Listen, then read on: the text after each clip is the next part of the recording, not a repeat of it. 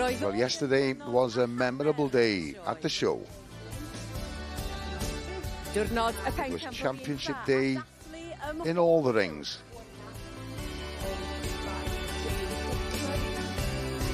But in the main ring, it was an historical day for the Geller stud, winning the Prince of Wales Cup for the very first time.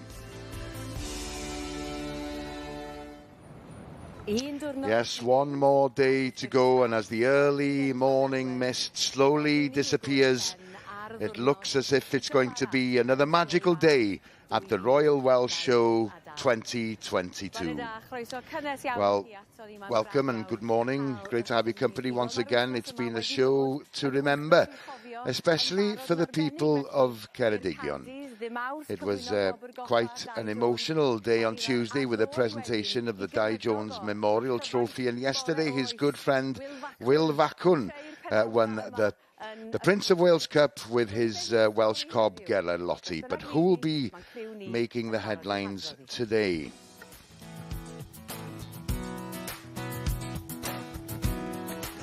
Well, it's going to be a very busy morning in the cattle ring with the Junior Bull Interbreed Championship and, of course, the Native Breed Championship in the beef section. And no doubt Ivan will be chatting to a few characters along the way. Achos mae Thomas Builth yn y sioe fawr ma'n rhywle heddi. Ydy Thomas, dwi'n gobeithio wela i di, cyn 5.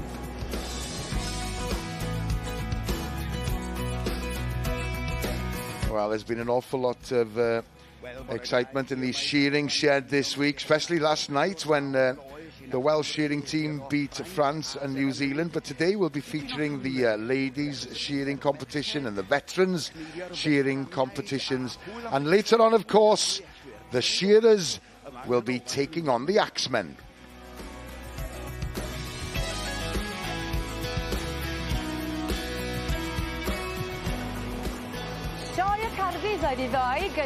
Well, in the sheep ring, we'll be looking forward to the Supreme Pairs Championship, where the Charolais have won 4 times in the last 10 years.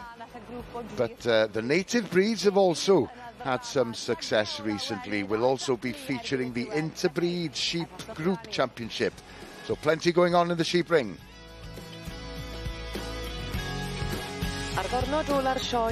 And it'll be busy once again in the main ring. Looking forward to the Tom and Sprightly Championship for the best Welsh pony or cob in the show. But of course the highlight of the day is the Royal Welsh Supreme Horse Championship for the best horse exhibit at the show. And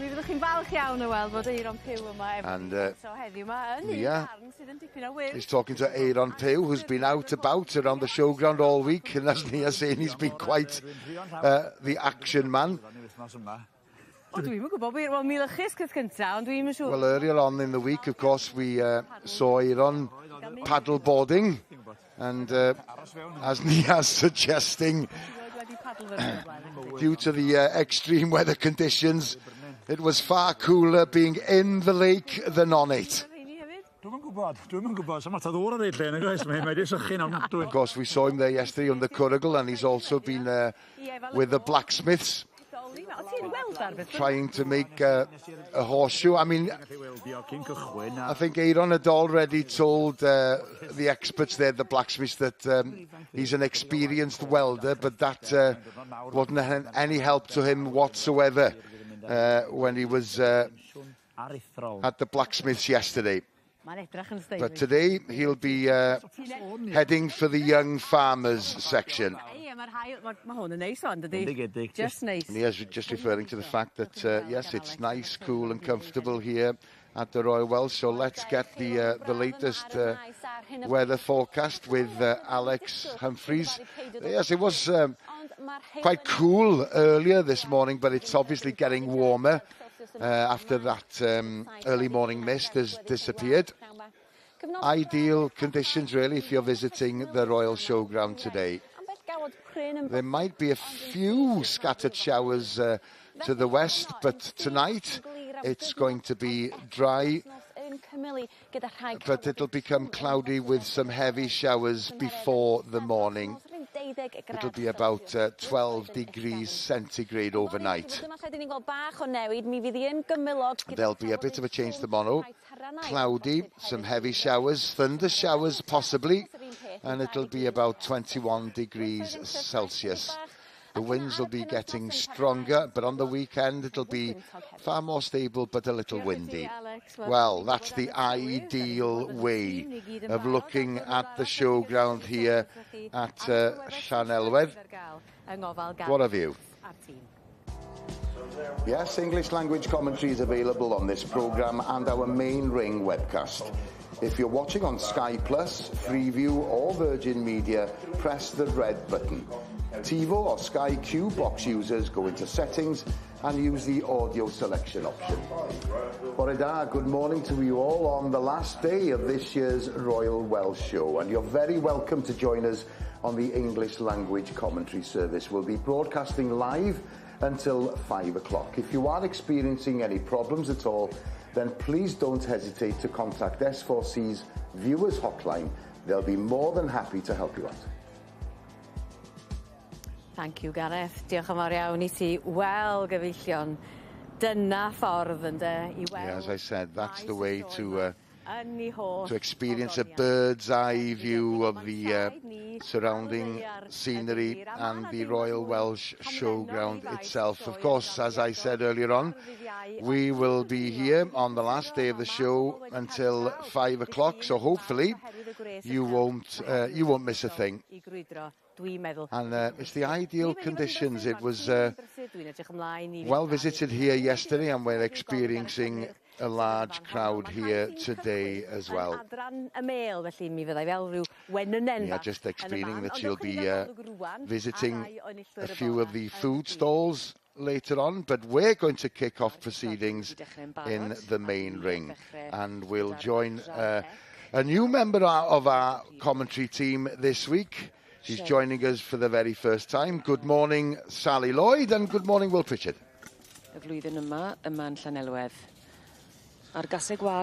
Morning, Gareth, and as you said, beautiful weather, and driving onto the showground this morning, it was quite mystical. As you look down the valley, it does feel as if we've come home this week again, if I'm absolutely honest. And the show is moving on far too quickly for my liking. 3 years away, and 4 days have disappeared very, very quickly. But we're back to competitions today. This is Cheryl Frith, Brydfaristol. Dwi'n meddwl bod I mi ddanfon nhw allan eto. Bosib fydd na ryw newidiadau bach. Felly ar y brig ar hyn o bryd, mae gyda ni glynwyn Annie Power, eiddo Scott Gibbons. Yn ail, mae gyda ni Ryan Wilson, gyda Ormond Rose Gold. We are back in the main ring here, and class 80 and 60. Sorry, I might need my specs on. Mrs. Sally Lloyd here will be giving an expert opinion on the class that is in front of us and the lady judge. Is Mrs. Cheryl Frith from Smithy Cottage in Shrewsbury, Shropshire. Not too far from your home, Sally. No, not too far at all. About 30 minutes away. And how many entries have we got in this class? We have 10 entries in this class. And this is the Baron Mayor or Geldin, 4 to 7 years or old. Or under, sorry. In the Welsh pony cob type. Yeah, they're just parading around for the judge. She'll put her eye over all of the ponies going round. See what catches her eye. Number 692 on the screen now. Yn ail, mae gyda ni Ryan Wilson. Laura Harrison. Perthog Pearl. 692 is S&KJ Gibbons. So lining up and trying to get them stand nice and quietly for her.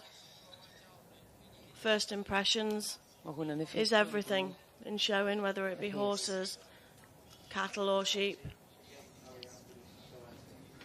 These cobs can get very high, they're quite highly strung. There we go. She's awarded the first prize to number 692 in this particular section. And second goes to 695. Scott Gibbons. Interested to see then, Sally, that most of these are chestnut colour that she selected at the top end of the line.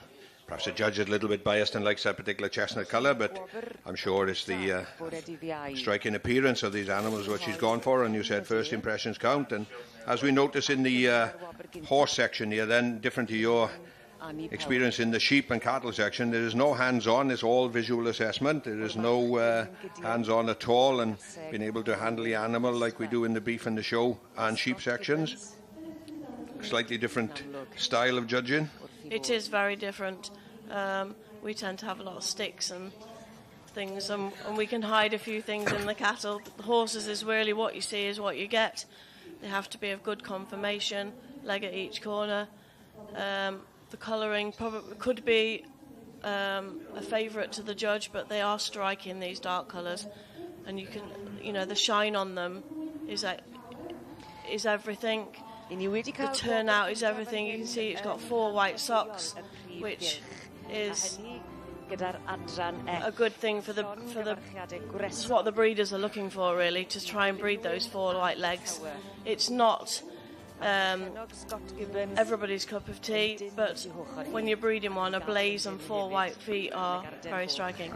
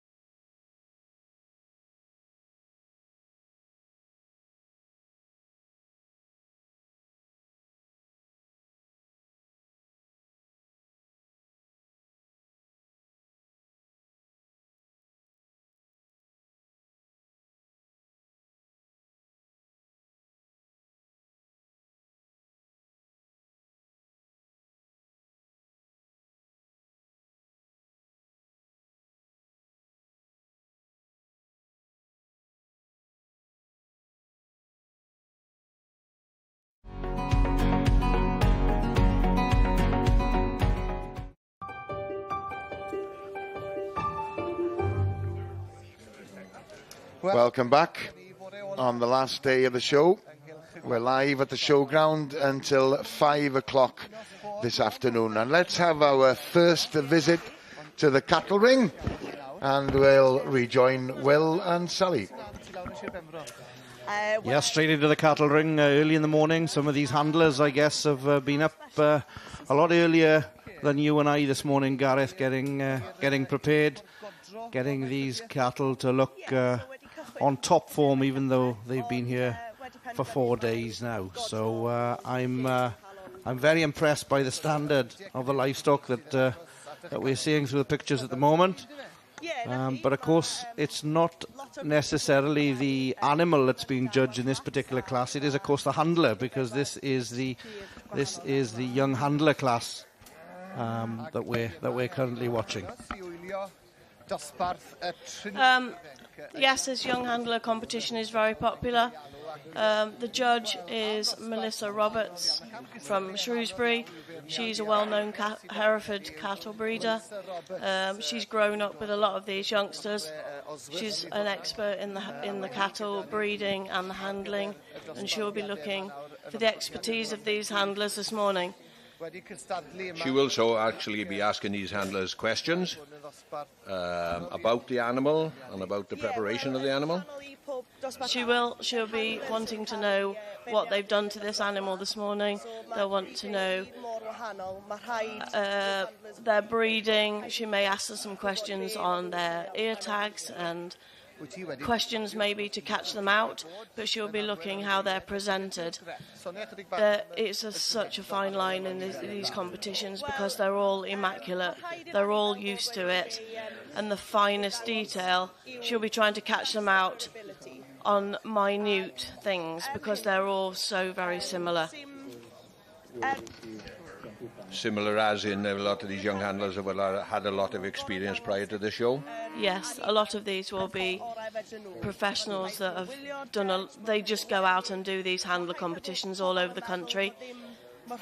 So everything has to be perfect, and she'll be going through them with much detail, I'm sure. As we alluded to then, that it's the handler that is the who is being judged, but obviously the handler will have had to prepare this animal, and she will also be looking at this animal to try and find a fault or badly turned out. If there was a lot of muck or something like that on the animal, she would default it for that as well. Yes, she will. She'll be going through, she'll look at the animal, but the animal isn't actually judged in this competition. It's purely the handler on how she presents it. She'll walk away from the judge and do a little bit of a show, but it is purely the handler and her you see she's asking her some questions, and she will be taking that on board and comparing it obviously with the other competitors. Well, she looks to be having a bit of fun out there with them as well, and I guess even though the nerves will be jangling, it's important that they keep it light-hearted and enjoyable, and it's great to see when a judge is interacting with these young people in such a positive way. Believe me, the tension between the exhibitors is very tense. They get really, really into this competition. And it's one of those things, isn't it? I always think that this competition shows agriculture in its best light. We all talk about succession, and within the industry, a lot of more experienced people will pass on their skills quite freely, and this is a great competition to see. Indeed so, and we will be returning to the cattle ring quite shortly. In the meantime, let's take a skip, hop and a jump across the showground, and we'll go to the sheep ring, and here's Gerald and Sally.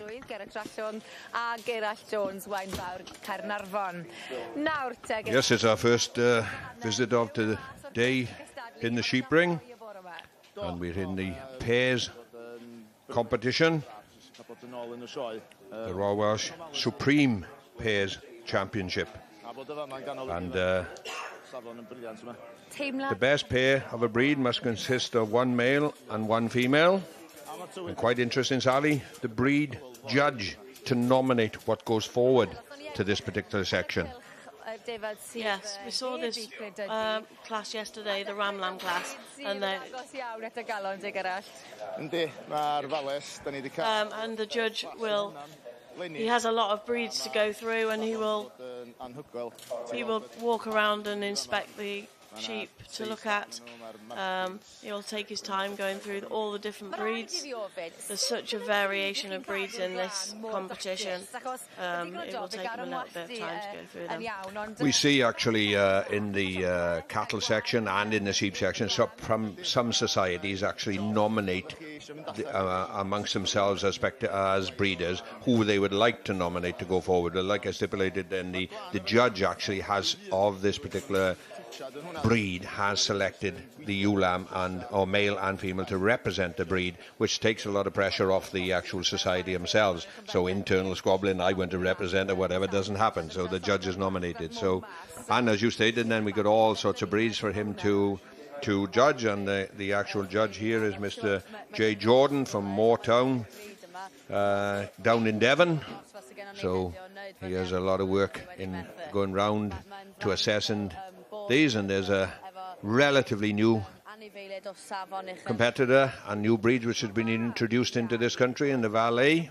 And we'll progress round and hopefully see all of the breeds, and we see the chamois being represented there, and all types of different variations of sheep and different climates which they live in and where they've sourced from. And so, as you say, it's a lot for this judge to assess. There's such a lot of breeds nowadays as well, aren't there? There's so much variation in the sheep world at the moment. Yes, it is. The Wiltshire Horn, the Brecknock Hill Cheviot, not too far away from Builth here, over in Senny Bridge. There we see the Blue-faced Leicester. Distinctive blue-faced Leicester, yeah. This is the one we're trying to struggle on. We see it's the Llanwenog. Sometimes get confused with the Clan Forest, but there's the Llanwenog and the Dorset Down. Coloured Ryland, a very popular show sheep in the small holders, not the Rylands, a little bit more than the Rylands are very popular, aren't they, at the moment? Coloured and white Rylands, mix of both. Miss a bit there, but we come around to the Bueller Speckled Face, which is obviously Bueller is just up the road here from the showground in Builth Wells, and that is where they are at their strongest. The Hill Radnor. And we're in Radnorshire. We are actually just where we are at the moment. So Radnor, self-explanatory, realistically, isn't it? Yeah. Kerry Hill and the Bueller are quite a similar sheep, really, aren't they? Yes, they are. Then yes, Kerry Hill, obviously another Radnorshire sheep. The judge quietly walking around and just getting an overall look at his sheep with him. It's quite hard getting a matching pair as well.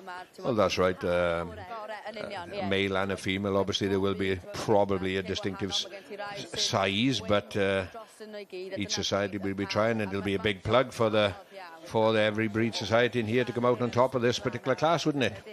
These Welsh breeds are quite big as well, aren't they? They're quite powerful sheep. Yes, the Welsh Hill sheep. Then we are in the show ring. We're not surviving up on top of the hills now, but to be fair, every breed I think has increased their breed size over the last few years. The Cheviot there looking well. The Northey Cheviot there, yes. He's checking the teeth, testicles, cover of the sheep. See how uniform they are together. Obviously there'd be a lot of the wool would have a bearing, but there would be a lot of different textures of wool right throughout these pairs, because we see the Herdwicks there, and they are thing. But anyway, we'll have to leave it at the moment, and we'll come back a little bit later on and hopefully see a result. Don't forget to download the official Royal Welsh Show app. You can access it by visiting Google Play or the App Store, and you'll find plenty of information there, including all the results, by the way. And it might be worth visiting our website, which is s4c.cymru/show. Right, back to the main ring, and we return to the horses.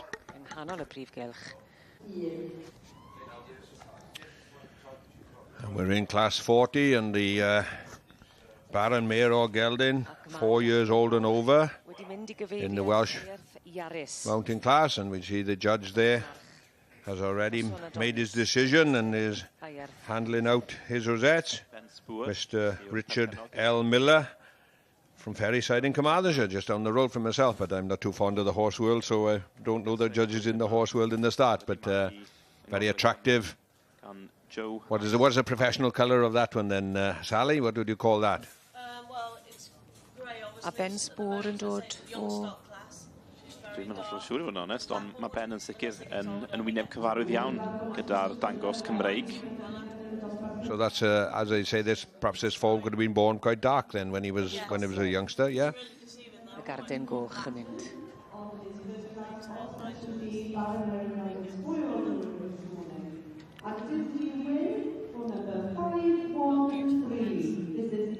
Yes, and yes, I think we alluded to that yesterday. Then that the lot of people have a few years ago were breeding towards this what they call a little bit of a dish head, isn't it? And it's stated now that it has just changed a little bit. That they have trying to breed a little bit more strength back into the head. It went very fashionable in the Welsh Mountain Ponies, but it has changed in years again, and I think that's probably just general trend throughout all livestock. Then trends change a little bit and they try to breed a little bit more strength or a little bit finer or a little bit nicer looking and that. But anyway, we see the winner there. Number 513. It is owned by Bia Spoor and it's Irath Yaris.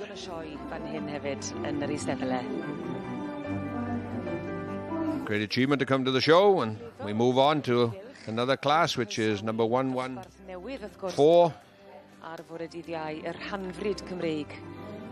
And this is a colt or filly or gelding, 1 year old, calculated on its maturity.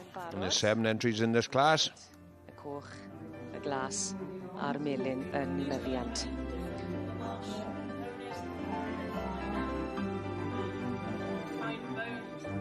And we see there the winner is Duke of Amethyst and Mel James, owned by Mel James. Duke of Amethyst, allan o'r march smog. These are part breds in, yes? A'r gaseg Blue Rock Amethyst.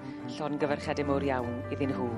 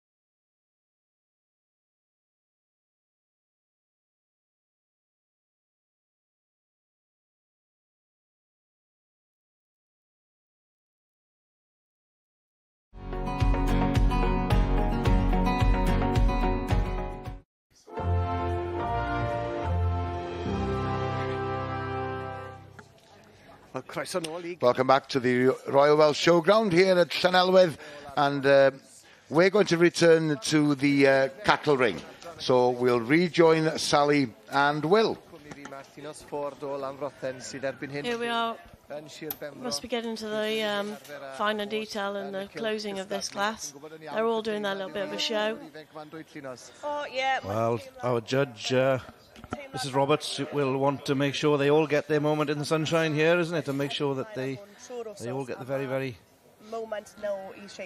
best of chances. And she'll be looking for all the finer details of how they're presenting them. There's Bernard Llewellyn's grandson there with the longhorn, and he's a very good young handler.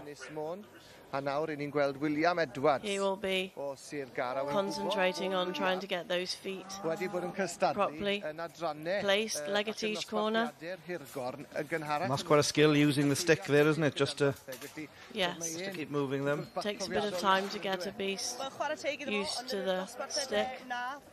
But he usually does really well in these competitions. You can see he's quietly talking to it to try and get it to calm. It looks like he's got a 2-year-old heifer there that these cattle they're like people. They get a bit moody in the morning, and they're quite early. They've been tied up since Saturday, so it's quite when they bring them out, they're sometimes quite excited. Glad to stretch their legs, I guess, aren't they? Yeah, they are. But oh, look, he's got that one just moving nicely, just stroking the brisket there, isn't he? Just keeping it calm. He should have his eye on the judge all the time. That's one thing we've always been taught. Never take your eyes off the judge. She's there asking him a few questions at the moment. He looks pretty relaxed anyway, doesn't he? Yeah, he's a very confident young boy. He's got a very good grandfather. You'll know Bernard. I know Bernard very well, yes. Bernard? Yeah, who doesn't know Bernard? One of the top longhorn breeders. And they're quite a breed as well, aren't they? Yeah, very popular at the moment. We have longhorn on our list with Builth. The longhorn is very fashionable at the moment. There's quite a lot of longhorn beef going through Morrison's. And they're a great old breed, aren't they? Quiet. Those horns. It's quite hard to breed that perfect set of horns. Be interesting what she's asking him today. Could well be on ear tags, or what that heifer's done and how he looks after it. And then he'll be wanting to walk away from her. Just showing the animal off to its very best there as it walks away. You see he's walking backwards there. And continuously talking to the animal, isn't he? Yes, he is. Some judges, they like them to walk forward with them, though, at the side. But perhaps the heifer doesn't just walk with him. He's just walk backwards there, you see, just to make her slow down a little. All these young handlers will be talking to their cattle. Smile on the face. This is obviously out the commercial section, this animal. They'll be used to the stick. But again, they're not judging the cattle on this occasion, they're just judging how the handler looks after these cattle and presents them for show. But still, the selection of your animal, I guess, one shows the other off to a certain degree as well, don't they? So it's all integrated when it comes to the competition. But yeah, and they always try and choose one that they know is going to lead. Or it's nothing worse than having a young handler where one doesn't walk or and it gets pulled back. It's quite a confidence thing. They're very confident. This young girl out of the commercials is obviously coming through, and we need these young handlers. If these young handlers aren't in these competitions, they are the future of the show. Thank you very much, Will and Sally. Well, as I said earlier on, Aaron is going to be out and about visiting several areas in the showground during the course of the day, and he's with the young farmers at the moment, and with Hevin Evans, who's the vice chairman. And in the background you can see there's quite a bit of activity going on there. It's a competition for the senior members, And the task for them in this particular competition is to make a home for a pet.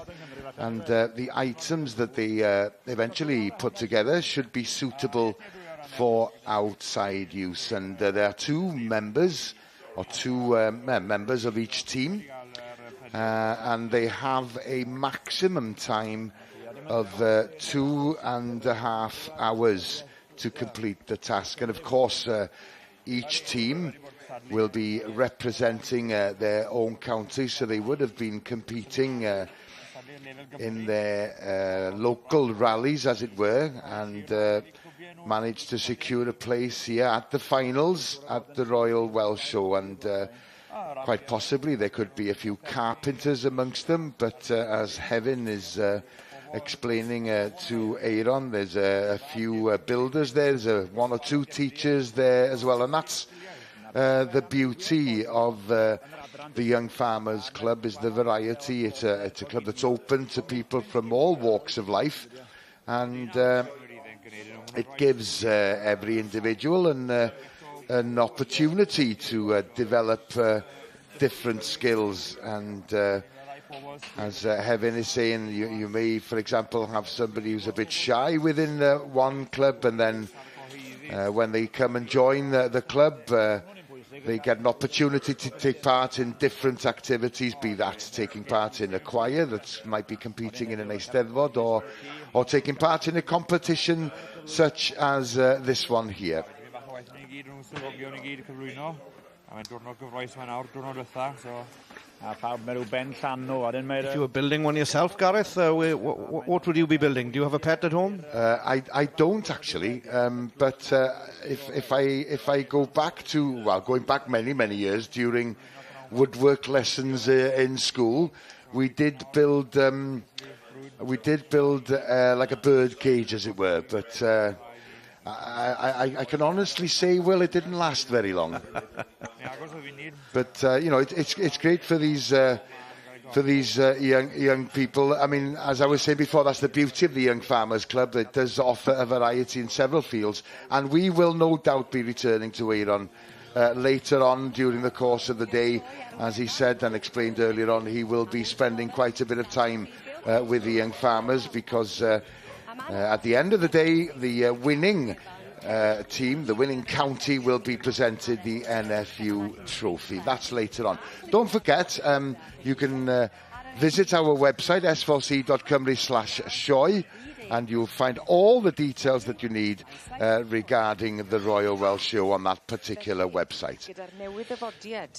Right, we return to the main ring, and a few results here, I believe. This is class 115, and a decision has been reached. It's the Welsh Part breeds, I believe, and it's for the colt filly or gelding 1 year old. And the winner, I think, is number 1211, Lamb Rebecca.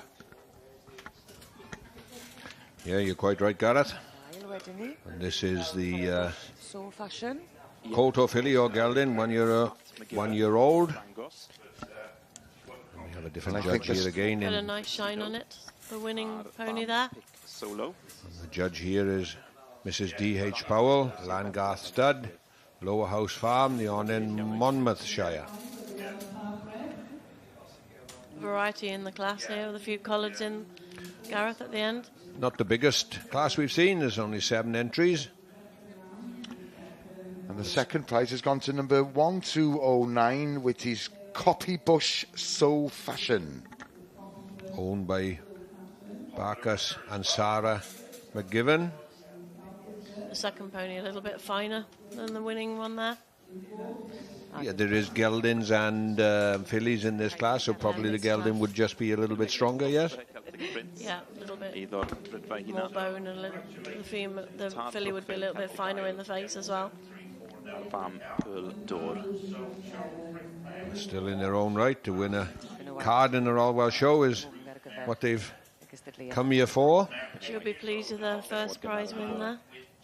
beautifully turned out. Rebecca Lamb arbennig digon yn hapus di hwn. Nice show, beautiful head.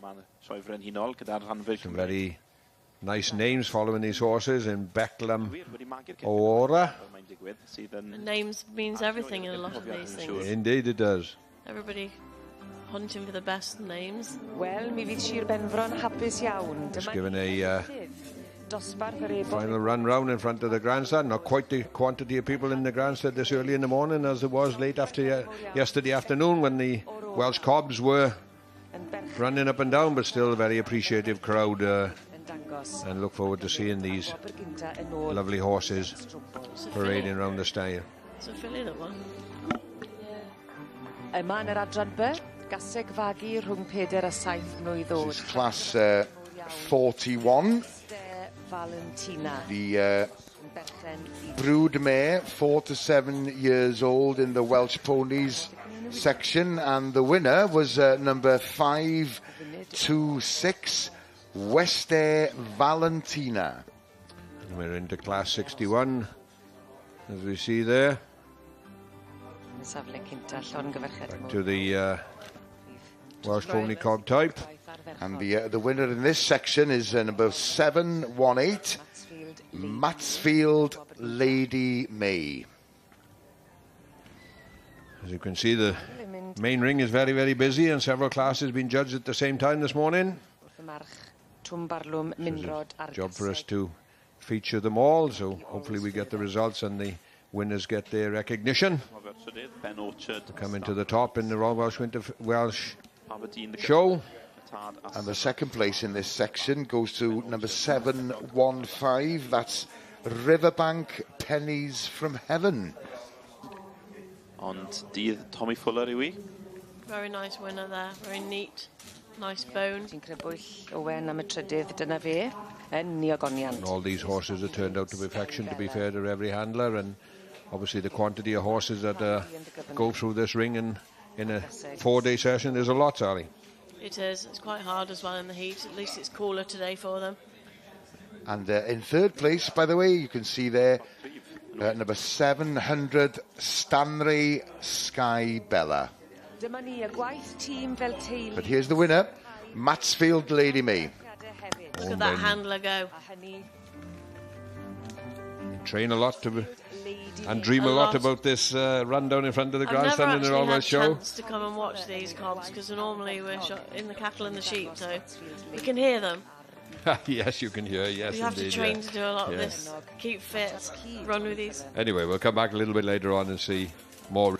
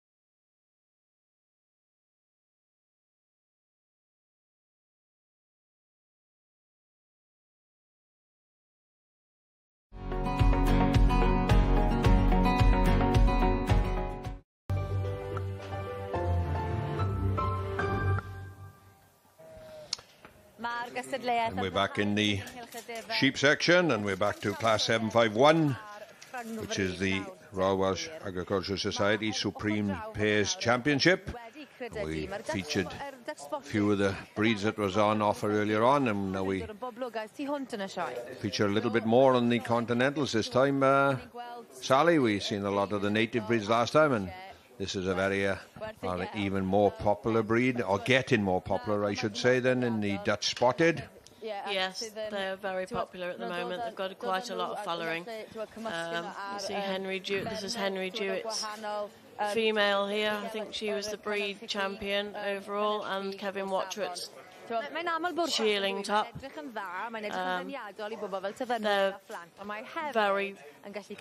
getting very popular in the breed. They're doing really well. They've got tremendous shape, great tops on them. And Henry is doing really well in this breed. It's like a lot of the other continental breeds that have come into the country over the years. They come in as a basic in the start, and but they improve them so much, don't they? And I think the Dutch Spotted, as I shouldn't refer perhaps to the Beltics, but the Beltics have improved the locomotion and they're appealing looks, aren't they? Now they're a bit more strength about these sheep, and the Dutch Spotted are exactly the same. I thought they were quite small when they appeared on the scene a few years ago, but they've increased the strength. Obviously the demand now for commercial breeders as well, yes. So which they have to do to up the game to get into the marketplace. It's like any animal, isn't it? You're tweaking all the time to get these perfect sheep, changing different bloodlines to get the perfect legs, and legs are important to me. Every breed, whatever it is, has to have a leg at each corner. Definitely so, and obviously they're a working animal as well to provide commercial lambs for the marketplace, isn't it? It's just not all about the pedigree ring and the show ring, is it? No, you see now they're looking at the blue Texels. They are very popular at the moment. They've got a really good following. We move on to the Beltics, as I alluded to before, and at one time they were all back ends, but to be fair, they've improved their top lines, and the loin has become very important in all breeding aspects of sheep now. So there's tremendous shape there, to be fair, on that pair of Beltex rams. Yeah, they're very shapy. Beltex pair, one ram, one ewe. As we stated earlier in the competition, then these are nominated by the judge of their respective breeds, to which he would like the pair to go forward to represent them in this particular pair. The judge may favour a particular breed, but every animal of a certain breed has to match up to that breed characteristics of that particular sheep breed. That's quite right, they are representing that breed. So when we're looking there at the Berrichons, the Berrichons have improved tremendously. Tremendous, to be fair, yes. They have.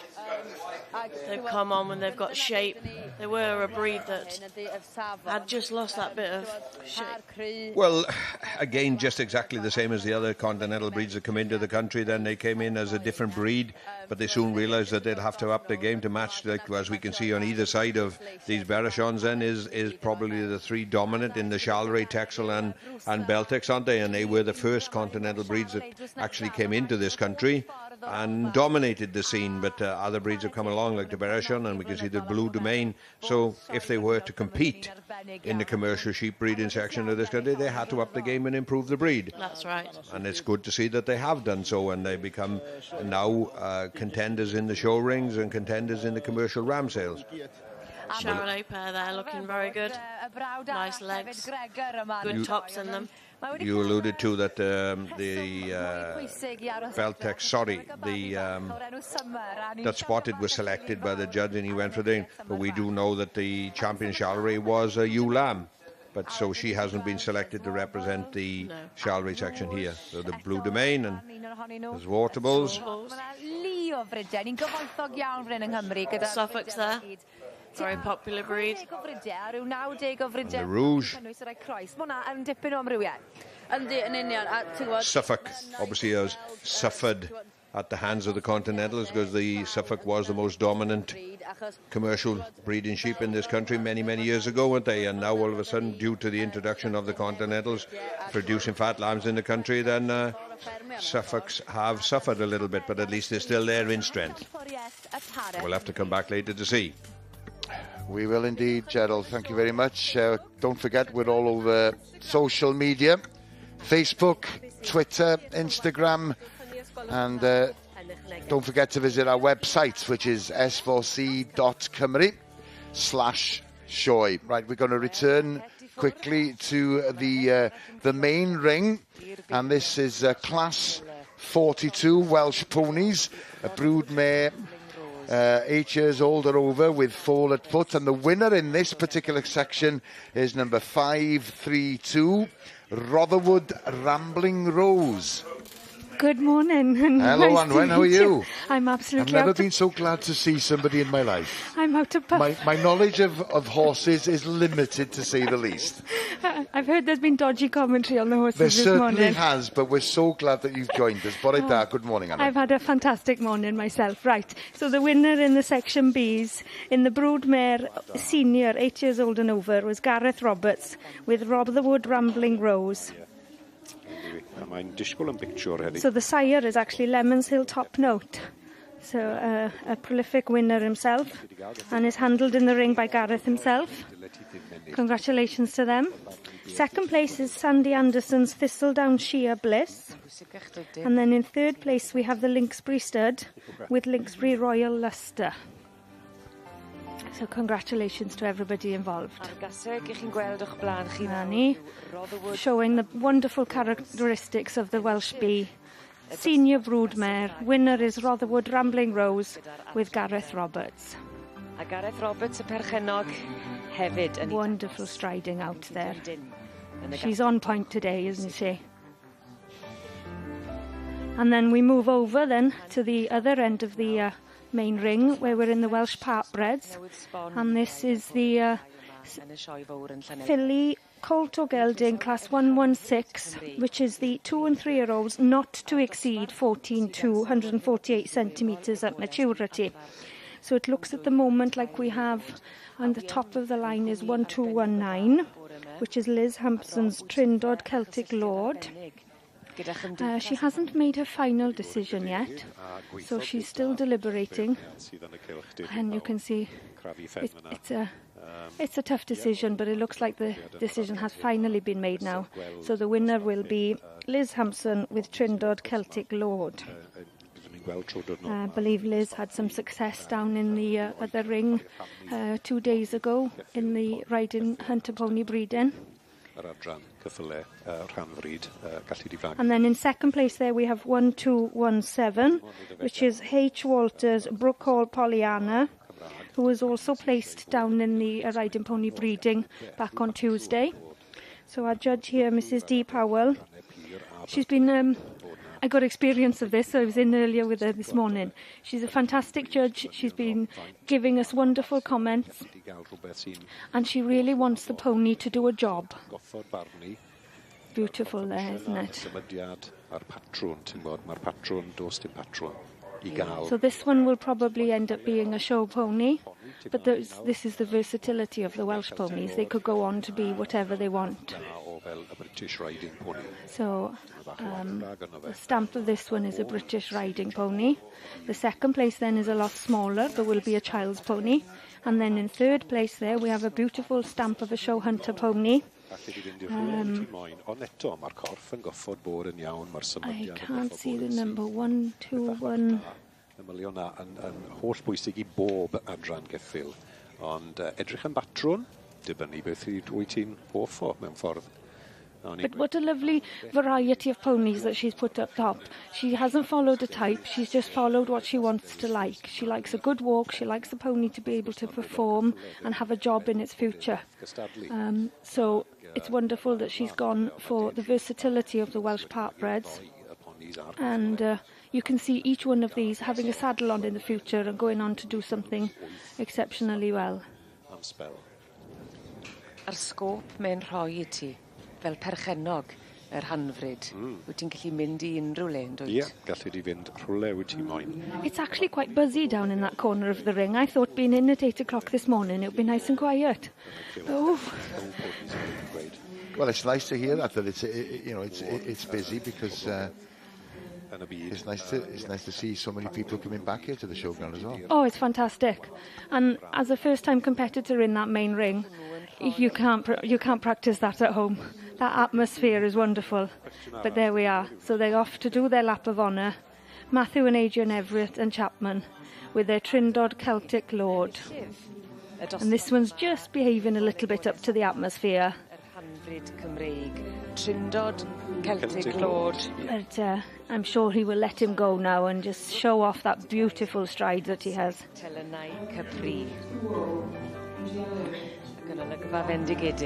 Absolutely fantastic. Dwi yn adran y mêl ac yng nghwmni un o'r stewardiad, Carys Edwards, a mae hi fel gwenynnen fach yn brysur, sy'n pas yna ti, Carys? Right, let's join Nia. She's in the company of Carys Edwards with the National Honey Show exhibition. And Carys is just saying it's so nice to be back and to be busy because they were at the Yorkshire last week, so they've been down in Merthyr Tydfil as well, and it's been busy here at the Royal Welsh, and as you can see, several red cards there. So Carys is going explaining that these are the red cards that she's actually won here herself as well, the heather honey, and all right, the honey that's been disguised, as it were, and is judged basically purely on taste alone. Carys is just explaining the difficulties here with the exhibitions are the larger classes where you have to be pretty organised, not only to put them out on display, but they're quite a difficult class to judge as well. And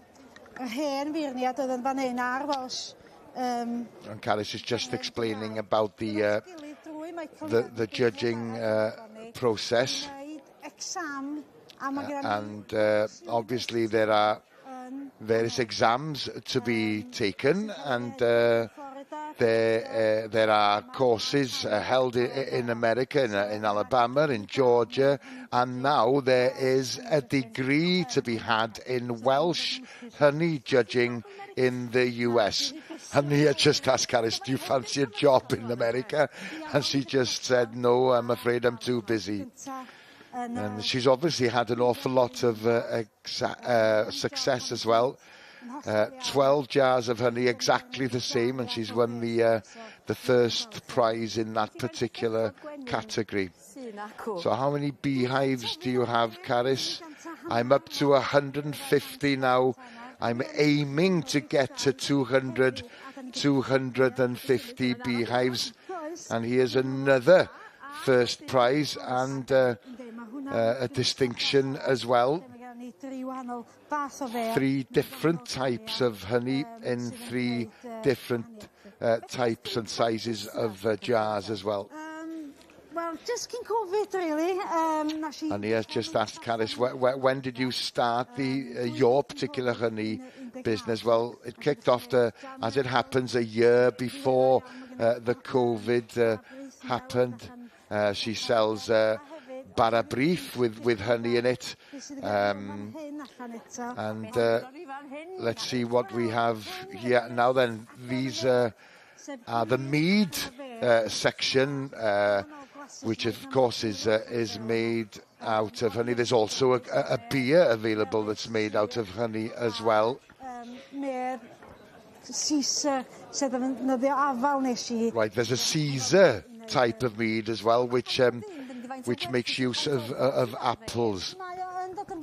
And it's becoming more popular, according to Carys. You think of a feast held during the Middle Ages, but apparently, according to Carys, it does also have some medicinal purposes, but I've heard that one before. And if you're looking for anything for medicinal purposes, according to Nia, this is the place to be. Pethau mynd o nerth I nerth. Llongyfarchiadau. Diolch.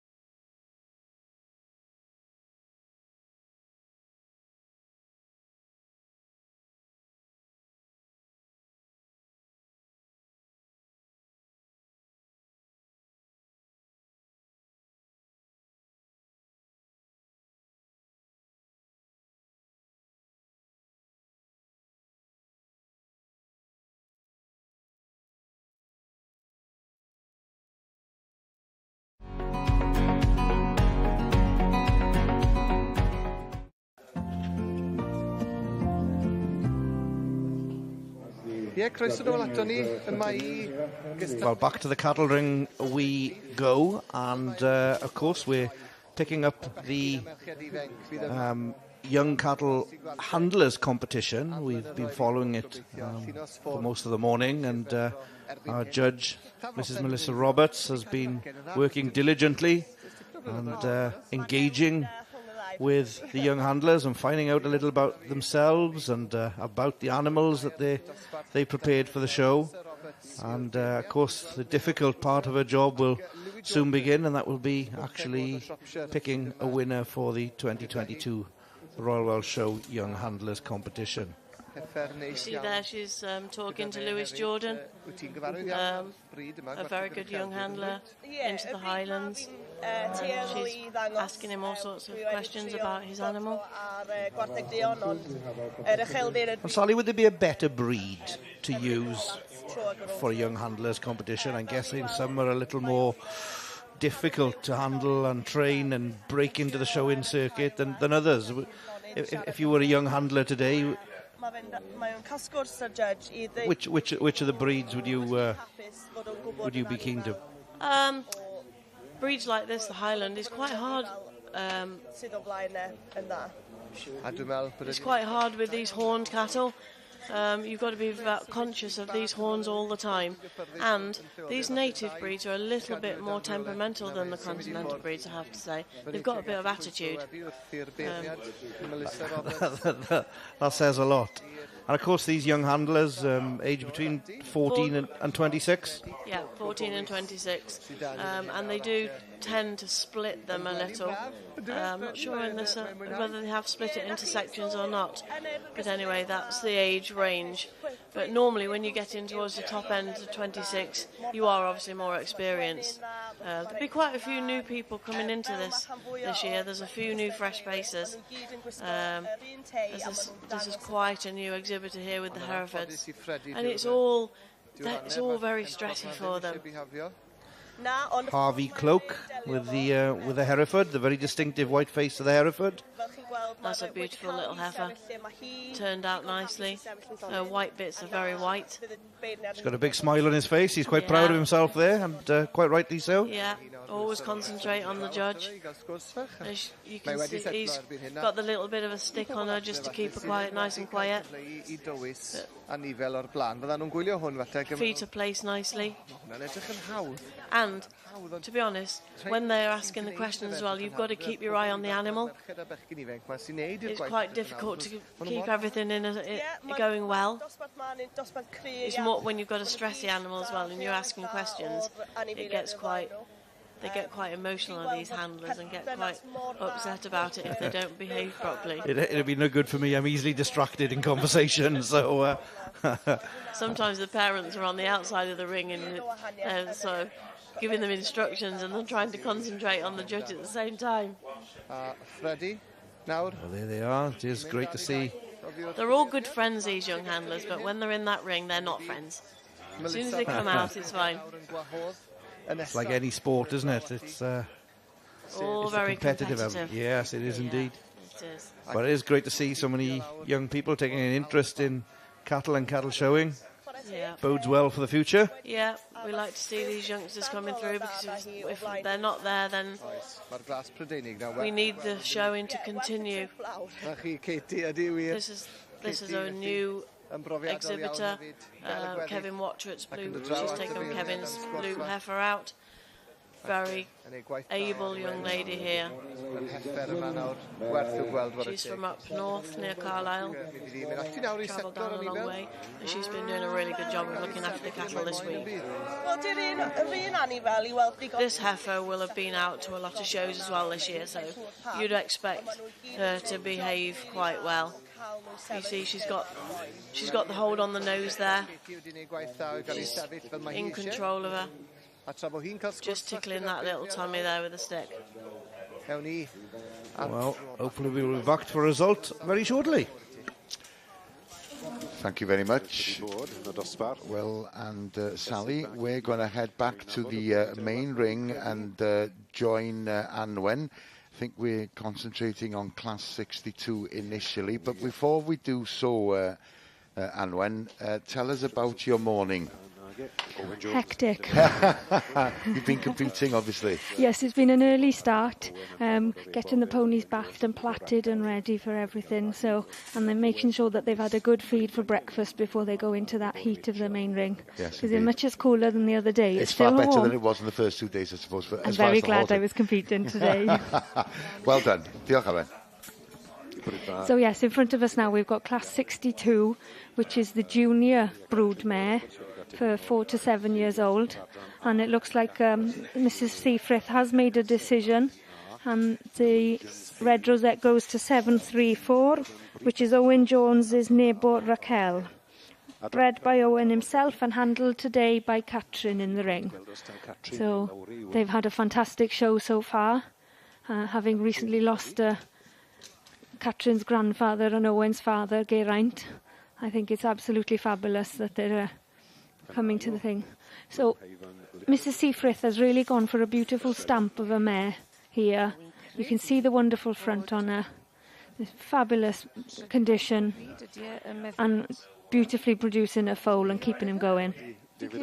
In second place then I think we have a Vicky Costello with a Blue Haven Little Miss Perfect, bred by herself and handled by herself in the ring.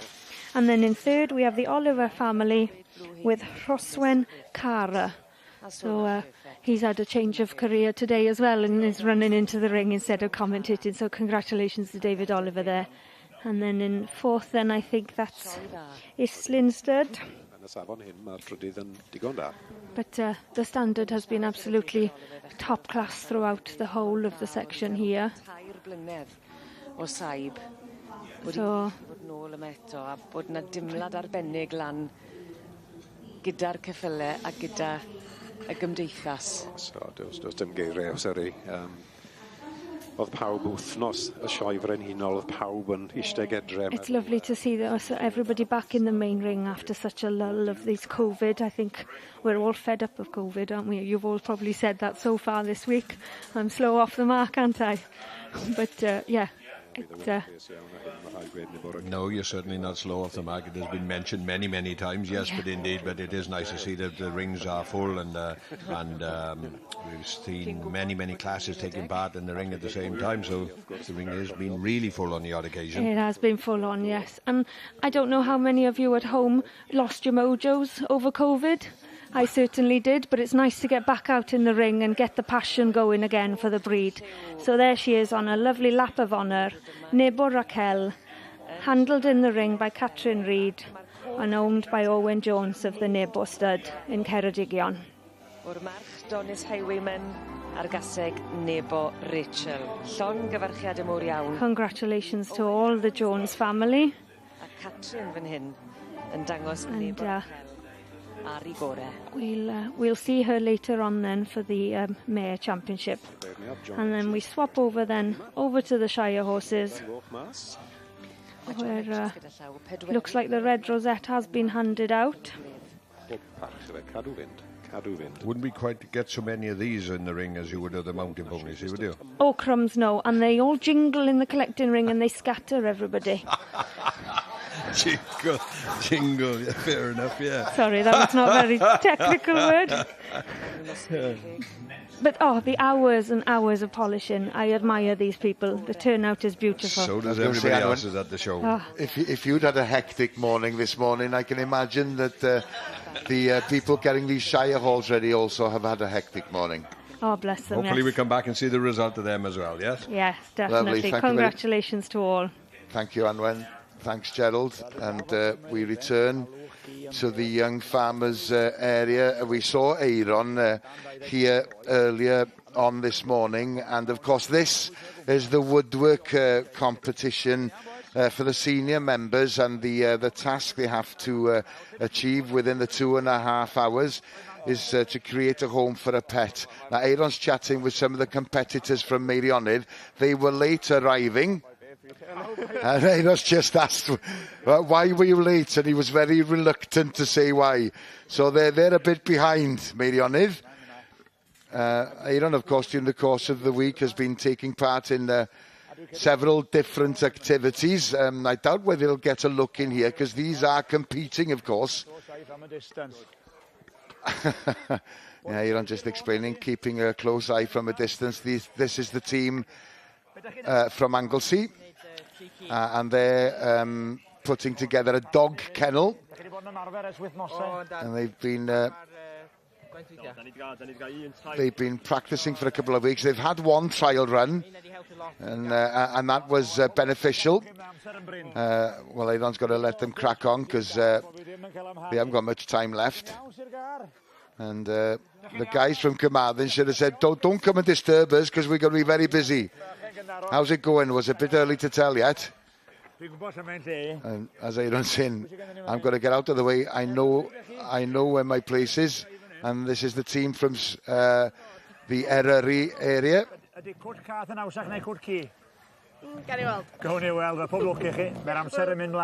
Yeah, time's flying by, and they've got 2.5 hours, I said.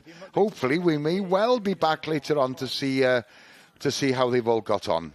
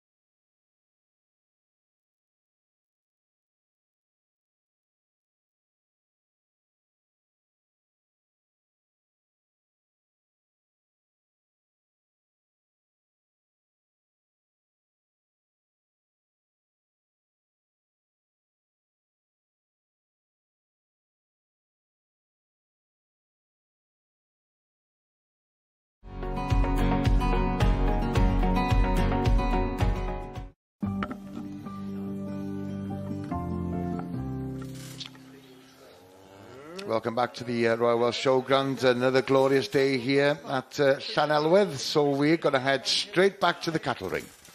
We must be getting down to the final stages now of this class. She's asking this Simmental young handler, putting her through her paces, all concentrating, asking her about her animal, and at the same time the handler is trying to keep her animal calm. That's a fairly big heifer she's got control of there as well. I know these Continentals are a little bit larger, but Simmentals are very quiet. They're normally not too much of a problem at all. It's always best to point your animal uphill as well at this point.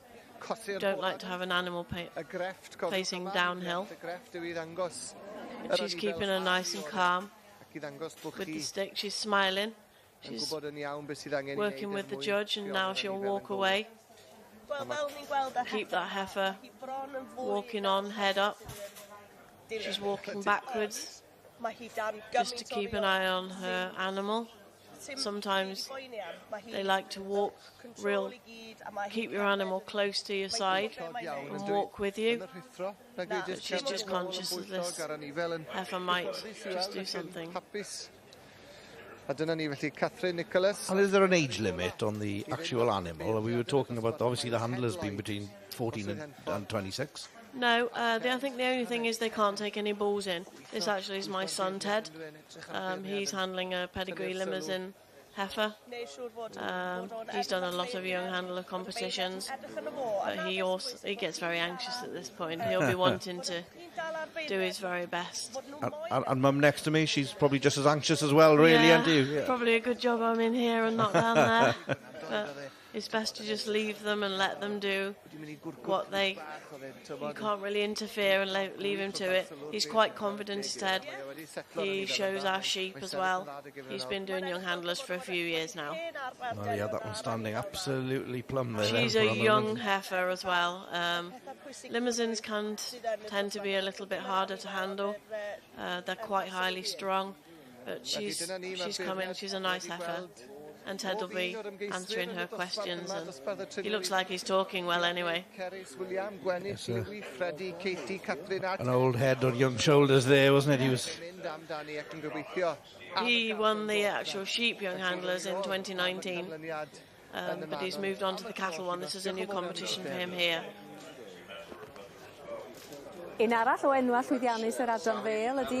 Thanks very much, Sally. And, well, we return to Nia, who's about to talk to Emyr Jenkins, who's been competing in the honey section. Nia's just asking him, what kind of a season has it been for you beekeepers? Well, it wasn't very good initially, but the bees have been working full-time day and night during the last couple of days, the last week or so. Now, Emyr's been competing with the blocks of beeswax. Obviously, you have a mould initially. You have to have them all the same size, keep them clean. You can have the beeswax that's at different colours, but you're aiming to get new, as pale as you can, as light coloured as you can. But the cleanliness of the beeswax is very important as well. As you pull out the honey, and the wax there is the perfect beeswax. And then you put them in the mould to get the blocks, but as you can see here, the shape here is different, bit of variety, but they have to be 28 grams in weight. As Nia was saying, I could use this beeswax to polish, but what else can you use it for? Well, I know a blacksmith who uses the wax to put a shine on the metal as it cools down. Quite a few of the blacksmiths I know use the beeswax for that purpose. They combine it, and others as well use the beeswax combined with a bit of oil to keep their golf shoes clean. Not that that improves their game at all. As we can see here, you've got candles made out of beeswax. That these are made in a mould.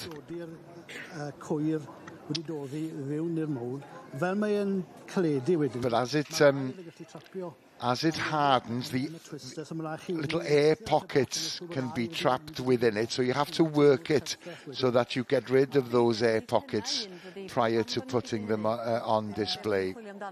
Obviously, that candle that Leah was referring to has been lit, and the judges would have done that to see that the beeswax burns uniformly. So the beeswax, it doesn't dribble down the side because the beeswax itself actually burns away.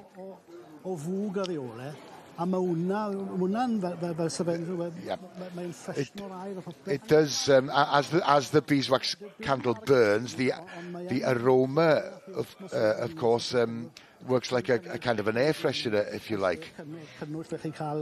So it is different to a paraffin wax type candle. And Emyr obviously has been competing, and we've seen some of his exhibits here, and he's quite pleased with the results that he's had at the Royal Welsh this year.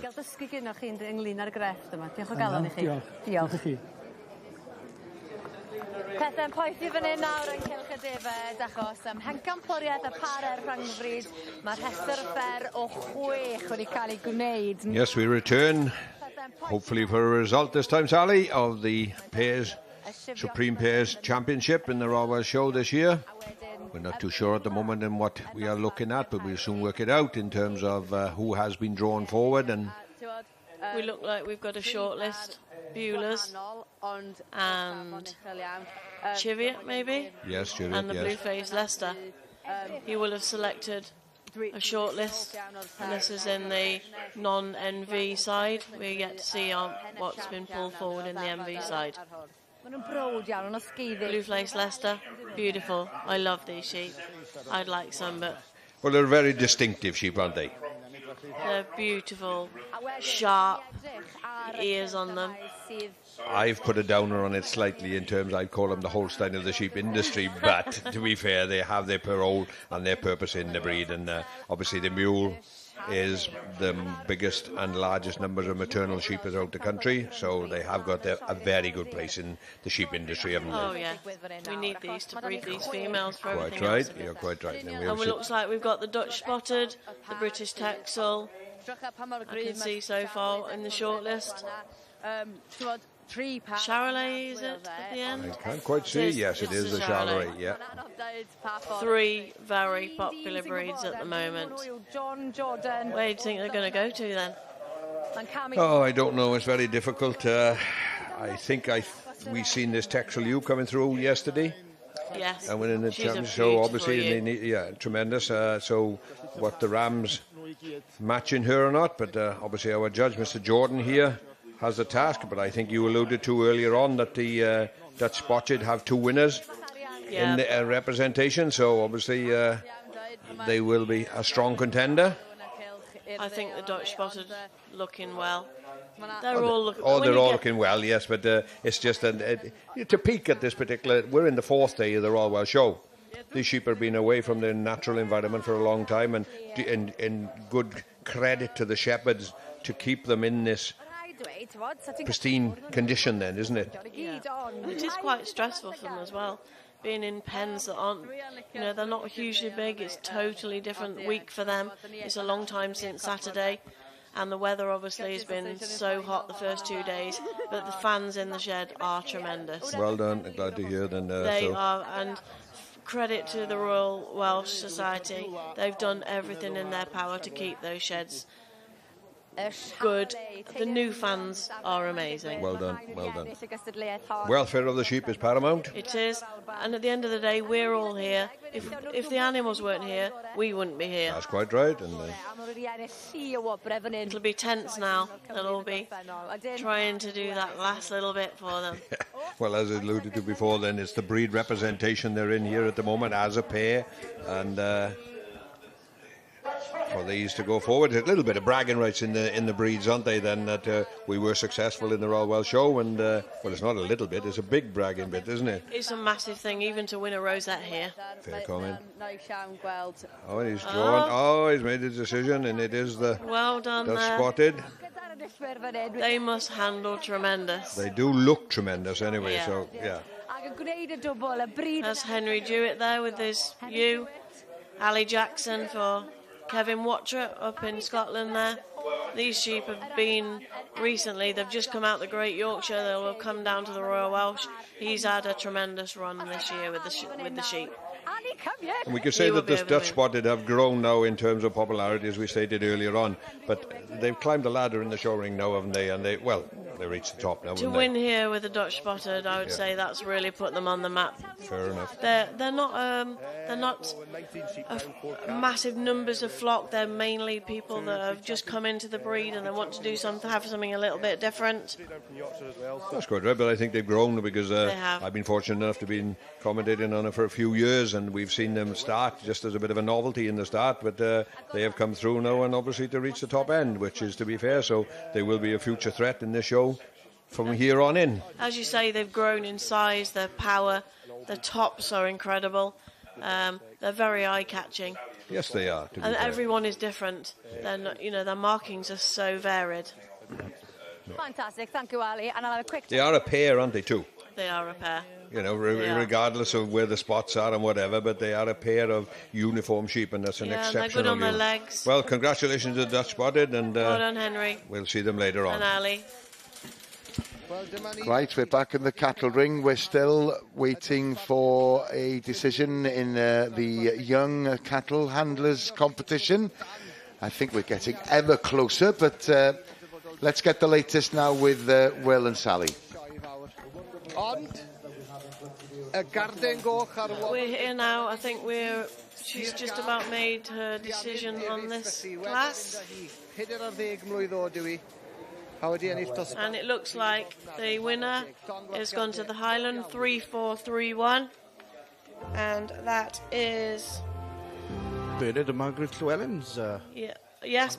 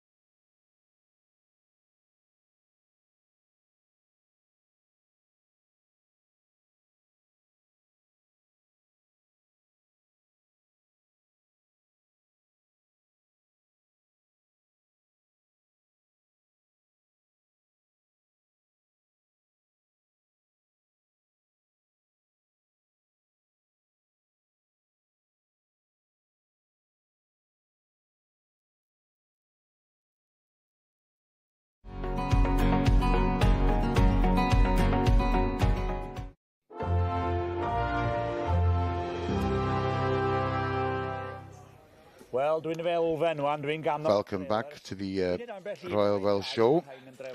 And Aaron is obviously visiting quite a few of the different stalls here at the Royal Welsh, and he's with the M4 trailers, chatting to Philip Rees. And according to Philip, is just telling Aaron they've had a great week here at the Royal Welsh so far. And Philip is the gentleman who established the company in Crosshands around 30 years ago. And Philip is from a farming background, and his father started building the trailers initially a while ago, and repairing second-hand trailers, etc. Philip, of course, is also a welder, but he employs quite a few welders associated with the business as well. And as Aaron is saying, it's quite an expensive field currently, because the price of metal and so on and so forth has increased quite a bit during the last couple of years. Skid steers up there, one is machinery. Yn bwysig gallu troi llaw I fwy na just un peth mae'n debyg. Odi, pick a mix fi'n olwe. Dyna niwsans falle weithiau, pan mae'r trailers yn mynd, dyn nhw'n gwerthu fel hot cakes falle. And Aaron's just asking, the trailers are selling quite well, and Philip is saying that yes, indeed, we've been very busy over the last couple of months. And even though the costs have gone are increased, especially shipping container-wise, we've just got to crack on and keep going.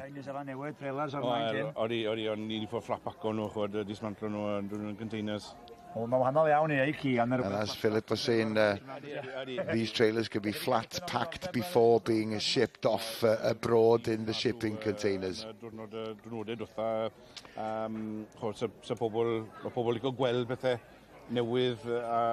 Yeah, Philip saying it's been very busy, especially yesterday here at the store, because people are interested in walking around and looking at the new models that have become available on the market.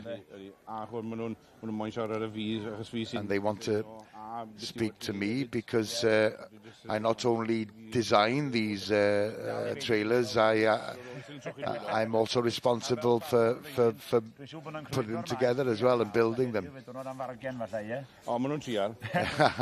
I don't say, well, today probably is the day where people might be able to strike a bargain with them. Well, they try, and I try to be fair, but and they're not just saying, well, we wish you all the best for the next 30 years as well.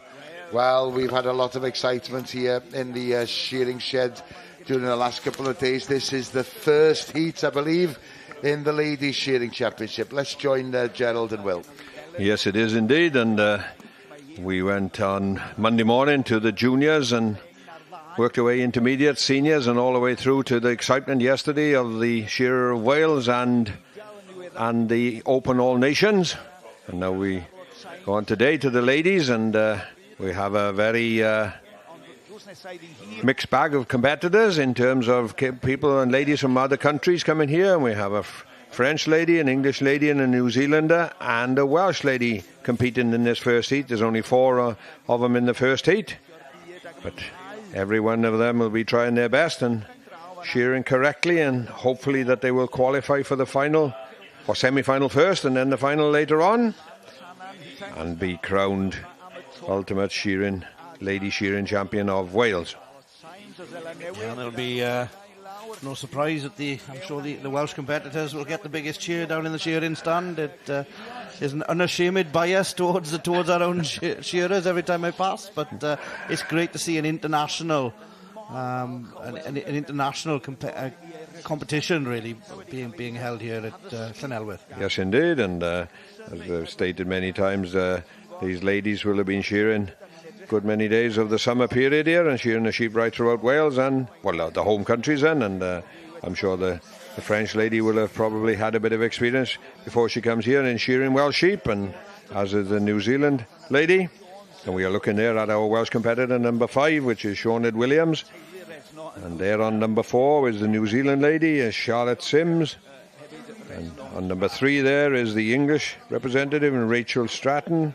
And our French friend on number 2 is Elone Resonnet. I done well there, didn't I, Will? Well done, Gerald. I could see it written down on a piece of paper in front of you, and I was waiting for you to get to stand number 2. Yeah. Oh, indeed. I think you've done very well indeed there. Oh, dear. We don't need quite to see that graphic there. That young lady there has got in the foreign bodies and got in the meat a little bit. Oh, dash. That will actually count against her quite significant, and it can't be helped. This is the hazards of the profession, and the best of the people will say that you do on the odd occasion stray perhaps where you shouldn't stray, but never mind, move on. And the French lady here is giving a good demonstration,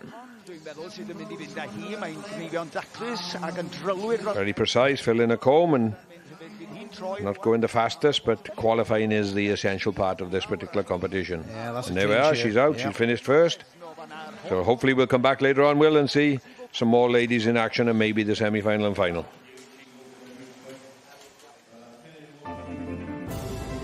Mae 'na sylwebaeth Saesneg ar gael. English language commentary is available on this programme and on our main ring webcast.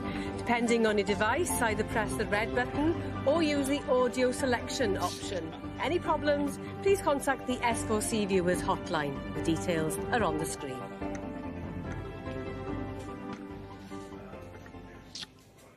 Well, it's been a busy morning in the main ring, of course, and that's where we're heading next. So let's rejoin Anwen. Good. Right, we're back then in the Welsh Parkbred end of the ring with Deirdre Powell, and it looks like she's made her decision in the Young Stock Championship. And the champion goes to Di Nicholson's Dibyn Top Gun, which is handled in the ring today by Alan Charlesworth. However, it's owned, bred and produced by Di herself down in Gloucestershire. A beautiful stamp of a riding horse for its future. It won the 2 and 3 year old class over 14-2. So a fabulous future ahead of it. And if the camera would just pan to the right, I believe the reserve has gone to Rebecca Lamb with her winner of the yearling fillies, which is Beckham Aurora. Gawn ni weld yn symud nawr, ond mi'n siŵr bydd hwnna'n gallu symud. Adrych ar ei oesau fe, tipyn bach o asgwrn traf da. There you are, yes, so the reserve there goes to... Ac eto natur. Mae hwnna rhywbeth mae bobl yn defnyddio'r gwlad Cymraeg am, achos mae'r natur yn gallu bod eitha mwy at y tywel. Dim mor anodd a falle. So... Weda ddim mwy na na. 1, 2, 4, 4, yeah, that's it. Dibyn Top Gun. And then the Penstrumbly Tiger Lily, actually handled in the ring by Rebecca Lamb, but actually is owned by S. James. My apologies there. Ac ti'n gallu teilwra yr hanfryd mewn ffordd? Ti'n gallu teilwra'r ceffyl I beth wyt ti'n hwyl amdano fe wrth fynd I fridio, mae'n siŵr? Yn sicr, yn sicr. There we are. The winner of the 2 and 3 year olds over 14-2, the large future riding horse Dibyn Top Gun, owned by Di Nicholson, handled in the ring by Alan Charlesworth, and then second place goes to Penstrumbly Tiger Lily. Gwaith Penny Gamp. Dangos Dibyn Top Gun. Beautiful striding out there. Well, very well mannerlied. And then we pop over to the other end of the ring, which is class 63 in the section C's with Mrs. Seafrith. Looks like this might be the senior Broodmare class.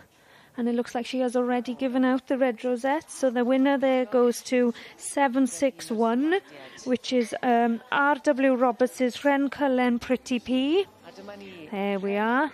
doing a fabulous lap of honour, striding out perfectly. And then in second place there was the Pierce and Bowen with Glencoch Gold Star.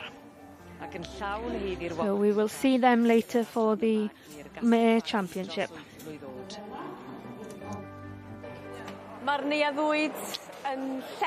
Well, we'll leave the main ring and we now join Nia in the food hall. And Elvin Davis is keeping her company from the San Clair Organic Company. And as Nia suggested, a lot of people have been visiting the food hall during the course of the last 3 days and have said, oh, we'll be back to buy some of the produce later on. So today could be a very busy day. There was a milk farmer in...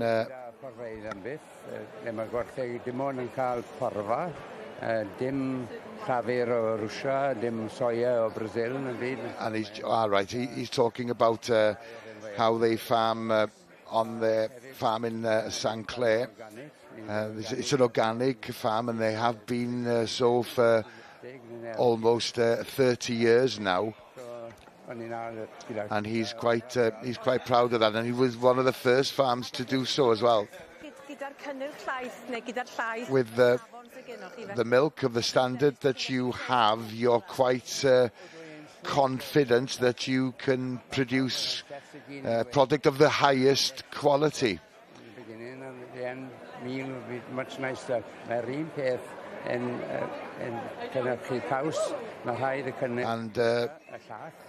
it's applicable as far as the cheese producing is concerned as well. If you get the ingredients and the highest quality initially, then the end results will be of the highest quality as well. Now, the soft cheeses that they sell, they've been producing these for quite a number of years now. The natural soft cheese, very low in its fat content. They've got cheese there, the soft cheese with basil and garlic, and the soft cheese with chive as well. And there's also a soft cheese with lemon and with Seville orange. And they have proved to be quite popular. It's a very useful cheese to use when you're cooking. And you could, as Nia suggested, you could make a very good cheesecake using those particular soft cheese without having to do too much work as well. In the middle here, we have got some yogurt, and they're launching the yogurt actually at this show. It's the first time they've produced the yogurt. They've been concentrating on the soft cheese in the past, but now they've ventured into the yogurt. And as you can see, there's the blackcurrant yogurt there and the natural yogurt as well. And it's a natural yogurt. And everything's packaged on the farm in St Clair in West Wales, and that's important for the customers to know exactly where the produce comes from.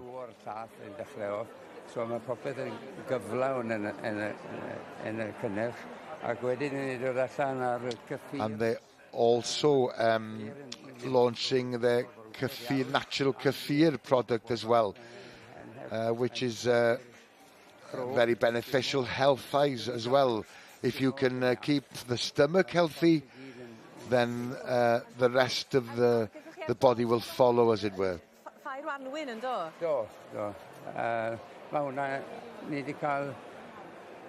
Well, pobl yn blasu'n y ffair wanwn and yn deithio nhw be nhw'n feddwl o'r blas. And I see. In the spring fair, the customers and the visitors had a taste of the natural kefir, and then since then, of course, Elvin has taken on their comments, and now they've produced it to be sold for the first time here at the Royal Welsh, and it's very good for you. Well, it's essential y blas y mêl ar hwnna, dwi'n teimlo. And he's just saying, I can taste some honey in it, and some people say that it tastes very much like buttermilk.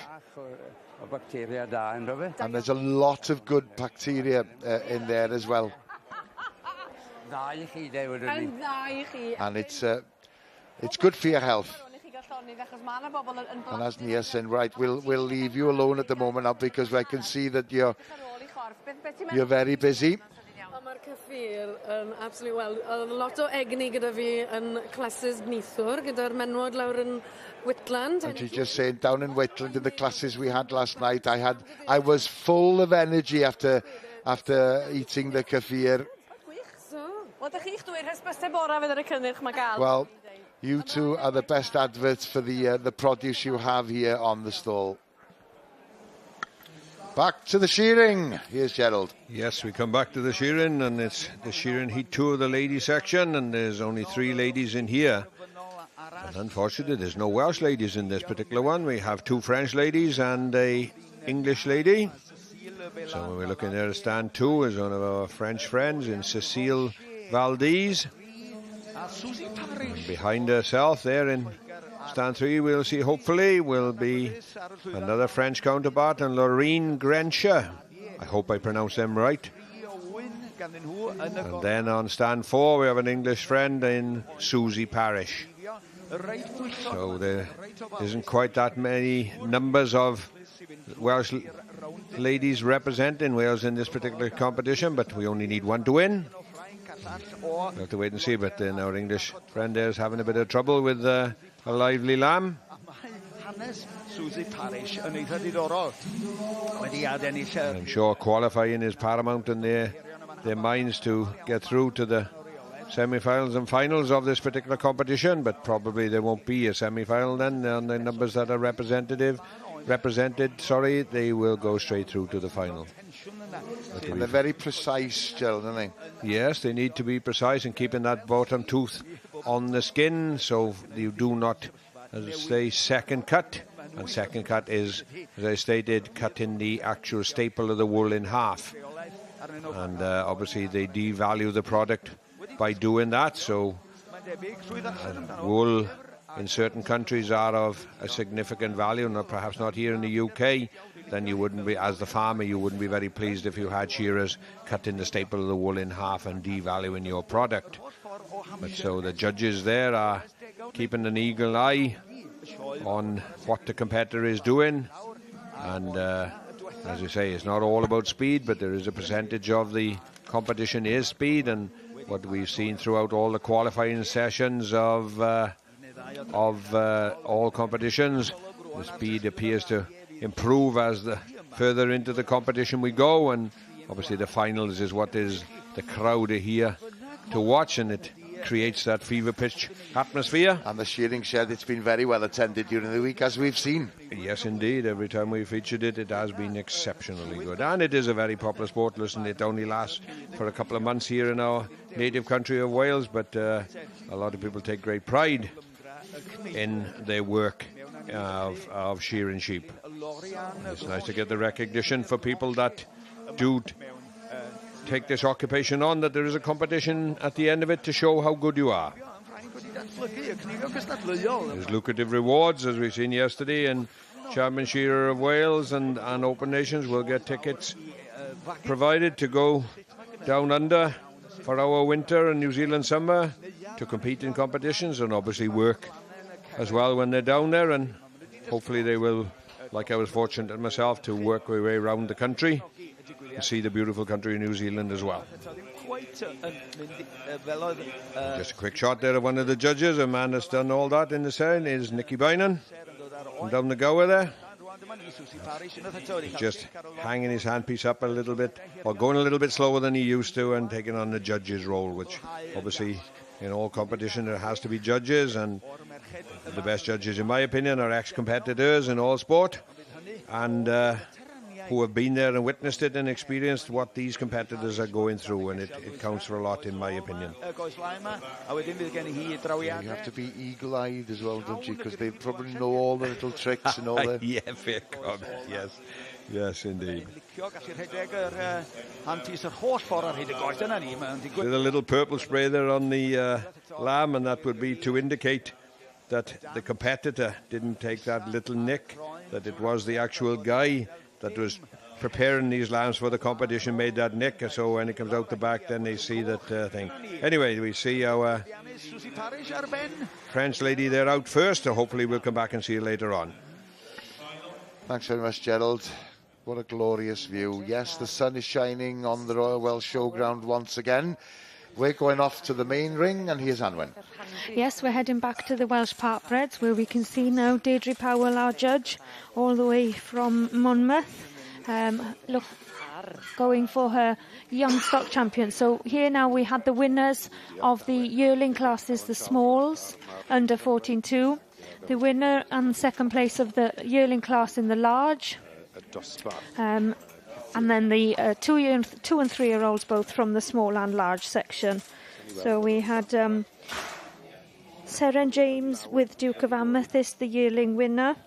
In the smalls, Rebecca Lamb with her Becklem Aurora came forward as the large yearling winner.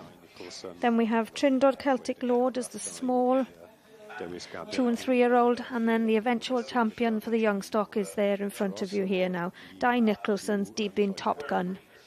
A wonderful stamp of a parkbred that could go on to actually do any job it wanted, whether that be a riding horse, a show jumper, eventer or anything.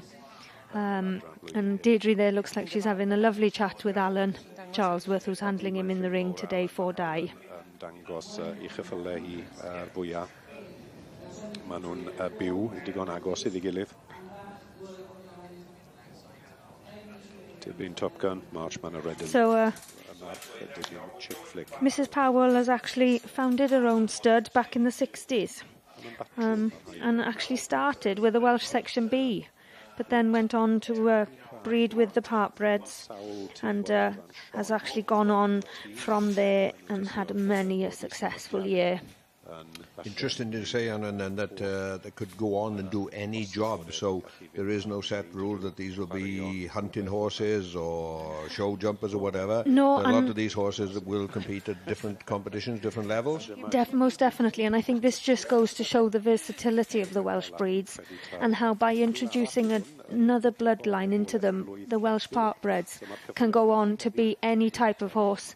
And there you can see the reserve actually went to the yearling winner, Rebecca Lamb, with her own homebred Becklem Aurora. So you can see we'll have a hunter type in reserve and then a riding type in the champion place. So congratulations then to Di Nicholson with her Dibyn Top Gun, handled in the ring by Alan Charlesworth. Ben Campwr y stoc ifanc gyda'r handfyd Cymreig at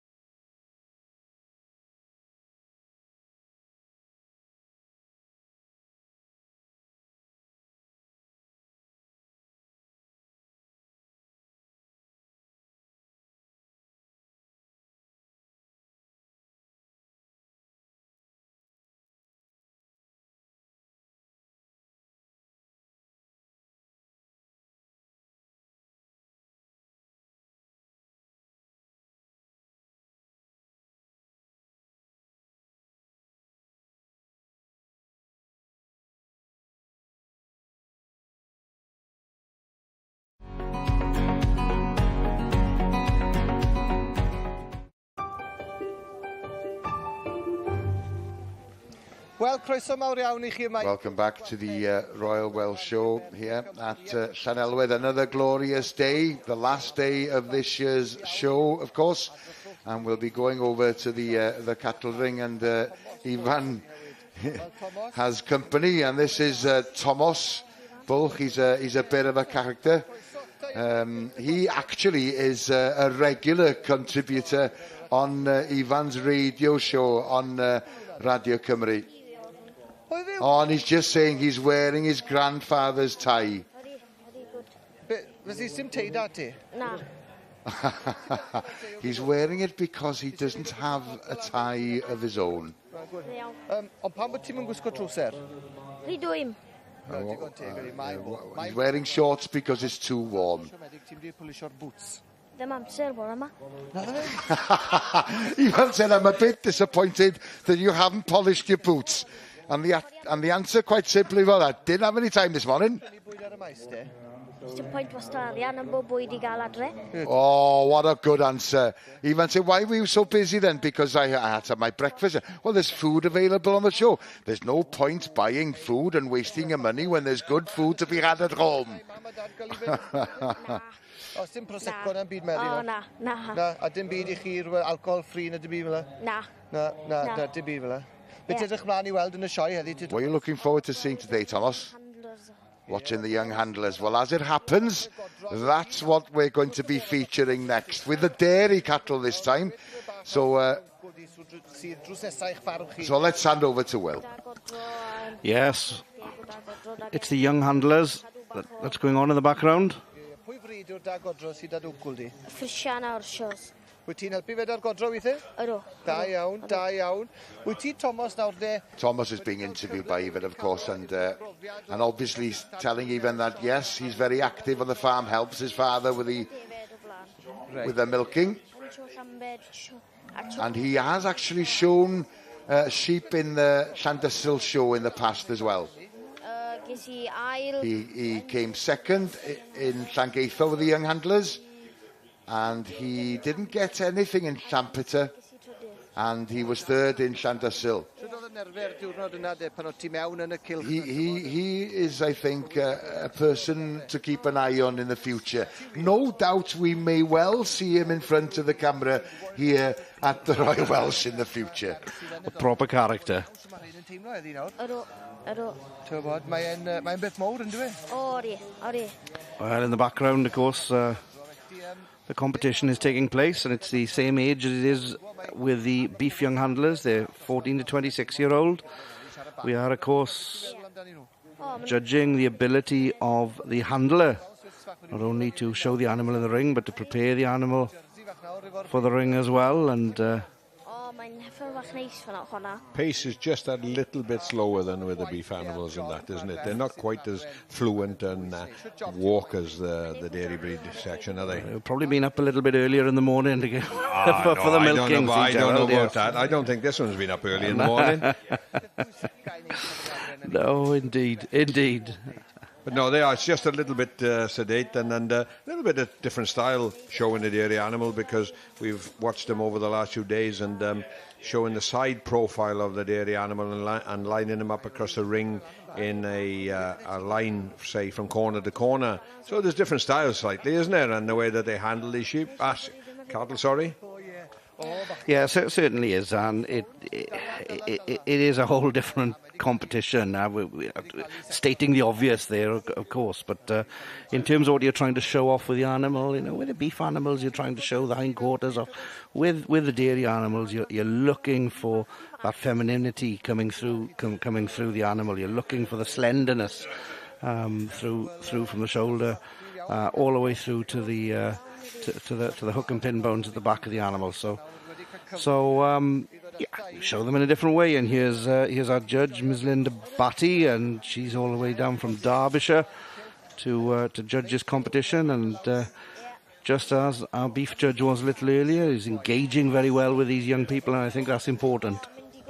Most definitely, she'd ask very similar questions, obviously, but would she actually ask any questions on, say, the productivity of these animals, because what you see with the beef animals is what you get. Like the future of these animals and the herd and the breeding is such more in the dairy section. So would she ask questions on the breeding of the animal? Yeah, I'm pretty sure she will. She'll want to understand. A pwy sy'n dat ti'n y sioe heddi? Mam, dad a brawd fi. She'll probably want to understand why this animal's been selected and what they've done to prepare it for the show also. Thank you, Gerald. Thank you, Will. Thank you, Thomas Builth as well. What a character. Well, Aaron is still with the machinery right in the southern end of this showground. And he's with David Jones, who works for a well-known company, the Ivor Williams Trailers. And this stall is one of the biggest here on the stall, because we've obviously got quite a few things to display. And we've seen the traditional the trailers, but the business has grown and developed. It's a worldwide brand by now. The business is associated with more than just the trailers by now, and we sell all over the world. And Ivan's just asking, Aaron rather is asking how many factories they have. Everything is still made here in Wales, and that's very important to us as a company. It's part of our branding. We're very glad to be that we are a Welsh company, and it's something that we're very, very proud of. Aaron just saying you'd think by now there'd be plenty of trailers made for everybody in the world, but they're still in demand. And as you can see, there are trailers of all shapes and sizes transporting vehicles such as what we see there, the rally car. Is there anything new to come in the future? Well, we're as busy as we've ever been, really. We're still very, very busy. Ivor Williams Trailers. Now Aaron is referring to the new owners of the Wrexham Football Club, the actors Rob McElhenney and Ryan Reynolds, and obviously they've, as Ivor Williams Trailers was sponsoring the club, then they've had an awful lot of attention over in the US from the new owners of the football club, and we've been sponsoring Wrexham for about 6 years now. It's a great association to have, and as Aaron said, once they get up to the Premier League in a couple of years' time, you'll be the main sponsors by then. So we head let's back go back to the main ring. And his Anman, pardon? You head back to me. Yes, Thank you. indeed. Yes, so here now we have Richard Miller with this special 45, which is the championship for the best mare or filly, so the female championship. So we have some winners coming back. Richard Miller. So we have and cerdded and symud. The Iarth mare, I believe, is this one, and then the Rotherwood Rambling Rose. Rotherwood Rambling Rose here. So we've got in front of us two sets of broodmares. We've got the junior broodmare, the senior broodmare, and then we also have the Baron mare. That came back. Gareth Roberts. Na, does dim trefen ar hyn o bryd. Dim trefen o gwbl. So he's just pulling them in any order at the moment, just to have another look. Although the hat is off, so has he made his decision? Looks like he has, so yes. And that's 513 that's being called forward. So that's the winner of the Baron Mare class, which was Iarth Iaris for B Spore.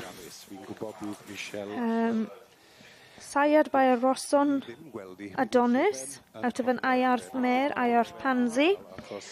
So congratulations to them. ongoing female champion, and it looks like they've pulled 482 forward as reserve. That's another Iarth mare, Iarth Honolulu, bred by M. Hoke, again sired by Crossonodontis. So both of these were sired by the same sire. So he's actually stuck to his type and his bloodline. So congratulations to B. Spoor. Dyw hwn ddim yn surprise. Oedd yr ceffil melyn o'n i'n meddwl bydde'n ennill, a amser ni'n gweud y geiriau, o'n i just yn gorfod yn edrych a edrych a edrych, a wy'n gweld beth we weliodd enw. So the most important part, isn't it, is taking the photograph. It's what we all take home with and spend a fortune on. But yes, congratulations. What a beautiful Baron mare there. Ben wedi dechrau gweithio gyda'r cymdeithas yr merlod a copiau Cymraeg yn ddiweddar o ddar i'r teulu symud lawr o Lloegr. Ac yn byw yn ochr y Cribin, ti'n sôn?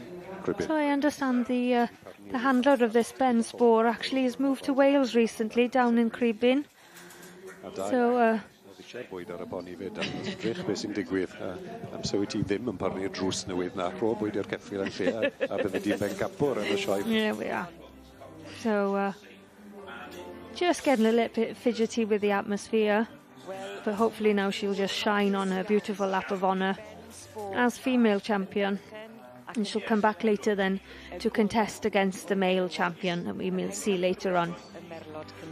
So congratulations with Iarth Yaris, winner of the Baron Mare and Gelding class, 4 years old and over.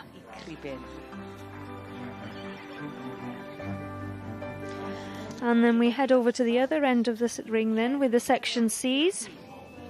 And so it looks like we have a Broodmare stood here now.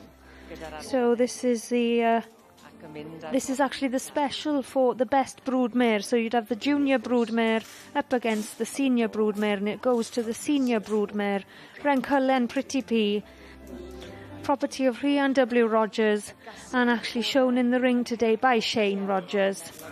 And isn't she going beautifully? Showing herself off in front of the grandstand. Fantastic for everybody. Congratulations.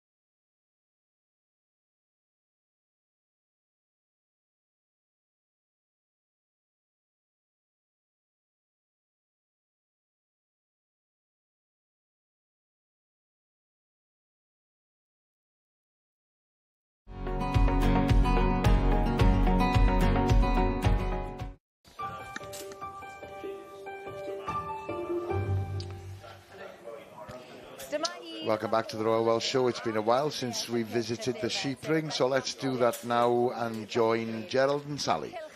Yes, we are in the Royal Welsh Interbreed Group Championship. This is a group of 3 animals, 1 male, 1 ewe, any age, and 1 ewe lamb, to be owned by 1 exhibitor. So to produce 3 animals to come out in this group from an exhibitor is quite an achievement, Sally. It is. It's quite hard as well to breed a 3 that is matching and look uniform. There'll be a good competition in it, I would have thought. Our judge is Mr. Ashley Selway from Thornhill Farm down there in Dorset. You'll be going through the groups now of checking their teeth and the condition they're in, testicles, legs, breed confirmation to each particular breed. The Welsh Hills flock just examined, and now it's the South Wales Mountain, perhaps better known as the Glamorgan Welsh, perhaps probably the more common name for them, but they are. They're like lions, aren't they? They are lions, yes. They're referred because the rams of these particular breed very often are referred to as a lion, because the male does have a strong mane usually, or full of kemp. They're awesome at the top cells. If you ever get a chance to go and have a look at them. By the autumn, then this ram will have gained quite a front end in terms of call it a mane or a beard or whatever, but it will be very strong, you can believe me. In the Black Welsh Mountain, the pretty animal. Well, just a bit like your beard. Hey, only you few in here can see that. I'm going to say like that young man said earlier on, I haven't got any time. In the autumn it'll be quite bushy, isn't it? No, I can guarantee you not. No. So yeah, we go moving down the line and we see the badger face Welsh Mountain, Torthi. We've alluded to many times before, then it's back to front basically, because Torthi is white and Torwen is white and Torthi is black, but these actual breeds and so it's the wrong way round. Such a lot of Welsh breeds at the Royal Welsh Show. There's hundreds of breeds. I don't really know them all. Neither do I realistically, but we keep going. Only lucky we got signs at the back of the sheep to tell me what they are. Yeah, no, the Torthi, we featured these yesterday and on Monday, and they're very, very pretty sheep and attractive sheep, and they've become very, very popular for show people, haven't they? There's a lot of youngsters love these breeds. Yes, they do. They're a small little sheep, but they have their place in society, and yeah. We'll move on then to the Torwens, and then to the Balwens. Probably the smallest breed of all. Little black devils. I'm sure they are. If there's a gap in the fence, you believe me, these will find it. Jack Jones, a'i fam Michelle o Aberhonddu. The Welsh Hill Speckleface coming along next looks a big sheep. We featured them quite a lot, yes, on Monday and Tuesday there, and they've done very well, and they're very successful, and won a lot of prizes right throughout, and they're a very good ewe, a very good ewe. These ones now, they're a bit like the a smaller version of a Zwarble, aren't they? No, a miniature version of the Zwarble. I think they'd run under the belly or some of them Zwarbles. Yeah. No, they are. The markings are very similar though, yes, they have to. Yes, they have to have 4 white socks and not above the knee joints, an unbroken band down the front of their face. So there's distinctive marks which the society has to adhere to. But we've seen this family many times right throughout the show, with the winning ram lamb, winning ewe, and winning senior ram, the Roberts family, and they've been very successful so far, and I'm sure they will be quite hard to beat. They'll be quite hard to beat, to be honest with you, but we'll see. Move on, and I can see the legs of the Beulah speckled face. A ffordd cerddon nhw mewn rwan. Quite a nice looking three, aren't they? They are indeed, to be fair. Well turned out, as are all the sheep in the show anyway. But A lot of time goes into these sheep. yes, indead. Trimming, training, keeping quiet. Some of these Welsh ones would leap over these fences if they got a chance. Well, let's hopefully we come back later on and see the conclusion of this competition, because there's a long way to go yet. Yeah. Stondin waffles trwy groes ydy hon. Back in the food hall, and Nia is with the waffles trigos stall, and once again, as we've heard many people say, it's been a very, very busy week for them on this stall as well. And obviously they've been up in the business lounge, as many of the people here with the stalls have been, trying to strike a bargain here there to expand the business, and if the demand is there, they just go looking for that business. So how far do you export your produce? I'm just saying, we've just had a cracking deal in the US with the TJ Maxx.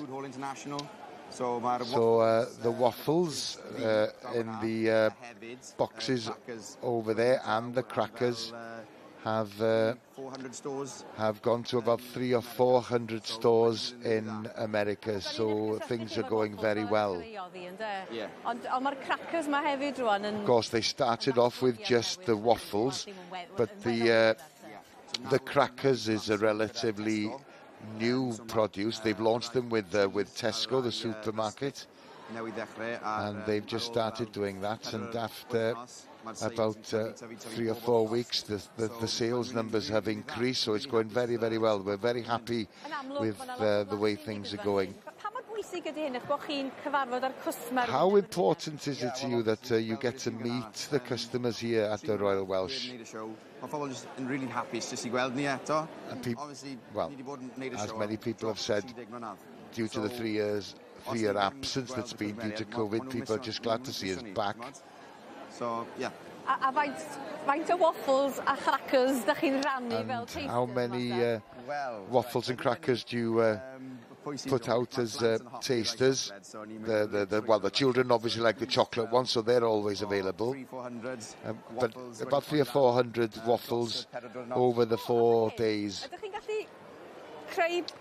Oh, Nia's just noticed you can choose your own selection. If you can choose one of each if you want. Oh, this is going to be a present for a friend of mine who happens to have been looking after the dog. I'd look after somebody's dog as well if I was to receive one of them as a present. But anybody trust you to look after the dog? I doubt that very much. Mind you, I'd give it a go if I had one of them as a present at the end of it. But that's a cracking idea, and as they say, it's the kind of thing you can purchase on their website. Choose your own selection, and then get a box through the post. So, which one is your favourite? With wholemeal. I mean, there's a savoury one there.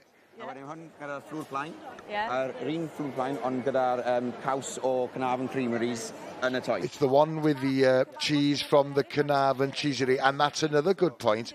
You get to meet other food producers, and you end up buying their produce to enhance your own, as it were. What about the sweet waffles? Well, the one with the dark chocolate is very, very popular as well. The dark chocolate, it's bitter. So then you get a combination of the sweet and the bitter in the one waffle. But it's a very balanced flavour. For me, the original ones. Those are my favourites. A cup of tea, one of them on the top. And even in this weather. There we are. That's exactly what I was referring to.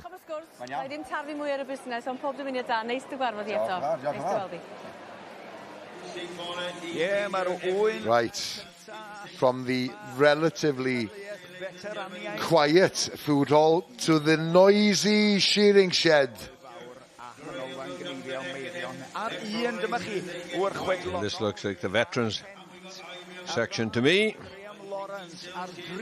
61 years and over. So this is a little bit more sedate, perhaps, than what we did see. Yeah, maybe so. A good friend of mine there. But on just as stand competitive, Gerald, I'd imagine. Almost so. Ken Jones lives just outside Builth We're here. I had the pleasure of shearing with Ken in many farms around this part of the world for years and years. Going very, very well, to be fair to him. He's been a dangerous competitor when he was in his younger years, and is still a very dangerous competitor in his latter years. And these guys will have been there, seen it and done it, so they know what it's about. Just that maybe the pace has slackened off a little bit. But every one of these competitors will be trying to do it best to get through to the ultimate final later on. Ken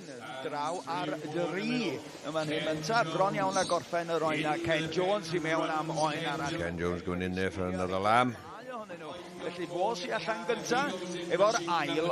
renowned for when he was shearing at shed level. It had been very, very clean and tidy, and I'm sure he was not changed.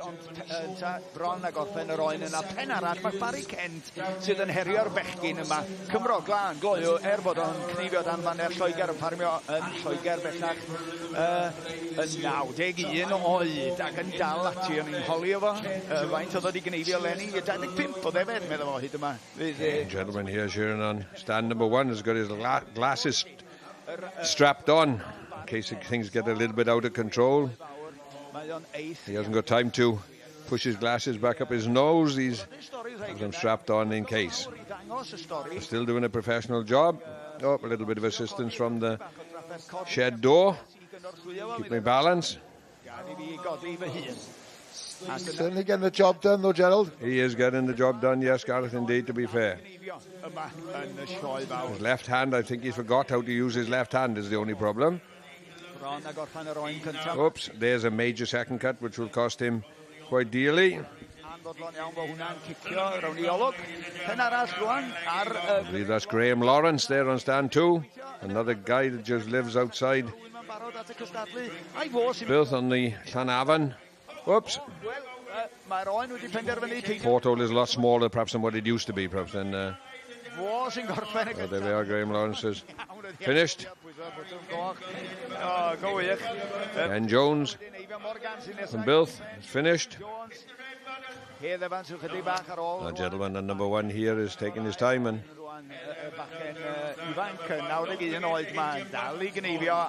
I've just heard on the commentary, Gerald, believe it or not, that gentleman we've just seen is 91. Well, to be fair to him then.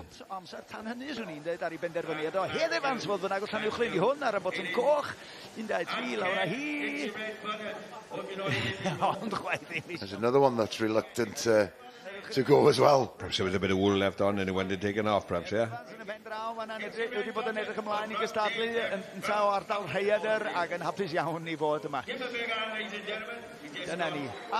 believe that gentleman there is green. Anyway, we'll come back later on, hopefully see how maybe the gentleman will make the next round. We'll see. Well, we're heading back to the cattle ring, and Ivan is just saying that Thomas is still with him. He's enjoyed himself so much. He asked, can I stay with you for a while? But he's, as the young man, has been keeping a keen eye on this particular competition, and he himself, in a couple of shows, local shows, has been showing himself. But we're down to 4, so let's join Will. Yeah, thanks, Gareth. Ms. Linda Batty, our judge, giving her reasons and maybe a few tips for the future for some of these young handlers. It's interesting to see there's 2 brown Swiss and 2 Jersey handlers that have made it through. Interesting to see then that the young ladies then have also kept their uniforms in respective breeds. Yeah, there's quite a bit of culture behind this showing, and some of them are written rules, some of them are unwritten rules, and looking smart and looking presentable is part of the game of showing. Quite right. Yeah. Not only the animals that turned out to perfection, it is the handlers as well, so... Dwi'n canlyniad ddim yn bell nawr. Na di.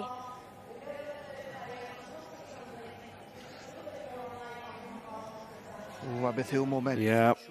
Siwn mawr. Words of encouragement from the judge to all of these handlers, but I can imagine the nerves. They probably just wanted to tap out a winner, really, don't they? Fair comment, yeah. Perhaps we know what you're on about. They just get on with it, don't they? The look on their faces. Please let us know. But nevertheless, it's all part of the learning process, and succession within these herds and succession within the people that are in the halters to show them again. Absolutely, absolutely. It's very important. She looks as if she's enjoyed the experience of judging here at the Royal Welsh. And Mindy. She's going to the top end of the line, it looks like. Tiodd yn iawn ach. There we are, she's giving encouragement to... Is he in beder ar 15 mlwydd oed? Having a little conversation. Yet. Both of these young ladies hailing from Shropshire, just over the border. Lizzie Smith and Eva Cooper.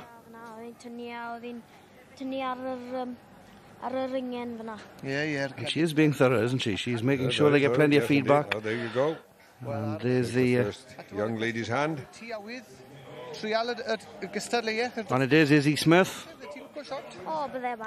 who takes the red rosette with the brown Smith. I'm not sure. I'm not sure what breed that is. Yes, it's Thursday, but that's inexcusable. That is right. the brown Swiss.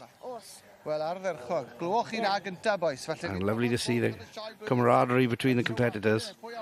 Quick shake of the hands. Everybody's worked really hard for this competition.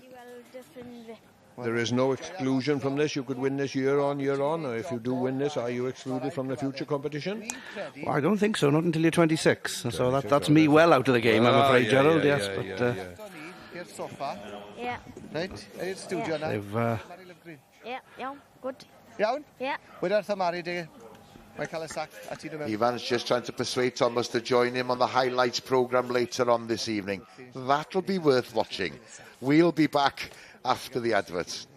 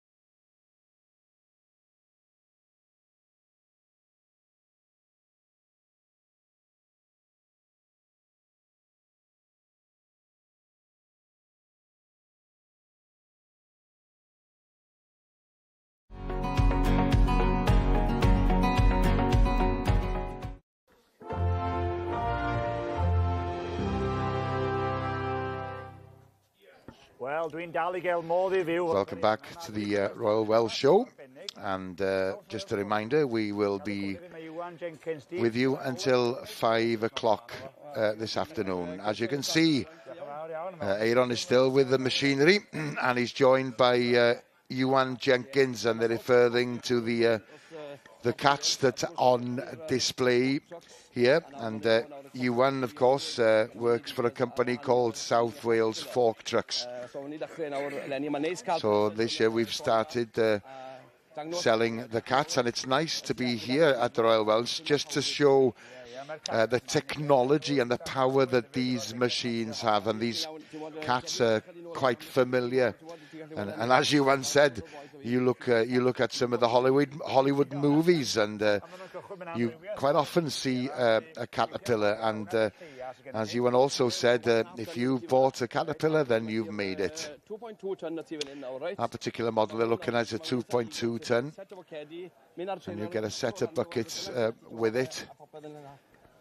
Oh, yeah, be di'r pwysau mwyaf gwch chi toio te? Wel, ti tair tynnu llanu ar tywydd. Yeah, the highest tonnage you can tow is 3.5 tons.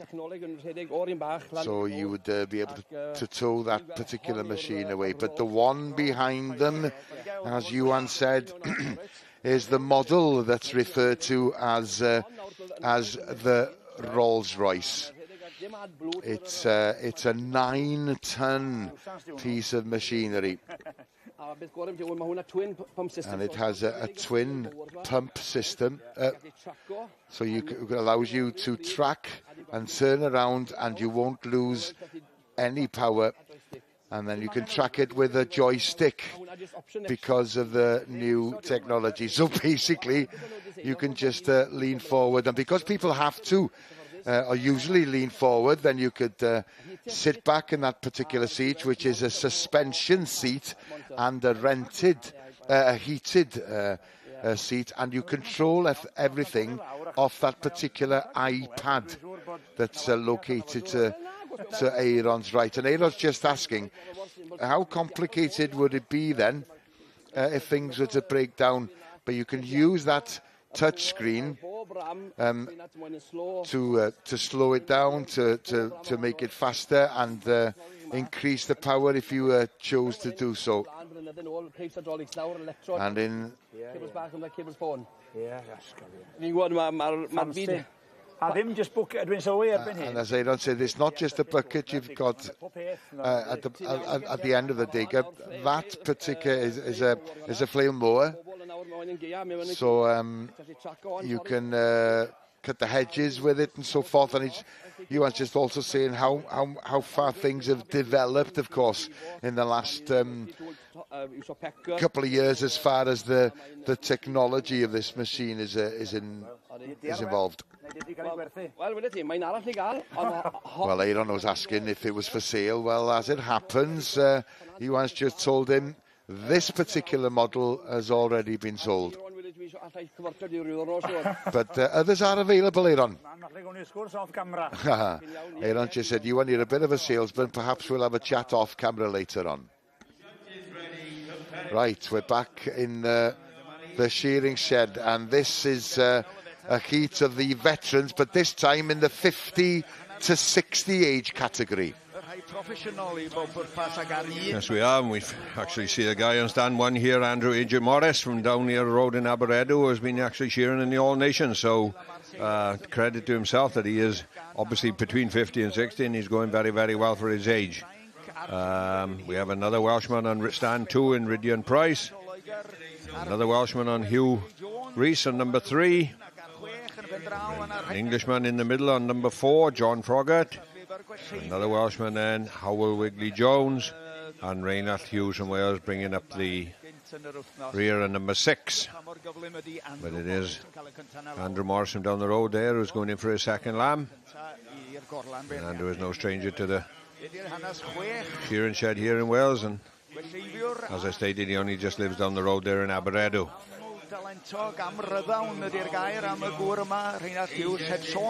These guys obviously will.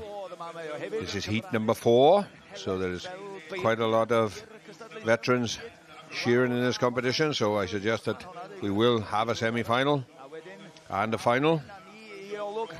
Probably the numbers will not be quite as high in each competition, but in each heat, but nonetheless, I can assure you the quality will be very, very good. And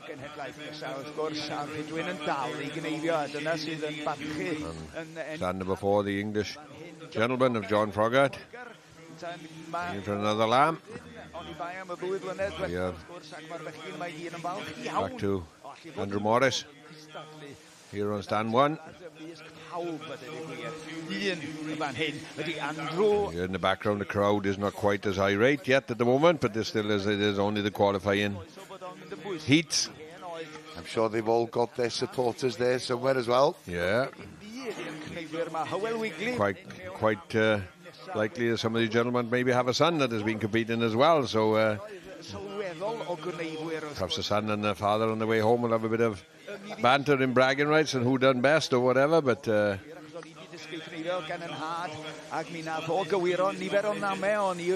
it shows in the Royal Welsh here that we have had juniors on the first day and intermediate, so everybody has to climb right throughout the ranks to be able to compete on this stage. Now, guys that have competed at high level just have to take a little bit backward step and slow down a little bit.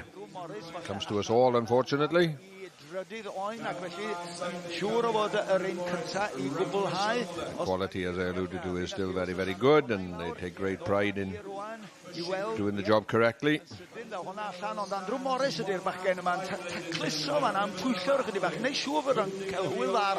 There we go, we see Andrew Morrison. Stand 1 has finished. Well, don't forget, all the information you need as far as the Royal Welsh is concerned can be found on our website, which is s4c.cymru/sioe, and you could also view our coverage from all the rings on the website as well.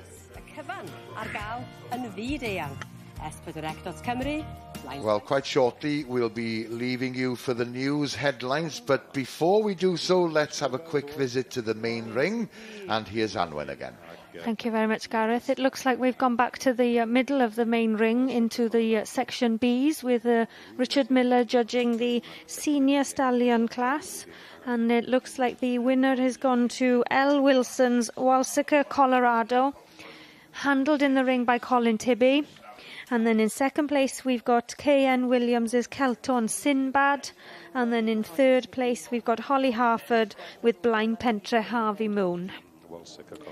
So the winner there, Walsica, Colorado. The sire is Paddock Rio, a prolific sire of his time, out of a paddock mare, Paddock Petula. So wonderful paddock breeding throughout this pony. So he will return now later on for the male championship. But a lovely stamp there of a proper Welsh little pony. Good bone on it, nice and short cannons, with a beautiful front. Looks like the sponsor is now coming in to help with the photo call.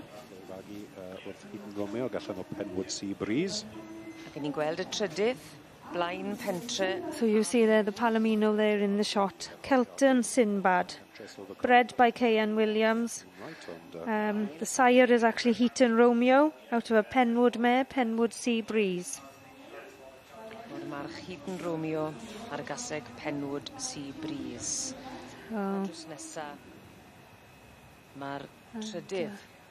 And then in third then, it's beautiful grey gelding, stallion, apologies. Blind Pentre Harvey Moon, owned by Holly Harford, and I believe it's handled by herself in the ring today. The sire, Blind Pentre Silver Coin, a winner in the ridden world of the years gone by, out of a Blind Pentre mare, Blind Pentre Moonlight. Blind Pentre Moonlight. So congratulations to Colin Tibby, a prolific producer of all these fantastic Welsh ponies over the years, and still going strong, and produces them to perfection for the ring on behalf of their owners. A mae hwn yn disgwyl yn pictiwr heddi. So this stallion actually looks beautiful picture of a stamp. Going for his lovely glory run. There we are, fantastic.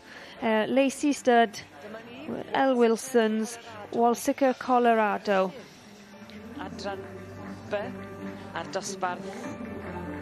So we shall see him return later to contest the male championship. And congratulations to all involved.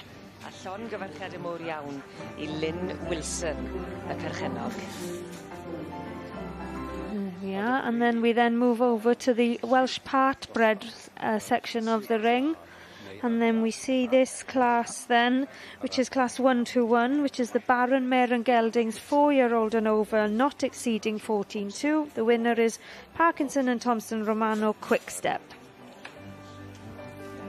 Thank you very much, Anwen. And of course, we will be returning to the main ring later this afternoon for the Tom and Sprightly Championship for the best Welsh pony or cob, as well as the Supreme Horse Championship for the best horse exhibit at the show. Before we go to the newsroom, let's get the latest regarding the weather.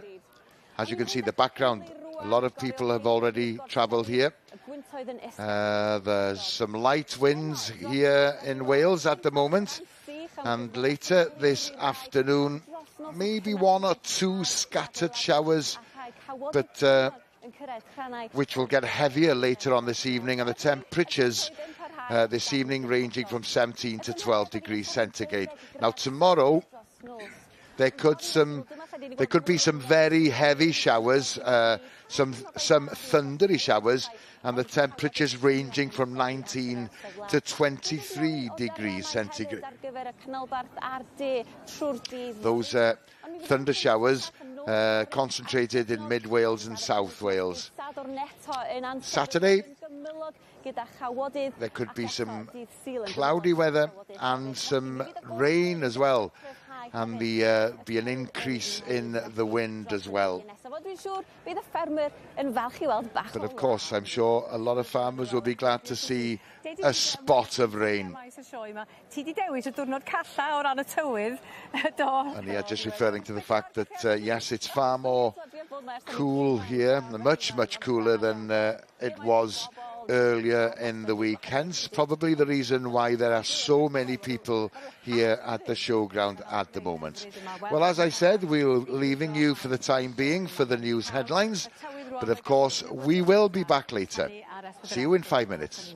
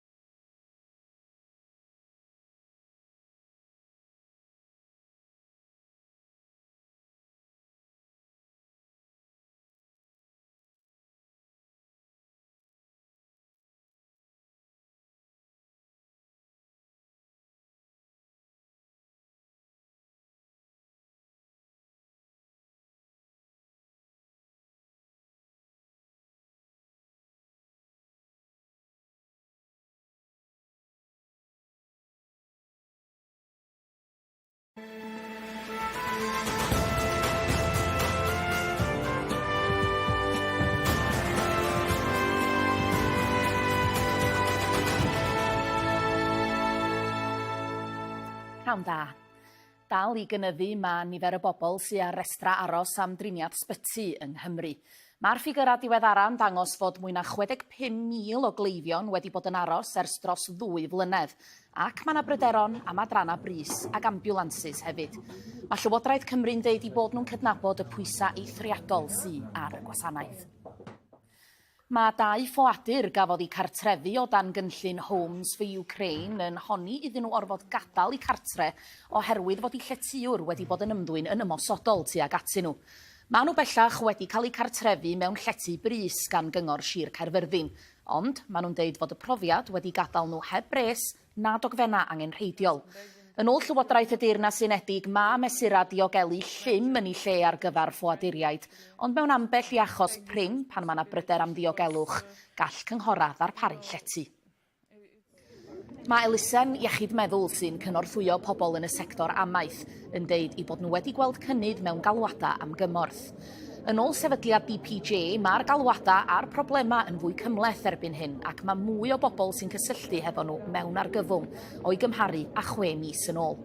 Yn ôl yr ymgyrch amseru newid, mae angen gwneud mwy I gael gwared a stigma iechyd meddwl. Mae'r 2 sy'n ar ôl yn y ras I fod yn brif weinidog nesa'r Deyrnas Unedig, bellach yn cystadlu am gefnogaeth aelodau'r Blaid Geidwadol ar lawr gwlad, gan mae nhw bydd yn dewis olynydd Boris Johnson dros yr ha. Bydd gan dros 160 o filoedd o aelodau bleidlais mwyn dewis naillai'r ysgrifennydd tramor Liz Truss neu'r cyn-ganghellor Rishi Sunak. Mae'r awdurdod ymddygiad ariannol wedi gyhuddo o achosi niwed ariannol difrifol I aelodau cynllun pensiwn dir Prydain. Yn ôl adroddiad gan Bwyllgor Cyfrifon Cyhoeddus Tir Cyffredin, ni fethodd yr awdurdod ac amddiffyn aelodau. Ni gollodd bron I 8,000 o weithwyr dir, llawer iawn ohonyn nhw o Gymru, dros 82 o filoedd o bunna ar gyfartaledd. Ac yn yr Unol Daleithiau, mae'r arlywydd Joe Biden wedi cyhoeddi cronfa gwerth bron I 2 biliwn o bunna I fynd i'r afal ac effeithiau tywydd eithafol a thrychinebau naturiol. Nath o ddim mynd mor bell a chyhoeddi argyfwng hinsawdd swyddogol, mi fydda hynny wedi rhoi pwera pellach iddo fo. Mi fyddai'n ôl ar diweddara am 2 o'r gloch, ond tan hynny, diolch am eich cwmni. Hwyl I chi.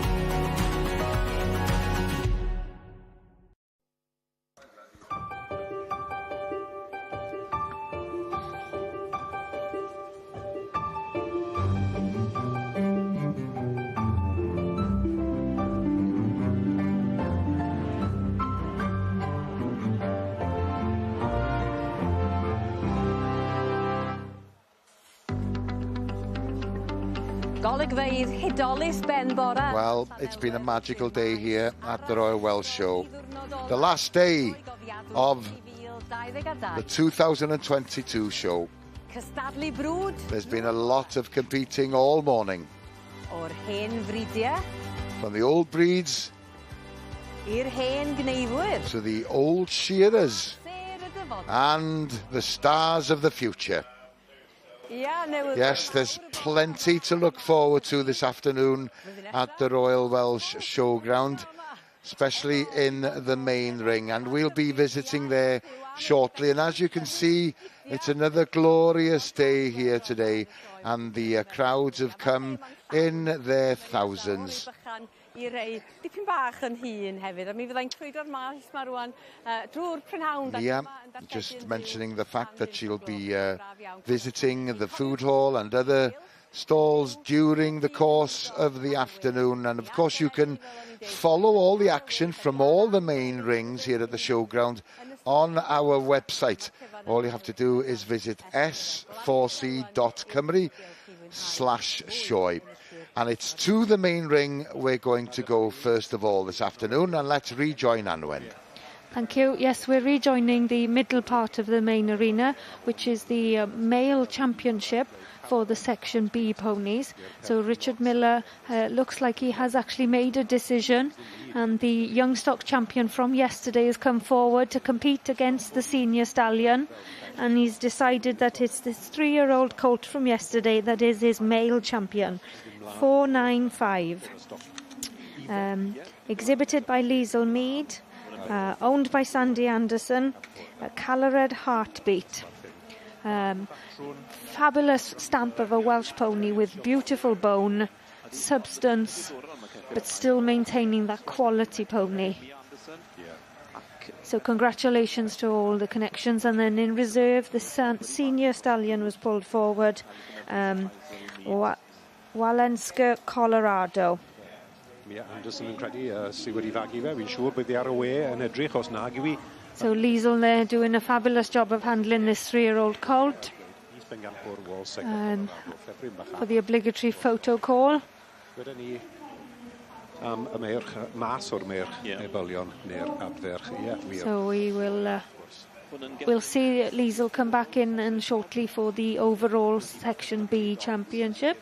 But congratulations to her for going overall male champion in the Welsh Section B ponies at Royal Welsh 2022. Look at the smile on her face, enjoying it. And she has produced this pony to perfection today. He's looking a dream, and he's going very well for her. Taking in the atmosphere of the grandstand, trotting out nicely there. So congratulations to Liesl Mead, Sandy Anderson with Calored Heartbeat. Thank you very much, Anwen.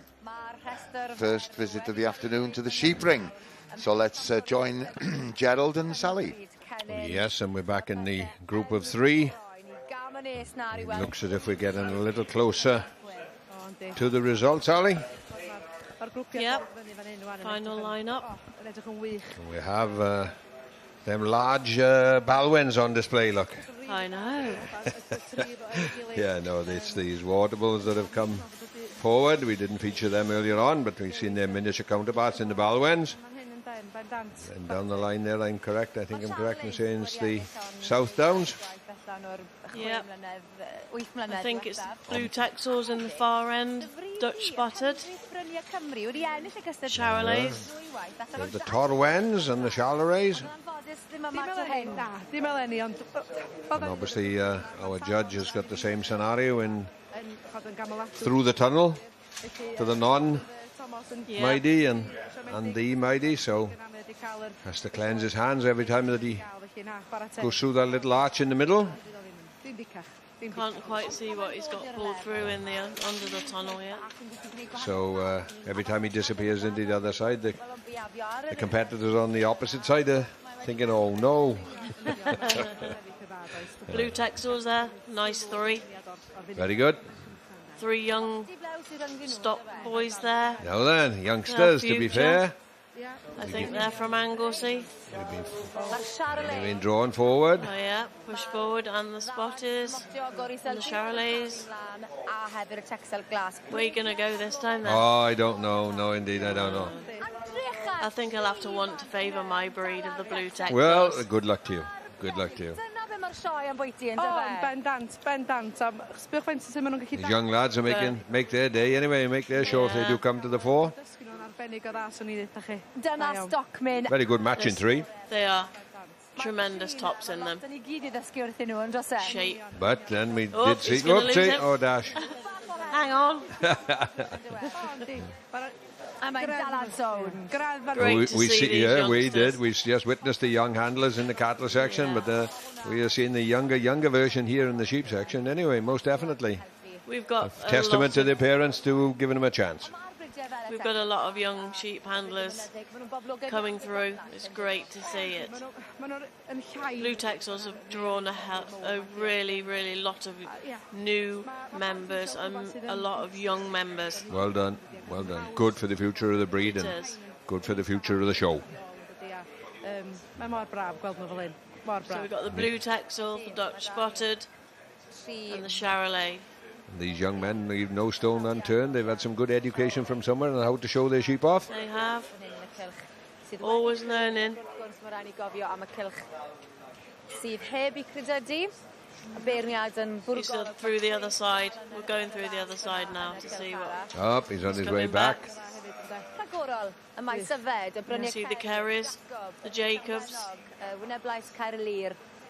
So the next one's along the Clun, is it? I believe it could be, or the Llanwenog, probably. Yeah. And the Blue-faced Leicesters on the other end. There's those Holsteins again. Yeah, fair comment. They are beautiful. Yeah. Oh, yeah, fair comment. All be anxious, waiting.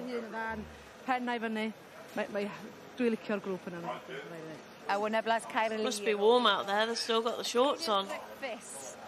Ti hir Sirgar am deulu sy wedi llwyddo droion yn y sioe yma. Ond fe ni gyhoi nawr o gylch Certainly got a leg at each corner. No, then. Nice. Well, we'll have to come back when he's keeping us in suspense. We'll have to wait for the next show. We certainly will be back. Mae 'na sylwebaeth Saesneg ar gael. English language commentary is available on this programme and on our main ring webcast. Depending on your device, either press the red button or use the audio selection option. Any problems, please contact the S4C viewers hotline. The details are on the screen. And if you're watching the English language commentary, then it's great to have your company. We're here, of course, until 5 o'clock. Right, let's head straight to the cattle ring. Cattle ring. First time this afternoon. Yeah, young handlers. Melissa. Back to the competition, where we featured many times, and there was such a large competition, numbers of competitors. It has taken a long time to whittle them down to this particular number. A lot of questions for these youngsters handling their cattle, quizzing them, getting down to the final. The judge will do very, very well to be able to remember what these young competitors said, but to be fair, I suppose, as you said, there's a few trick questions in along the way, and she will have registered in her mind that one was exceptionally good along the way. And yes, I suppose you'd focus yourself on being able to concentrate to remember what people have said. Melissa also has done a lot of young handlers in her days of growing up. Her mum, a very good judge, cattle breeder, Herefords. Got a farm shop up there in Shrewsbury and a restaurant that's doing really, really well. And lovely family. And she is a very good judge for the competition. There's such a fine line on the judging of these classes because they're all immaculate, and it does literally come down to if you've polished your boots.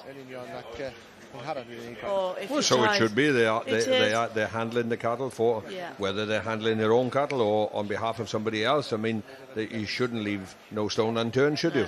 The thing is, as well, she will know most, if not all, of the competitors, and it is very hard as a judge because everybody knows her, and it's like, oh, she'll put me forward, and it's so difficult for that judge to pick the winner because fair they're comment. all good. Yes, fair comment. Um, But the standard in everything as of today is very, very high in all competitions, well, whatever. It is. So you have to practice or Yeah. excel to be able to come Yeah. out. If you have aspirations of coming to the top, then Yeah. Ond y cara, dwi'n meddwl dyw hwnna. Cara doget, to hwnna. Cattle, Hereford's turned out nicely. You see, she's got her legs soaped up. She's gone, put all the detail in. Even to the girls having their hair up, you know, tied back neatly. She's got a shirt and tie on. fair dues to the competitors. Yeah. Sydd yn hyn nawr. Parents watching on, look in the background. Trial cael yr anifel i setlo, mae'n cael bach o draffer. Yeah, well, mae lot i cael... Making That's her Tracy stand Jones, there. I believe, isn't it? is. I don't think Just down Ryan's- the road in Irwood. Yeah, breeders of some very good show calves Commercial in the cattle. commercials. That's right. Yeah, they had a baby beef in the competitions on Tuesday. Did really well. Angen eiliad fach i gael ei setlo, ie. Smiling. Wedi gwenu at y beirniad a'r beirniad yn hapus i ddod draw am sgwrs. So mi fydd Melissa Roberts. They haven't got numbers on the cattle in this competition. They've got the numbers on their coats because they're judging the young handler themselves and not the animal.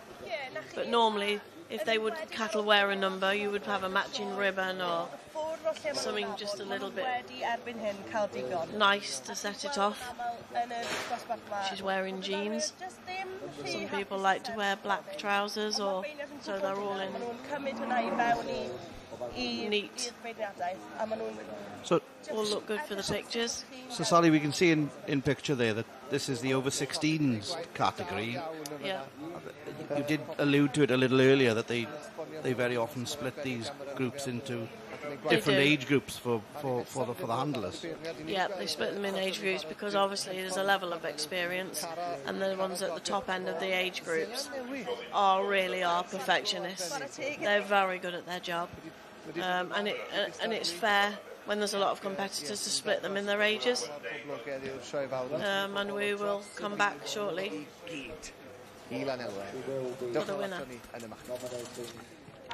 Mae'r dorf yn cofleidio. In the meantime, it's straight to the sheep ring, and there's a result. Yeah, we're back in the special the RSW Championship of Three Shed, and it looks like as if the young gentlemen Yes, the with the blue blue texels have texels. taken the result. Oh, marvellous, marvellous for the young men. And look at them all appreciative of it, and it means so much to them. Look, like a clench of the fist, to be fair.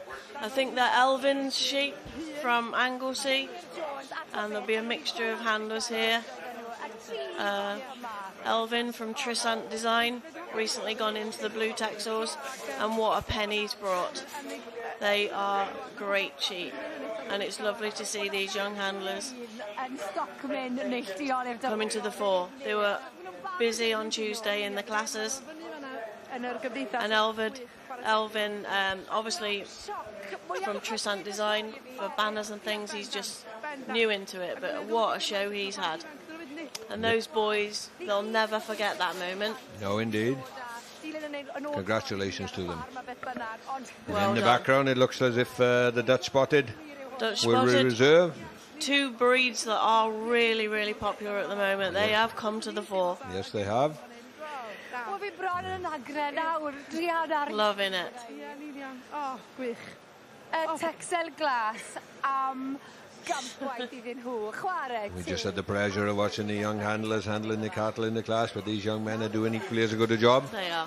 Yn draw i gael sgwrs sydyn iawn gyda'r As coached very but well. A lot of these handlers also do the cattle handling, but it's good to have a bit of both, and it is very different. Obviously, you're down on the floor with the sheep. That's right. And these little boys were down on the floor too. Here they go. Yeah, young stockmen of the future. Harry, Edwin And and their little 2 Iestyn. minutes of conversation. dri rhangfryd sioe Frenhinol Cymru 2022. Beautiful tops on those sheep. Amazed. Amazed, Brilliant. Sut chi wedi neud e? Chi wedi gweld yr holl bobl ar defaid oedd yn y cylch?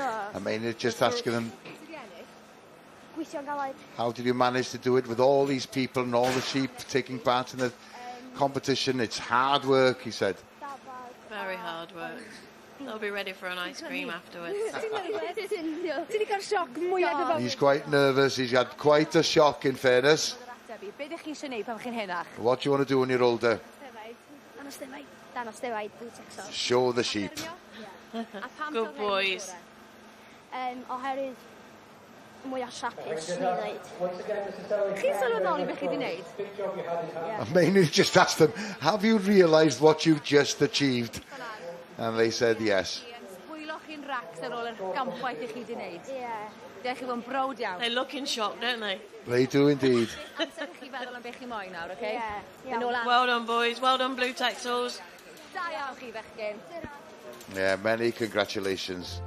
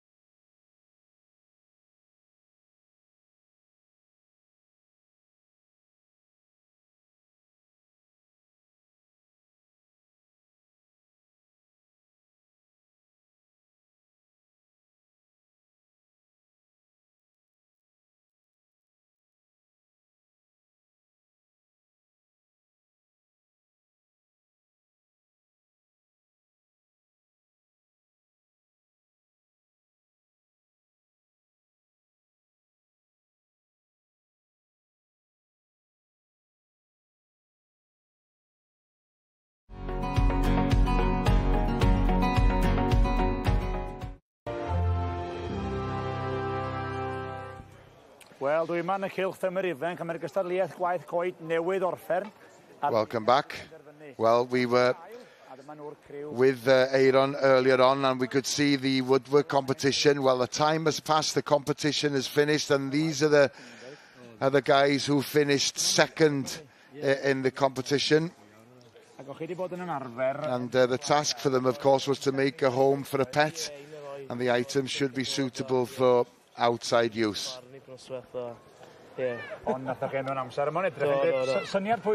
Whose idea was this?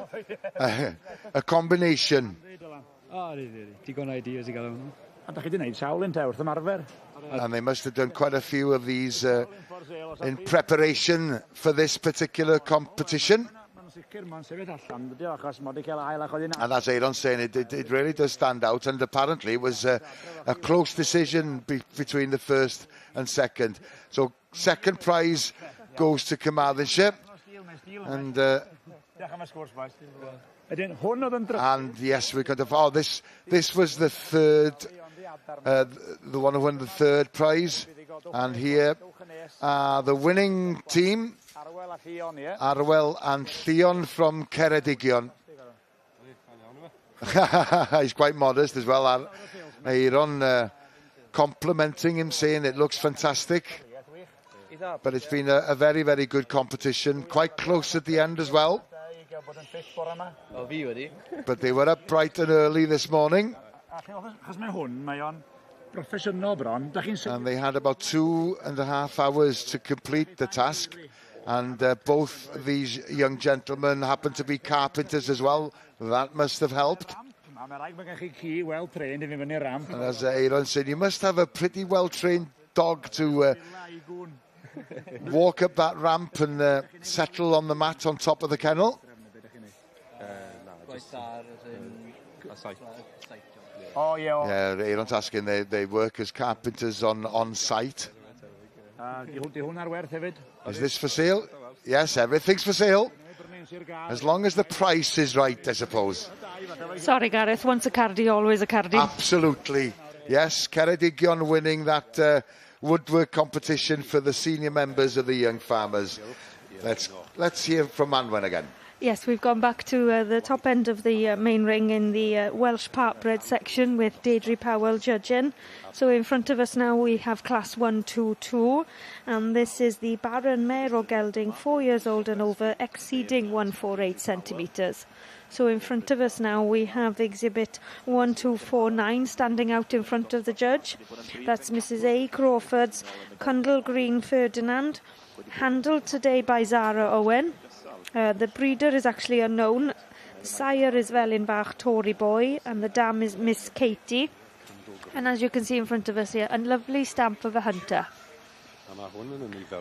And as we mentioned earlier, this judge is looking for something that can do a job. So, a lovely bone, a nice walk on it there.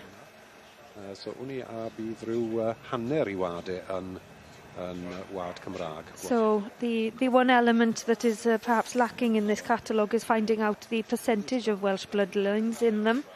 But they are all registered Welsh, so there's a minimum of 12.5% of Welsh blood in the breeding somewhere. So it looks like she has made the decision and she's given out the rosettes. So the winner there goes to 1249, A. Crawford with Cundle Green Ferdinand. Second place went to a coloured, Charlotte Leonard with Little Miss Rhino. Third place went to Bethan Powell. And then fourth then went to Victoria Thomas. So as you can see, both of these top horses are very hunter stamps, and will go on to do anything in their I'm sure they're probably already backed and ridden at home. Just unfortunately there's no ridden classes for the Welsh Partbreds here at the Royal Welsh, something that perhaps we could look into one day. But yes, Zara Owen there showing off to get the nice photo shot, as we all want to take home. But Cundle Green Ferdinand. And then Little Miss Rhino in second place. So congratulations to A. Crawford. And everybody involved in the Broodmare and gelding over 14-2. So congratulations to everybody involved. We'll see them come back for the championship later on in today. Thank you, Anwen. And we'll go straight from the main ring to the cattle ring. And we'll join Will and Sally again. Yeah, thanks, Gareth. It's the over 16s young handlers who's being judged at the moment, and Mrs. Roberts, our judge, been working diligently over the past hour or so. That's young Ryan Jones by the looks of it. She's looking at now with the little limb calf. At the top of the class there, Sally, yeah. At the top at the moment. Don't know whether she's put them in her final lineup or she'll more than likely push forward. She's just having a final look at them all now. Eyes will be on her, something serious. Yeah, she's been thorough enough this morning, hasn't she? Yes. I think she's enjoyed her time in the ring. She's a smile on her face for the whole period, really. It's a great competition to judge. Obviously, every judge's opportunity is an honour, but young handlers is something good. She's taken her time as well. She's got a few girls in it, which is good. The majority are girls, actually. There's only tapped up the Hereford. That's 3-6-0. She's putting them in a lineup now. 3-6-0-2 is obviously the winner of this class. And she's got Ryan in second with another Hereford third. There's cattle all over the place at the moment. A little bit difficult to understand what's not quite sure what's happening at the moment. What's going on? Yeah. They all look a bit irritated at the moment, don't they? They're pulling them into some sort of order there now. I think you're quite right. Still got 3-6-0-2 at the head. I'm not sure what class she won. Perhaps the middle. There was 3 sections, wasn't there? So I believe this is the over 16 section. Right.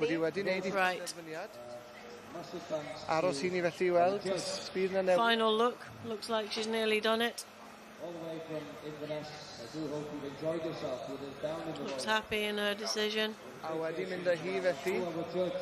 There we go. That's to number 3602. Yeah, that's an uncatalogued entry, so we're a little short on the detail, but the young lady looks hot. Yeah, looks hot, but relieved. I'm particularly pleased, I was going to say, yes.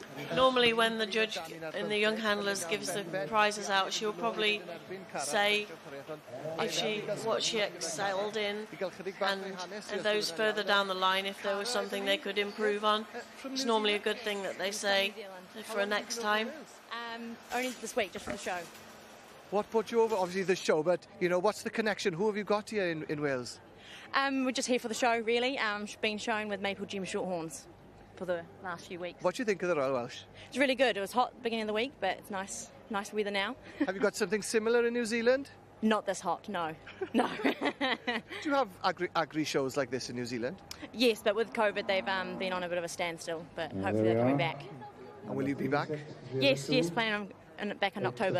And what a story you've got to take back with you to New Zealand, that you've come here and you've won the Young Handlers over 16. Yes, thank you. Absolutely tremendous. Llongyfarchiadau, congratulations. Thank you. Safe journey back. Thank you.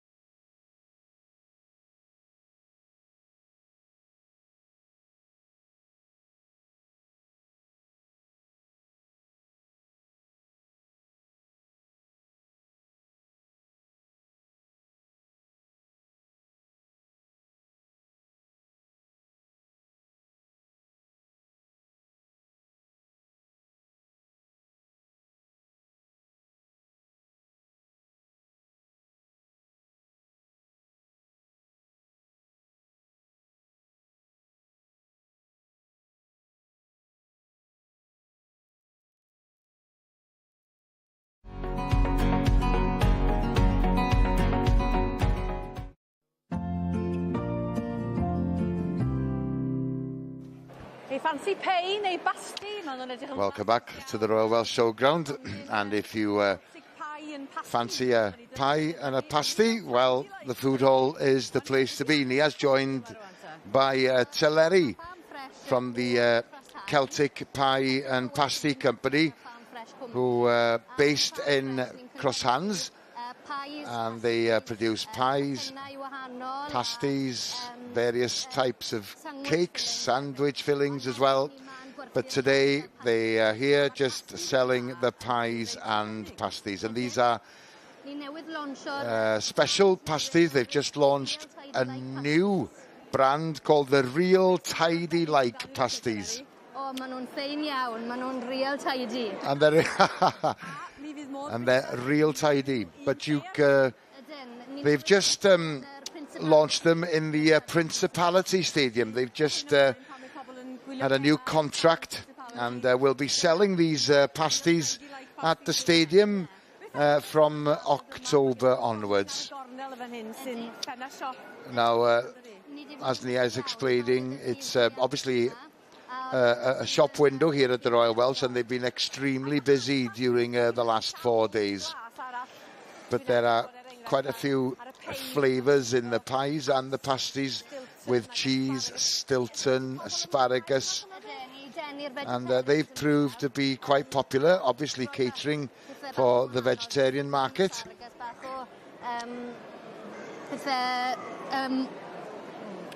Heb gig ydyn nhw, ie. A lle ydych chi'n creu hein ta?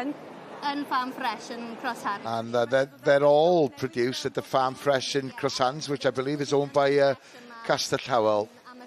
A tua faint o beis a pasties? That's an interesting question. How many pies and pasties have made the journey from Crosshands? Well, it's in the hundreds. Lamb and mint is Tuleri's particular favourite. And today is going to be busy because a lot of people obviously are going to be taking some of them home with them. Right, back to the sheep shearing shed, and it's the vets category again, age 50 to 60. Yes, very full up heat again, and all 6 of our competitors here on display are from Wales. Starting on number 1 with Brian Senti, Howell Jones, Robert Evans, Stephen Pugh, Alwyn Mancini and Gary Pearce at the end. So, just a little bit of information for you that Alwyn Mancini is the Welsh manager for the World Championships next year. Team manager which will be held in North Wales. Is that an annual event, Gerald? Yes, it is. Yes, indeed. Actually, no, it's not. I'm not too sure. Is it every 2 or 3 years? Yeah. But Alwyn Jones has been elected as a team manager. We did see a brief shot of him the other day with being presented his red jacket. So, but Alwyn, a very good cheer in his own right. As obviously age has caught up with him a little bit, but we'll see him on stand 5. There he is. This Sweeney from Corwin there in North Wales. We see these. I won't call them elderly gentlemen because I'm in this bracket myself, but going very, very well, to be fair. Been there and seen it and done it, and but winning this would mean as much to them as any other competition. And in second heat here, as I've alluded to all the way through these competitions, the further into the heats you go, probably can see the standard and perhaps how fast I need to go if I need to try and gain a few points, but every one of them will be sharing exceptional quality and trying their best, to be fair. So during the heats, Gerald, would these gentlemen now be aware of the fact, right, I'm not going to rush things, I'm not going to speed it up, and they tend therefore to go for the neatness and be a bit more careful maybe? Well, yes, indeed it is. As I said, the scoring system is that points on the board, you lose points by double second cut in then, and obviously keeping out of the meat is the main priority. They all can up a gear, which they would probably up a gear quite faster. So it's in your own mind, but you would like to think that you would shear the sheep correctly at a medium pace and hopefully that you are successful and no penalties on second cutting and whatever. So therefore, you know, everybody would think, well, take my time, do it correctly, and gain maximum points on the board. When it gets to the final and the crowd gets involved, then all of a sudden, yeah, here we go. And another thing is that out the back, the board would the finished job, out the back then is obviously paramount as well. And you'll be heartbroken if you got penalised outside and you've gone fast and you lost out by, say, a point or two, like, isn't it? So, but hopefully we'll come back and hopefully see the finale of this Veterans competition. Yeah, without a doubt, we will be back in the shearing shed before the end of the afternoon. We're here with you, by the way, until 5 o'clock this afternoon. And it's great to have your company. From the shearing shed, let's head straight back to the cattle ring, and we'll welcome Will, and Sally back to the commentary position.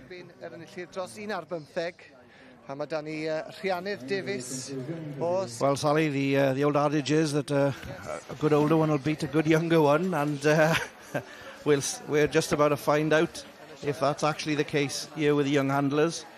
The under-16 and the over-16 winners are now pitched head-to-head here. Yeah, two very confident girls here. In the one with the Hereford, one with the Highland. It'll be very tense now. Both doing their absolute best to win this competition.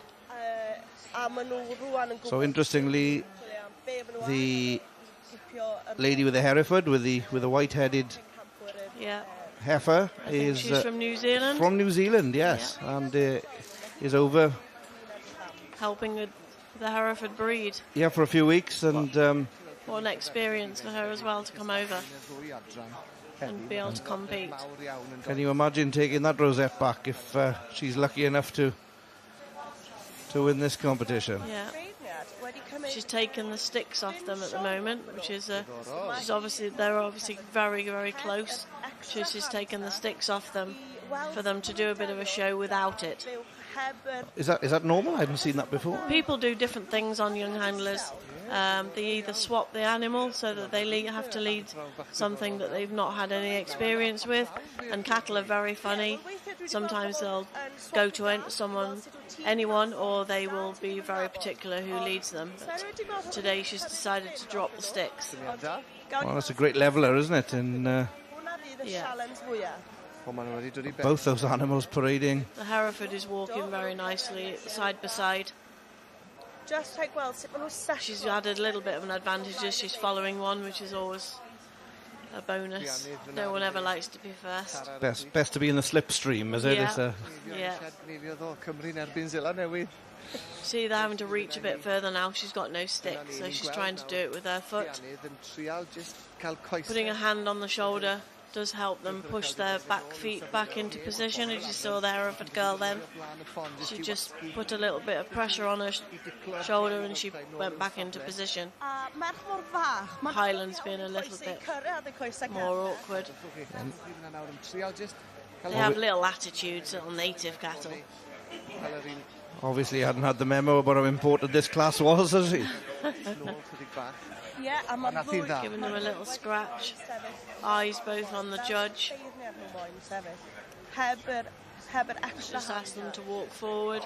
It's always best when you're in a ring to find the highest point so that your animal's looking best, your top line's level.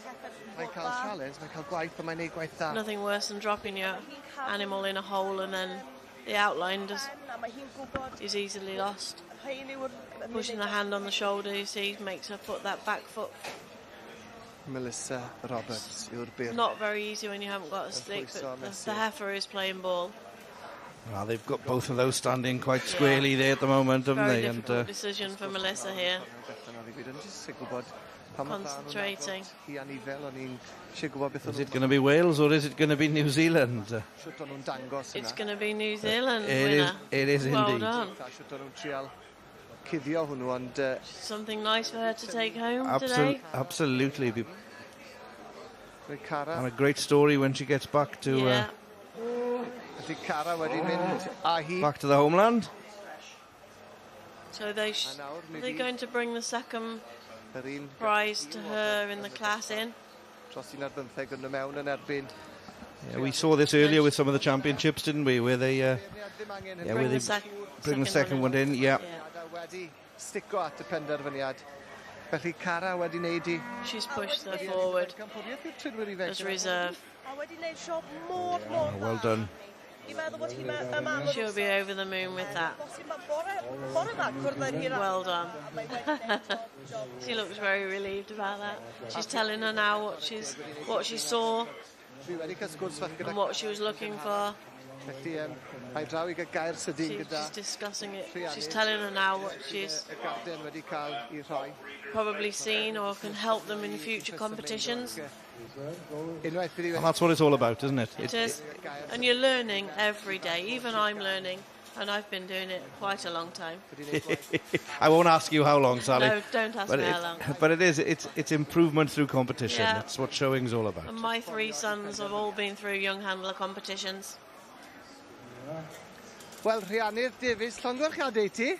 Diolch. Wedi ennill dy ddosbarth. Well, Iwan is interviewing Rhiannydd, who is the reserve champion. Yeah, fi'n hapus iawn gyda. And she's very happy with the result. She's 14 years old. Wel, o'n I di mynd i'r Highland gyda hon, a des i'n She'd been to the Highland. She was second there as well in her class. But she didn't get anything in the championship. So to come second here in Wales is really pleasing. Na, fi'n helpu bobl gyda'r Highlands hyn. So she's actually borrowed this particular... I wneud siŵr bod I yn bihafio. Sydyn iawn, ydyn iawn I weid mai dy ci yw Bernard Llywelyn? Her grandfather, sorry, is Bernard Llywelyn. Ydyn ni wedi cael sioe dda iawn. And they've had a very, very good show so far. Yn reserve yn yr tîm o ffri ddo. Well, they were reserve in the team of 3 yesterday, so it's been a very good show for Rhiannydd. Well done. Ie, fi'n gobeithio. Llongyfarchiadau I ti. Diolch. Diolch, Rhiannydd.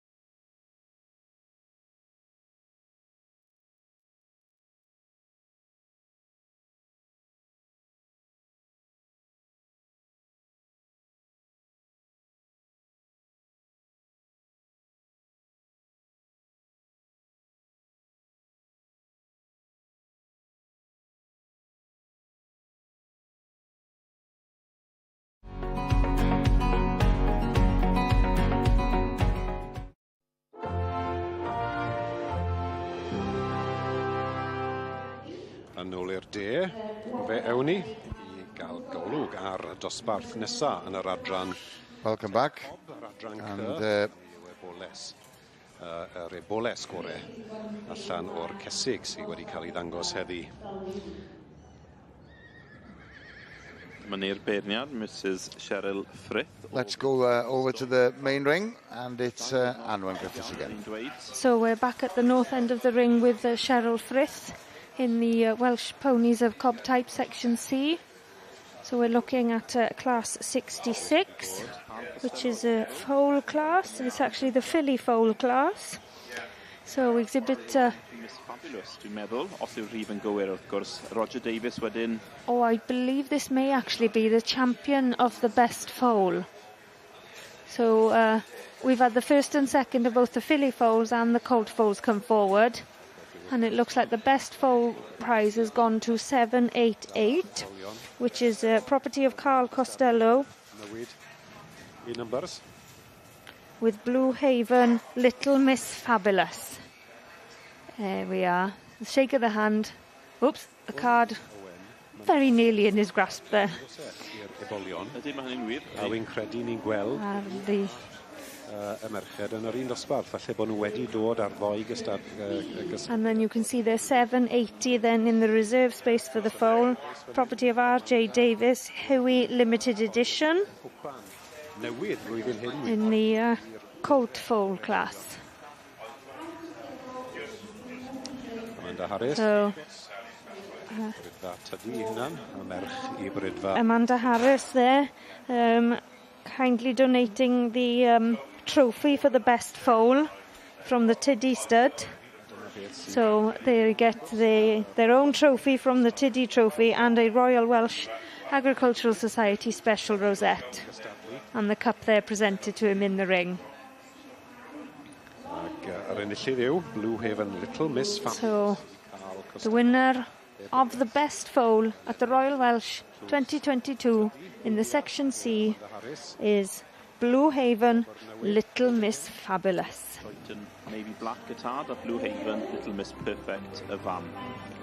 So the sire there is a Joyton Maybe Black, a prolific sire in the Section Cs. And the dam there is a Blue Haven, Little Miss Perfect. Oh, if you gotta go, you gotta go. There we are. Oh, isn't it difficult when you got to handle a foal in the ring?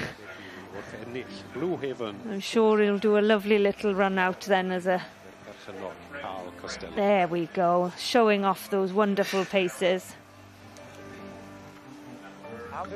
Well, we'll be back in the main ring later on, but we're going to join Aaron, who is with one of Wales's finest fishermen. Fly fishing, certainly. It's Howell Morgan, who's had a very good week. Yeah, the weather's far better today. It was very difficult conditions on Monday and Tuesday, but and as a true farmer, he could do with a bit of rain as well. Well, Howell, I think it's on its way over the weekend. Busy week. What's been going on? Well, twice a day we do a casting exhibition, just showing them how it's done. And then we have a curricle exhibition and a shooting exhibition. I've still got my voice, and there's one exhibition left to go. And of course, Howell's been travelling to other shows as well. Last week up at the Great Yorkshire Show. It only took him 5 hours to get there this year. Last year, or the year before, it took him about 7 hours to get there. And then he was there last week and straight back to the Royal Welsh this Sunday. Usually. Tonight I'd be heading for the game fair, but that's next week. I haven't got time to do any fishing. That's the problem. I'm fishing more on the grass than I am casting in a lake or river.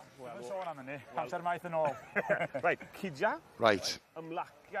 I think Aaron has cast a fishing rod or a fly fishing rod before, but Howell is giving him the instructions. Raise it gently, click it back. Think you've got a cup of water. You're picking it up and you're throwing the water over your shoulder and then cast forward. So it's up and slowly, click and off.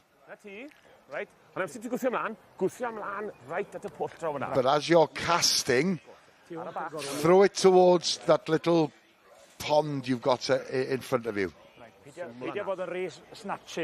Don't be too snatchy. Go.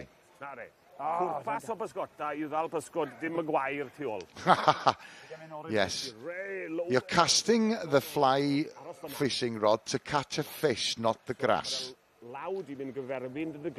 So you bring your hand up so that it's just by your ear. Click it back and then throw it towards, there you go, towards the pool. That's much better. We'll make you a fisherman again. Go.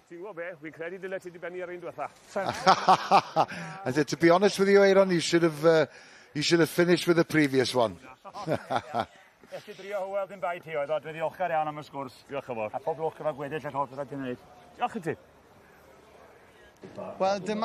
Right. From the fly fishing back to the cattle ring. And we'll join Will and Gerald. Yes, indeed, the Native Breed Championship now, Gerald. One of the highlights, really, of Thursday here in the show, and wonderful to see all of those British-based breeds. Yes, the group of three consisting of one bull and two heifers. And interesting again, the three will have been nominated by their respective societies. As we've seen on several occasions, the judge has elected the animals to go forward to respective championships, but these are actually chosen by the societies themselves. So they'll be looking for some balance across all three animals and trying to attract the judge's attention. At the same time, I guess, isn't it? So you're looking for quality, but you're looking for consistency as well. We have a Welsh judge here, Mr. Tom Tudor, Llanarefel, Montgomeryshire. Judging our native cattle. You'll be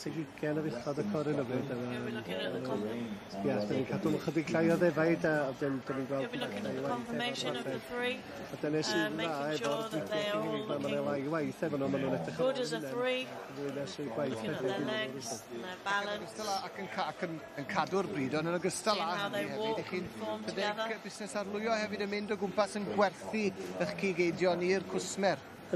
South Devons.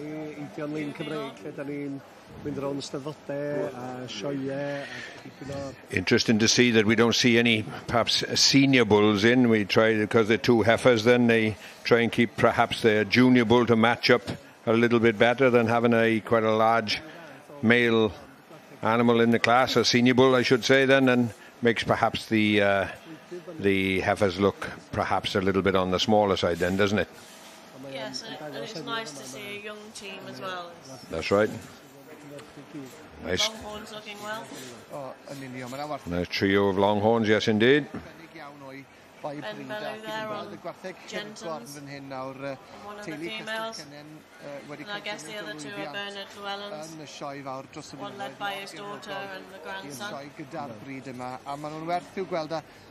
Longhorn have come on such a lot in the past few years. Also a very popular A lot of quality eating on the hoof in the ring in front of us. Yes, lovely. Natives are very popular at the moment in the beef. They paid a significant premium now, isn't it, on deadweight cattle now than native beef. And yeah, Morrison's putting natives at the fore at the moment with Longhorn. Longhorn being promoted by Butilar. For the shelves, thinking that the beef Longhorn has a story. And very good beef, mainly at the moment being used on dairy cows to produce Hey, we're in a livestock show with breeders now. Like, we shouldn't be talking in the winter fair terms here now. But no, it is part and parcel of it. Native breed have become ever more popular, and every one of these breeds we're hoping that they come to the fore to promote their own breed, aren't they? Yeah. And this is basically the shop window of every breed. Indeed. When we feature prime stock shows later on, they do have their respective classes, but they never seem to be that strong to compete with our continental friends. But here in the show, the native breeds are here in strength. I believe that's the British whites coming through, Sally, is that right? Yes. Yeah. Also a very popular breed, especially with small holders. Not some of the bigger parts. parts. Little attitudes though. Yeah. Yes. Yeah. 3 counties. Was a very good shot. Brydiau cynhenid. Felly Iwan am y tro, diolch yn fawr I ti. A dwi'n I beth efo na am nawr.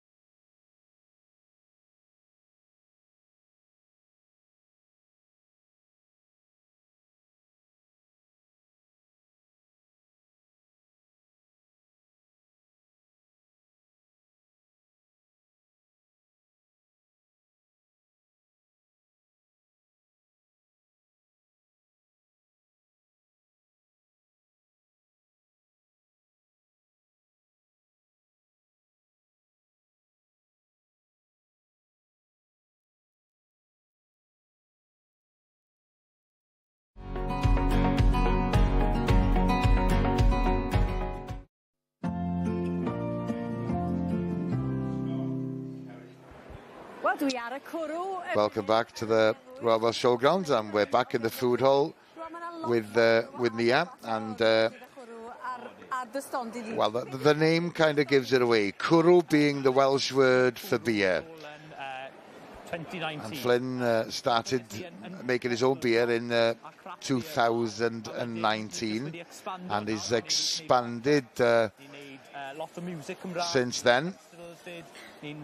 Flat out. So chi'n gwerthu bach o bopeth? So you sell a little bit of everything really. Beers from various different breweries. There's some Belgian beer, there's a beer from Carmarthen, Kidwelly. A beth sy'n apelio at bobl yma wrth hyn? So what's been the main attraction for the people who visited the stall? Well, they've sold an awful lot of the red beer, strangely enough. The red diesel, that's what they call it. It's quite strong apparently. Mixed fruit a berry sour liqueur yma fe. Pwy sy'n prynu hwnna de? O, lot o'r boys sydd yn Penmeinau neu lawr yn YFC sy'n prynu hwnna. A unrhyw fath o... O, pob dydd, fi'n edrych fel hwn. Yeah, apprentice. Nia just referring to the floral shirt that Flynn is wearing. And apparently the company's owned by a guy called Mike who's from Liverpool originally.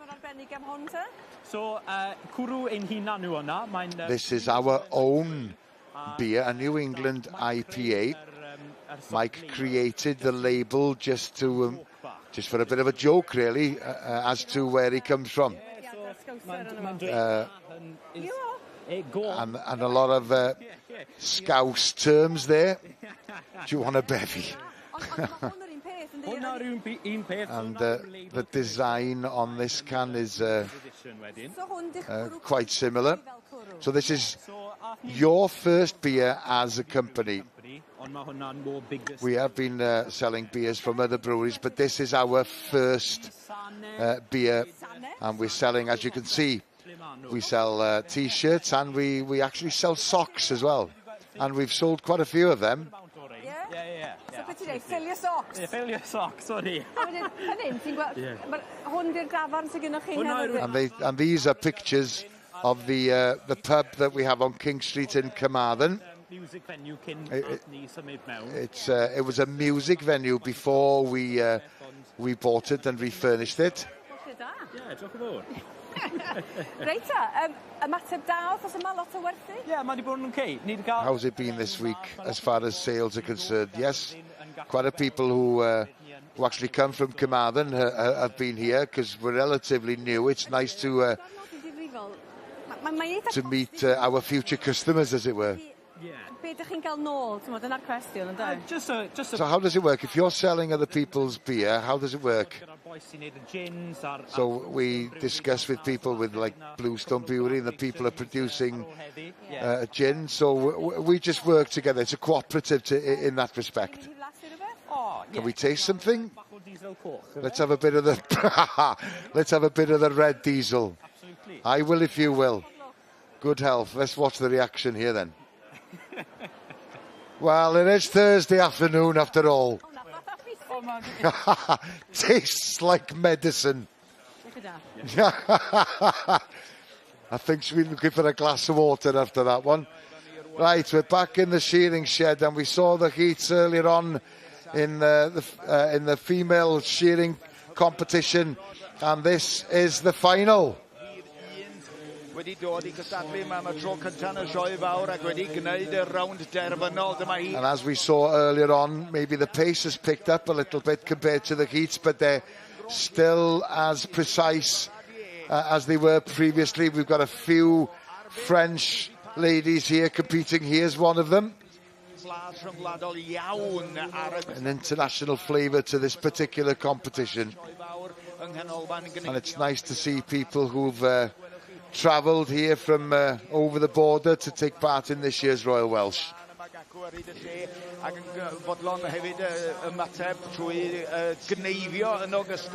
We've been talking all week, Gareth, haven't we, in terms of it's not all about the speed, it's not the first one to finish, it's about the quality of the job, it's about the finish on the sheep, and I don't know a huge amount about shearing, but I know that one going down the porthole there is a very cleanly shorn sheep.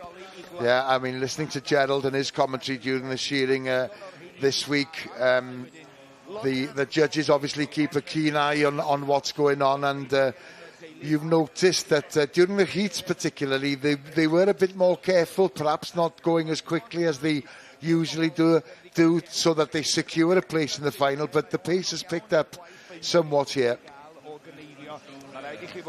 Well, if you can't get going for the final on the shearing boards of the Royal Welsh Show, you'll never get going. And it must be a great experience for all these ladies from whatever part of the world they hail. Absolutely. And they will, of course, been quite busy during the last couple of weeks, of course. But the highlight for them is competing here in the Royal Welsh Show.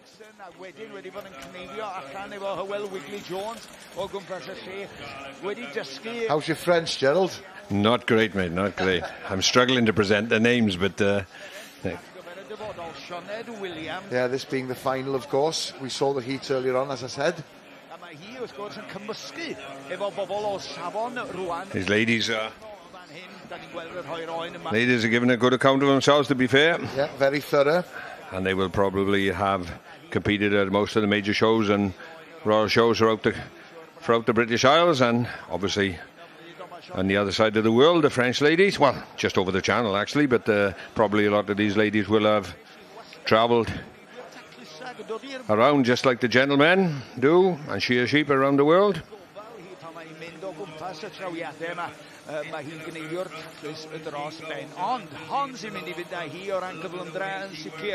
recognise this lady. I think this is the one who struggled with her name a little earlier, Gerald. I didn't struggle. Well done, Gareth. My yes, well, she's ahead at the moment, apparently. Indeed, yes, indeed. My interpretation perhaps is a little bit different, that's all. She makes it, well...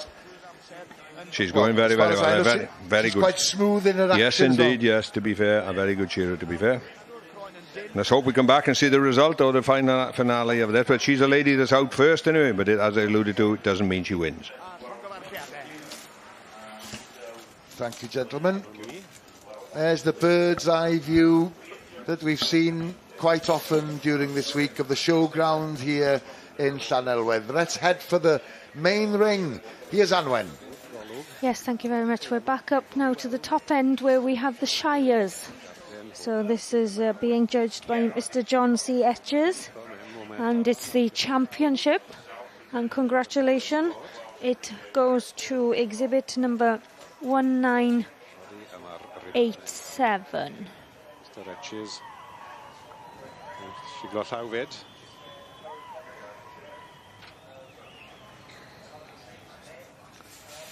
You can see there they just split the ring at that top end.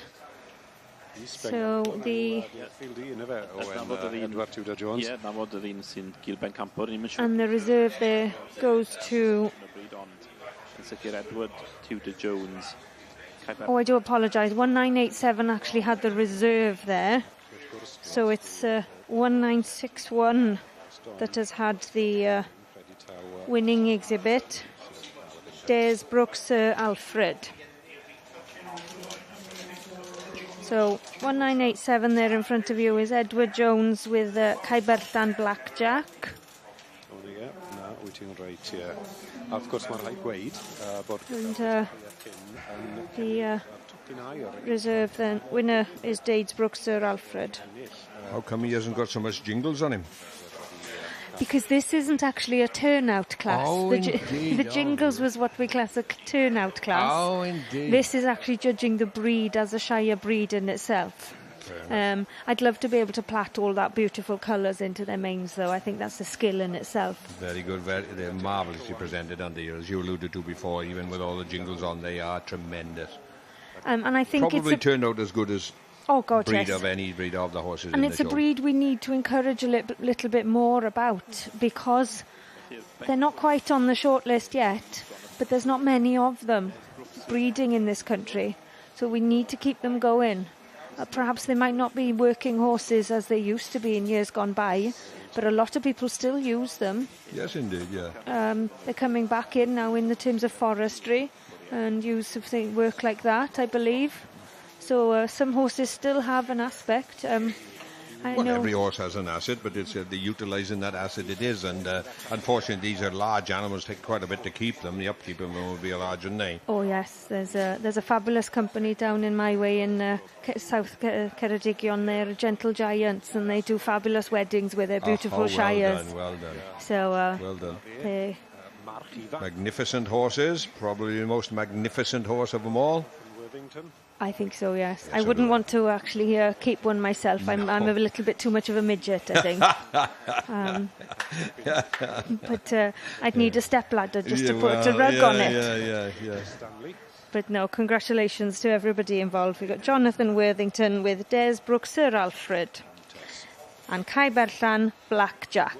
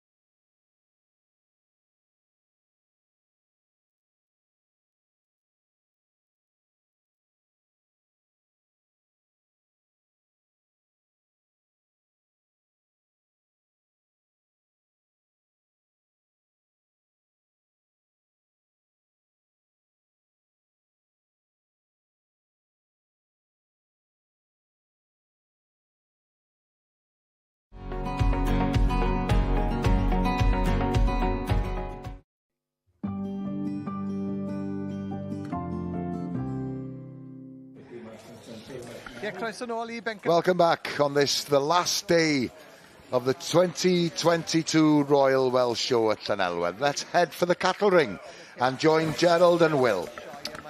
Yes, we are back in the group of three. And Mr. Tudor here in shot has been working tirelessly and examining every animal that's in front of him, and we have the beef shorthorns in front here, and we've been admiring these particular breed all the way through the show, Will. Yeah, they had a very good day on Monday, didn't they? And I believe that's that lovely heifer that we alluded. She come done very well in the individual. In the interbreed, yeah. On Monday. I think you're right there. She looks a bit cooler today. Yes, to be fair, yes. Although actually it is quite warm out there now. Yeah. Shorthorn again is a breed which is been gaining in popularity, and one of those that improved remarkably, I would say, over the last 20 to 30 years as well. Yes, they have indeed, yes, to be fair. Now to our Scottish friends, originated in the top of Scotland, but I do believe there's a lot of these animals are living here within Wales, and we've seen something on Monday then, when we featured the main breed classes, then we seen the colour schemes which are in this breed, and I was quite shocked to see that there's actually a grey colour, isn't there? And so maybe it's a cross between red and black, I don't know, but there's black and red, so but this particular team has selected 3 of exactly the same colour. I would hazard a guess that these are the most photographed breed in the whole of the Royal Welsh. I walked the cattle lines yesterday, and there was no shortage of young people wanting a photograph with a baby calf that was with one of their cows there. They're well done. They're quite unique, aren't they? Yes, indeed they are.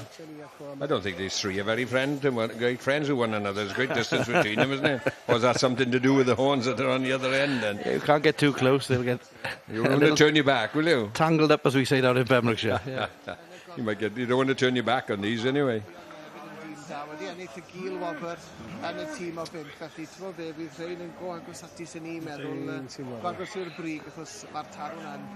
Native breed of Wales is coming forward in our Welsh blacks. It'll be a breed that our judge Tom Tudor know a little bit about. He's I would think so.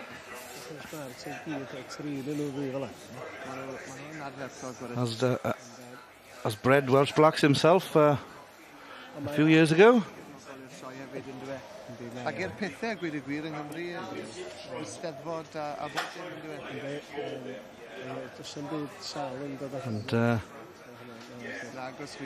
and there'll be a few people in the Welsh Black Society stand, which is just above where the cattle are at the moment, who'll be watching and hoping that their breed are the ones that are brought forward this year.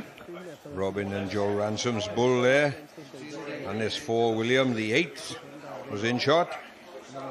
We move on to the Herefords. He is drawing him in to his preliminary. That's a big word for me, isn't it? It is Thursday, Gerald. Don't leave anything in the tank now. No. First lineup. The first lineup, yeah, the first lineup. We'll have to come back and wait again. We will indeed be returning to the cattle ring. Don't forget, we're all over social media on Facebook, Twitter and Instagram, and it's worth having a look at the website s4c.cymru for all the information you may require about this year's Royal Welsh Show. Well, it's been a busy day in the main ring, and the competing continues.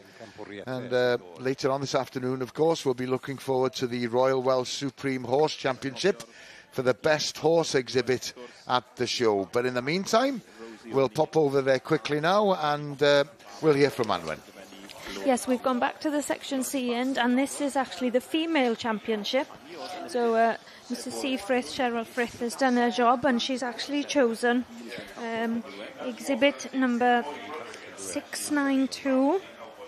And that was the winner of the Baron Mare class for Scott and Kelly Gibbons, with Glynwyn Annie Power.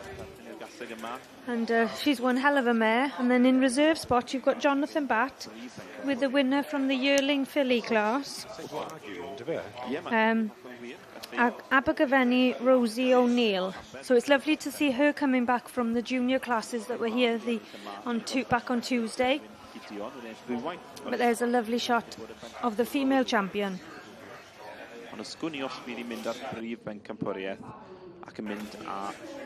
So a proper little pony of cob type. Not quite as big as the cobs that we saw yesterday, but a fabulous stamp of a miniature cob. Pony type. 692. Scott and Kelly Gibbons. So she'll be in with a good shot for the actual overall C championship, which will be to follow. But we'll need to see the Stallions come in first. But yeah, congratulations to everybody involved.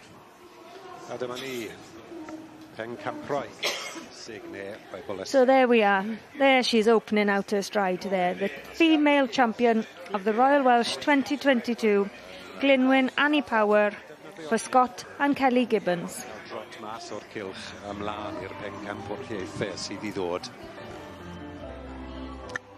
Thank you very much, Shanwen.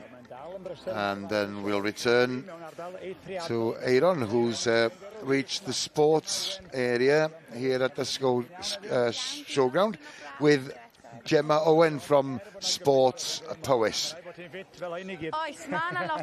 As you can see, there's quite a bit of activity going back. This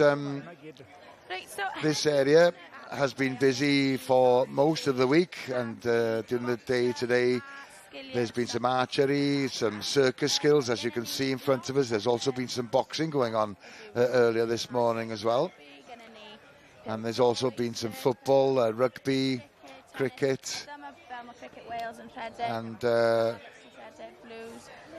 those sessions have been run by, the rugby sessions, for example, might have been run by the Scarlets coaches or some of the Dragons coaches, and likewise Cricket Wales have been responsible for the cricket sessions here at the Royal Welsh, and it gives a lot of the young people an opportunity to try different skills. And as with the circus skills in the background, and it gives them an opportunity to learn the skills that perhaps they might use sometime in the future. But it's important as well that all the young people get a chance to keep fit and active, and there's certainly an opportunity to do that here. And of course there's more to the world of sport than just football or rugby. As we see, there's some people in the background there taking part in some archery. Gynnon ni lot o mascots ma. Dwi'n meddwl heddiw dyn ni'n cael mascot race. All right. And Gemma's just saying they've got a few mascots here, and there may well be a mascots race later on with the mascots who represent the different Welsh rugby regions here in Wales. And Aaron's just mentioned the fact that I've noticed there's quite a few parents, they've left their children here to be entertained and then disappeared and gone and have a sit down in the shade, as it were. And Gemma's just saying we've been here for most of the week, as have an awful lot of staff from Sports Powys, and it's been a long week, but my voice is beginning to go. But I'm kind of relieved that it's the last day today.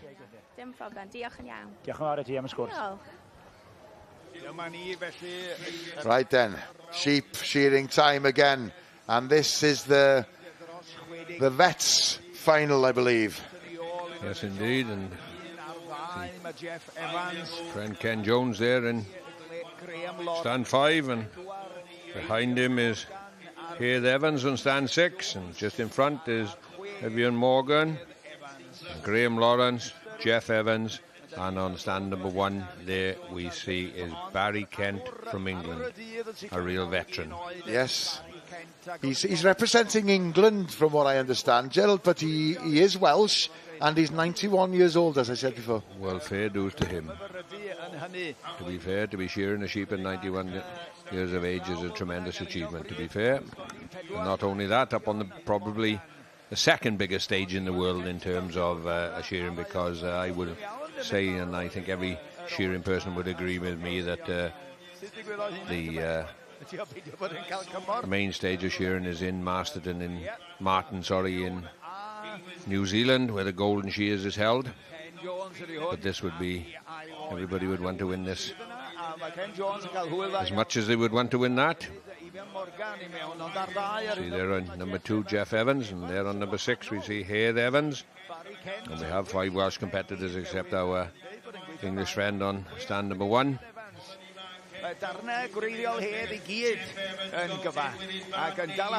Graham Lawrence, Lethardy Farm, Llanafan. As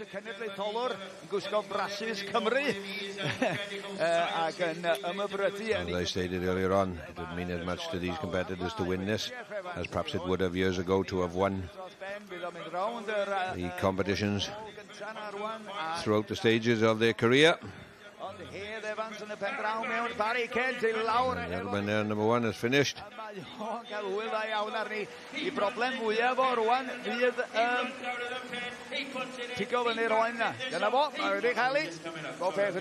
Most of the belly has been taken off these particular lambs in this particular competition, just to make it a little bit easier and a little bit less work for the competitors to shear.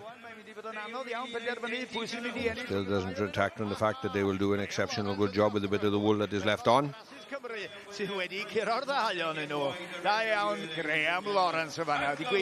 Ken Jones finished first. As I alluded to before, it doesn't necessarily mean that he has won, but he has finished the fastest out of the 6 finalists here who are taking part. Mae wastad sgwrs ddifyr i gael gan Barry sydd yn 91 oed, a mae'n siarad Cymraeg gloyw glân bod wedi bod yn byw yn Lloegr ac yn ffarmio man o esblynydd. And to be fair, he has finished, but oh, not quite. Not quite. That's it. In she goes. In she goes. Well done, Barry Kent. What an effort. Well, as you can see, sun is shining, glorious day, and this last day of the Royal Welsh, as you can see on the bank in the background, is very well attended. We're back in the main ring, and we're back with Anwen. So it looks like we're back in for the championship of the Welsh Mountain Pony Section B. Let's have a look now then. Is this the overall championship or is this the male championship? So we have the senior stallion there with Colin Tibby.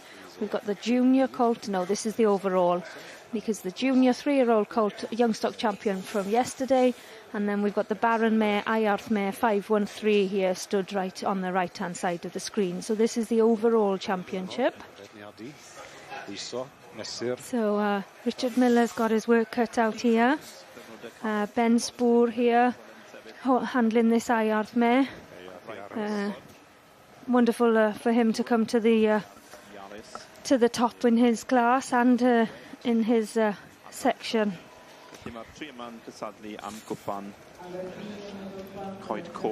So these 3 are actually in the lineup for a trophy that was donated by Coed Coch all those years ago. A fabulous stud in their own right, with wonderful ponies over the years. So the Coed Coch Perpetual Trophy, who I'm sure of the wonderful breeding of the ponies and the winners in years gone by on that trophy would be something to remember. So he's having one final walk around, having the honour to judge here, once in a lifetime opportunity. So I'm sure Richard is going to take his time and make sure that he's got his decision 100% right, what he thinks. So the young stock champion from yesterday and the male champion from earlier is 495, Colour Red Heartbeat, and then the Baron mare here, the female champion, is Iarth. Mae bach o densiwn nawr. Mae Richard yn licio chwarae games, a mae'r Hart wedi... Iarth Yaris. And it looks like the decision has been made, and it goes to the 3-year-old colt. So congratulations to Sandy Anderson and Liesl Burt handling there in the ring. And as I understand it, she's the one that originally found this pony, took a picture of it and sent it to Sandy and told him to buy it. So that's wonderful for her to have found him and brought him on and to be eventual champion of the Section Bs here at the Royal Welsh 2022. So that is 495, Calored Heartbeat, a bred by Ms M Anderson and sired by Rhosson Amlin out of an Iarth mare, Iarth Sophia. So congratulations to all involved. I believe that the Iarth mare came forward as a reserve Welsh B. So Iarth Yaris. So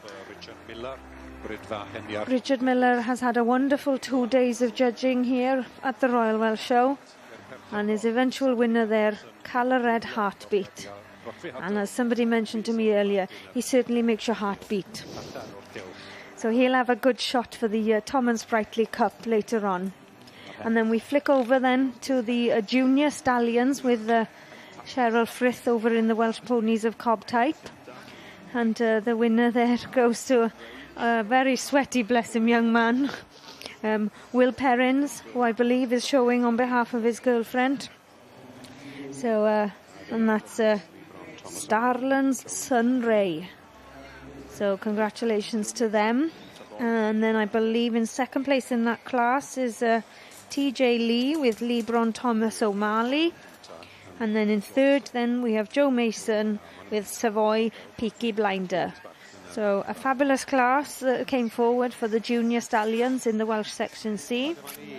So Nicole Wayman there owning the pony, and there she is taking over the reins for her lap of honour in the ring. And look at the smile on that face. She owns this pony. She does the hard work at home, and it's a joy to see her take over. And he's behaving so well for him, going so beautifully for her.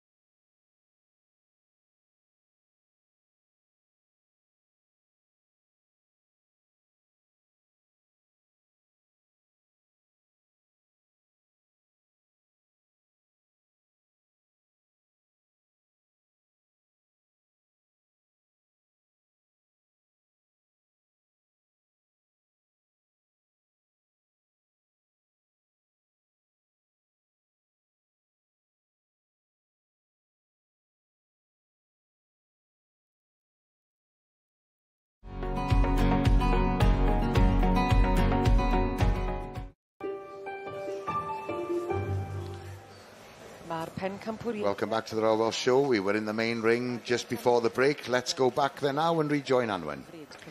So it looks like we're going for the championship here of the Welsh part-bred class. Deirdre Powell there from the Landgarth stud in Monmouthshire, having a good scratch of the chin there, trying to decide what she wants to go for.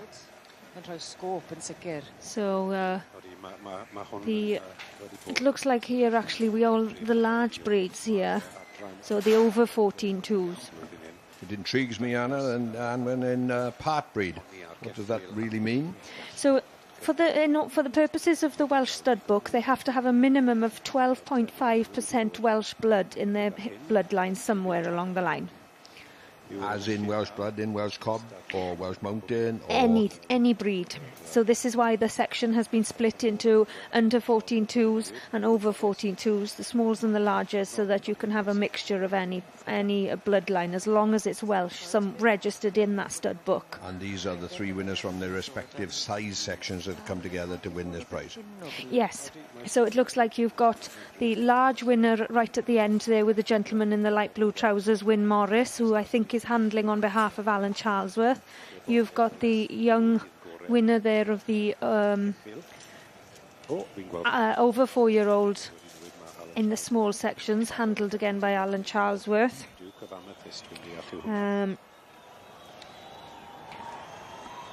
And then I think Becky Lamb was also in there with her yearling filly, Becklem Aurora, and the second place coloured from Charlotte Leonard, Little Miss Rhino, was also forward. So let's see now, has she made her final decision, or was she just having one final look round?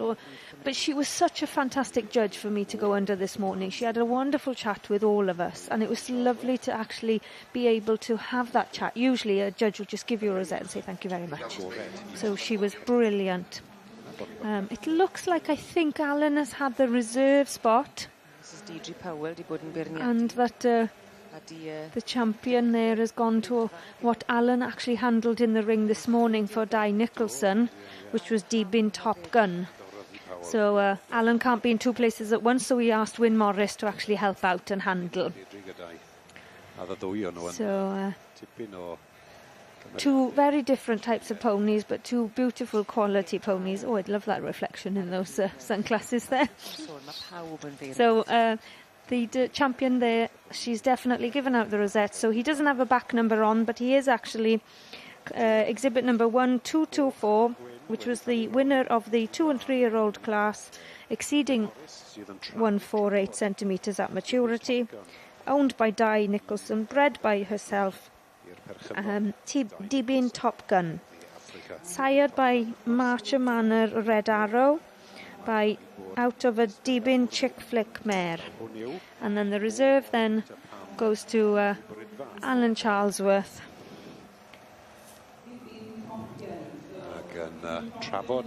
With, I believe it's 1260, so that would be the stallion 4-year-old and over, Morehall Peter Pan. So Wyn Morris managed to catch a good handle there, isn't he?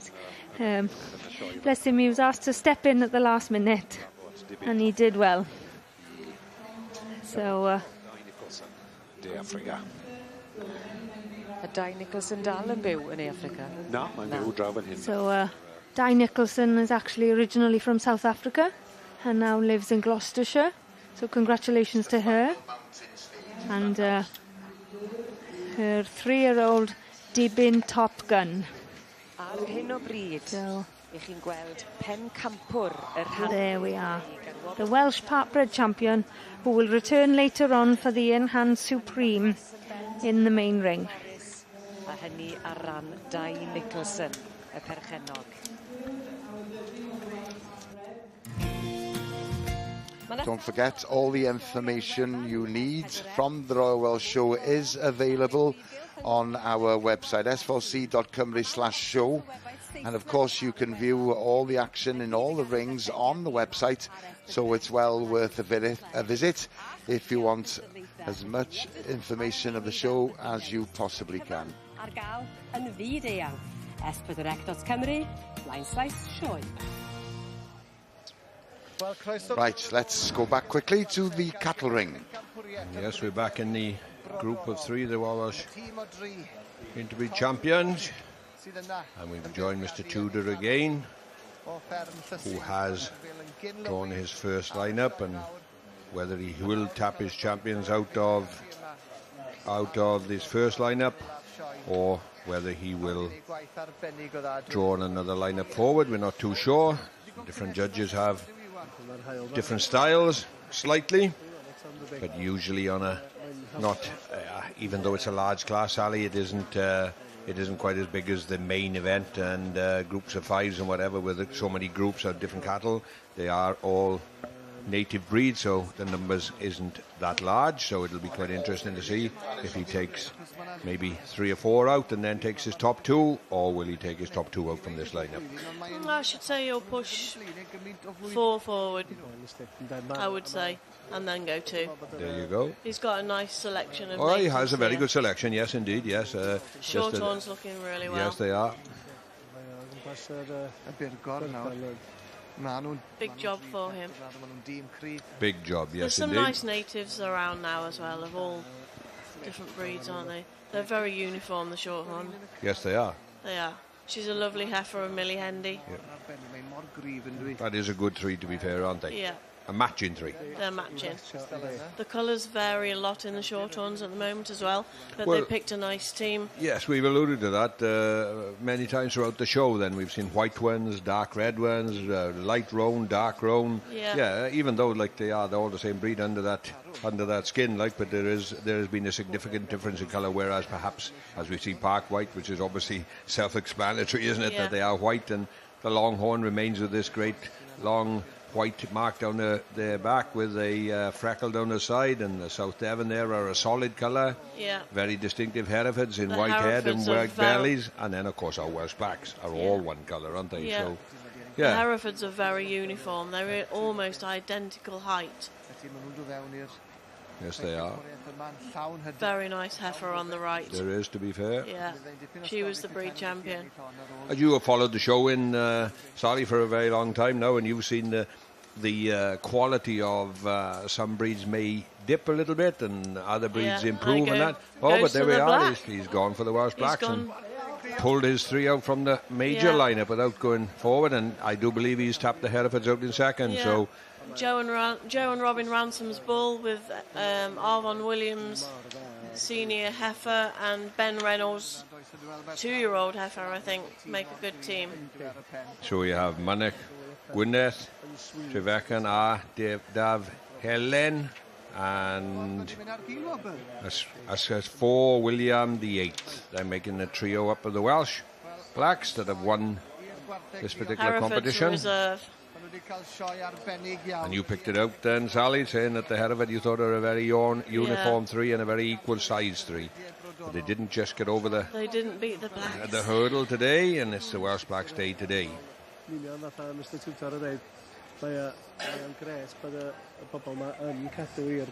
Robin Ransom from over the border. Obviously not just near Knighton there. Ben Reynolds from Whitland. Marvin Williams from the Dog So Ethnic Country. the Welsh Blacks takes the Royal Welsh Show Marks and Sparks, Marks and Spencer then, Native Breed Championship Beef Breeds. Robin fan hyn gyda'r tarw llagorchiadau Robin.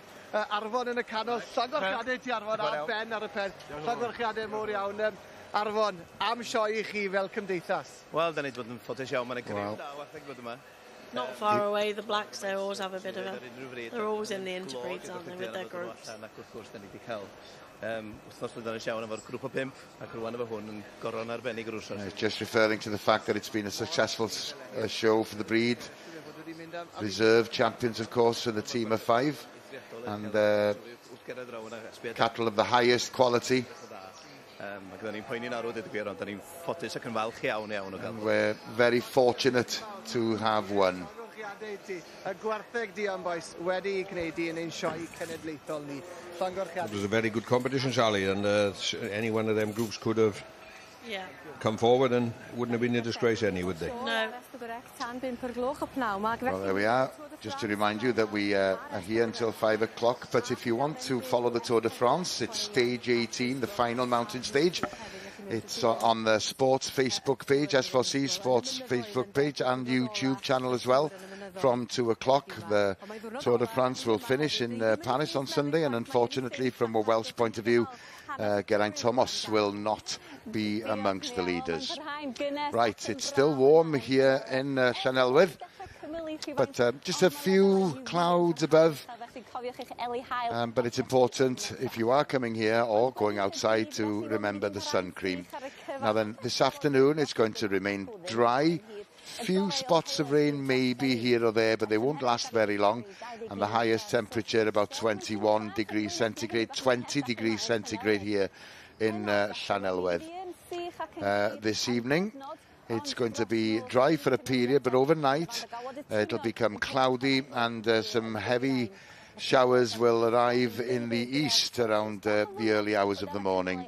And the highest temperature around 17 degrees centigrade down in the southeast. There's going to be some change tomorrow. It'll still become cloudy, and these heavy showers will gradually move north, and there could be some thunder showers and lightning in mid-Wales. Saturday, well, it's still going to be cloudy. There's some showers, of course. Still going to be warm, about 23 degrees centigrade.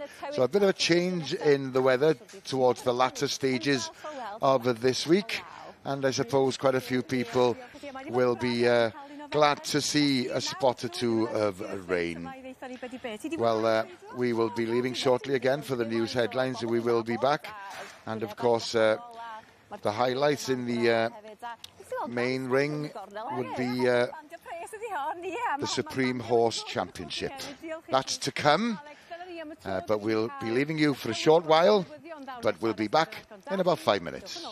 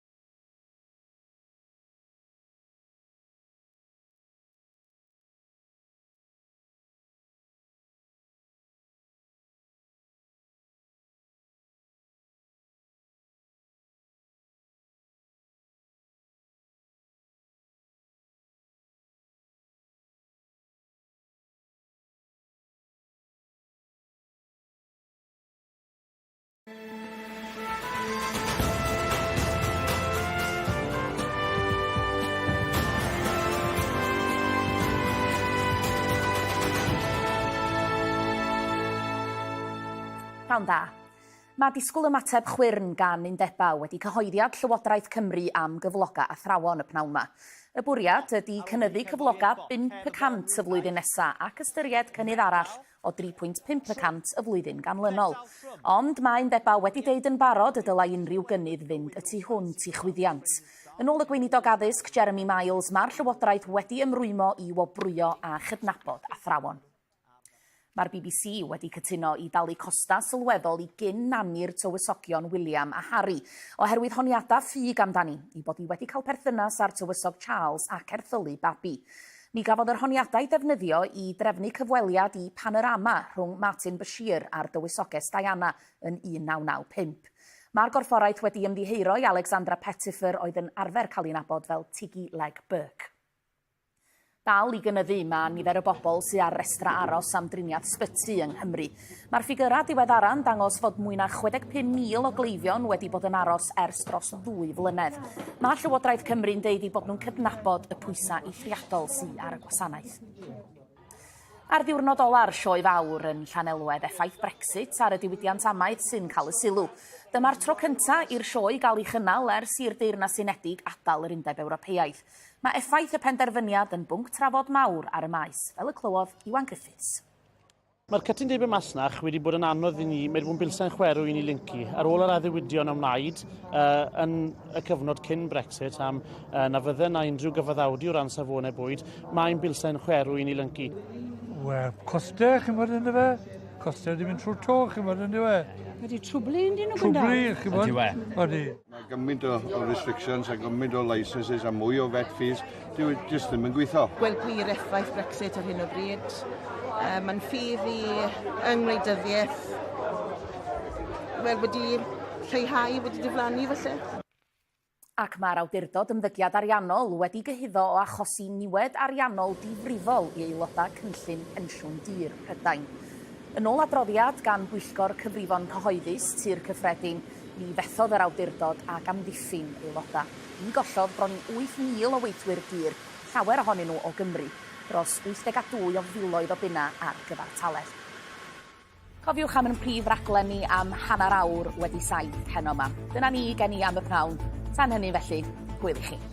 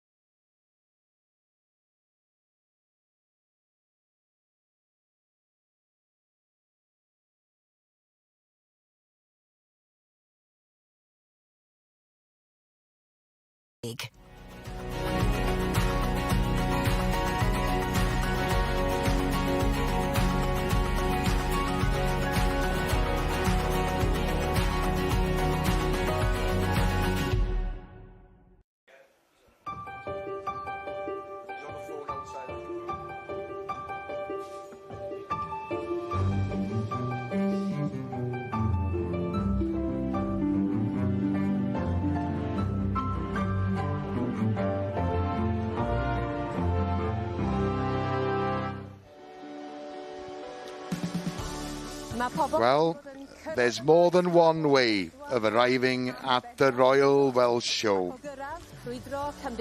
And the crowds have come in their thousands today to visit the best agricultural show in the world. Yes, welcome back. The final afternoon of the 2022 Royal Welsh Show. And we'll be with you live here on S4C until 5 o'clock. There's quite a lot to look forward to. The highlight, of course, will be the Supreme Horse Championship in the main ring later on this afternoon. And that's where we're heading now. And we'll join Anwen Griffiths. So we're up with Mrs. Seafrith again up in the Welsh Ponies of Cob Type Section C. And it looks like she has awarded the rosettes out in the senior stallion class number 70. And the winner there goes to Sarah Hamer with Come Here the Bandit, a prolific winner and sired by Donis Llawen out of Come Here My Dream. And second place has gone to Hannah Broom and Thomas Davis with Llanmorlais Regan. So congratulations to them. And third place goes to Louis Dennis with Hilgarth Lucky Legend. So as you can see, the sun has come out, so it's starting to swelter again down there in the main ring. But off they go on their lap of honour. Sarah Hamer with Come Here the Bandit. So congratulations to all of them. And we will see him back shortly to contest for the Best Stallion Championship. Ar adran Ec. Yn iddo I Sarah Hamer. Llon gyfarchiad y môr iawn. Come Here the Bandit ar gael gafel. There we are. Come Here the Bandit.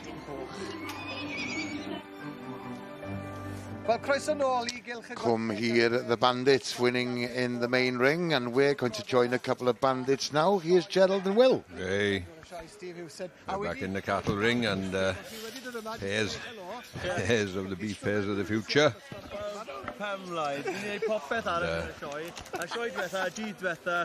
Classes are coming thick and fast, Will. Yes, worse than that. They're West Wales bandits. They're the worst type, they are. Yes, indeed. And of course, the retiring CEO of the Royal Welsh being interviewed at the moment. 10 years he's been in office, I do believe. Yes, Steve Hewson, who's been chief executive for the last 10 years and retiring from that post at the end of this show. Well, there they are. What a sight that is. This is the Females of the Future Pairs competition, Gerald. We have the Continentals and the Natives competing against one another in this particular class. It's like the academy of the showing fraternity, I guess, isn't it? It's those that we need to keep an eye on that'll be taking the big rosettes maybe next year or the year after. So it's a chance to see what the competition will be like. Who's got what? Hidden behind the barn door. Two very well matched Charolais. And another stipulated rule in this particular class, then, all heifers that are put forward under 2 years of age on the first day of the show the breed entry to be made of the cattle foreman, by the cattle foreman. Right. Who's the cattle foreman? Mr Darren Williams, I believe, isn't it? Mae'r ffôn yn canu, mae'r radio yn siarad I fi ar y radio, so the experts fan in, so yeah, so draw it. He's on the same college course as me. In the same year. That's the only reason I know. Wasn't a very good year, I have to say. No. I was trying to think of a polite way to put that, but yeah. Here we have the blondes coming forward. We see our judge for this particular class, Mr John Phillips. And they're in Carmarthen, about Gwilly Road in Carmarthen. Yeah, of course, was a proud exhibitor with a Grono Limousin herd. Recently retired and enjoying his retirement, I'm sure. But competed at the Royal Welsh for some 10 to 12 years. Females of the future. You'll always remember his first time here in the Royal Welsh, where he won 2 firsts and a first in the Fitzhugh Championship. So he knows his way around the show ring, Gerald. Well done. He's got some very good pairs in front of him, and very matching pairs that we've seen so far.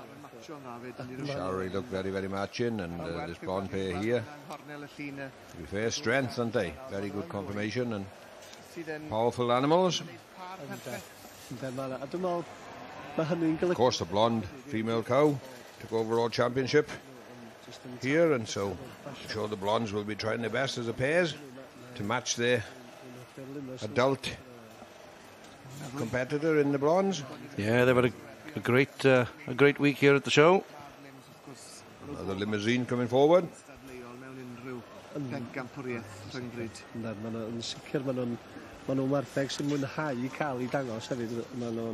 Good pair of heifers here from representing the Limousine Society. Ac ni'n gweld y beirniad yn Inspector Hael fyna nawr, John Phillips.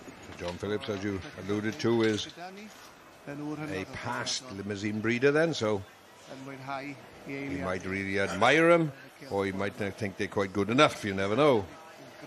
But they are a good pair.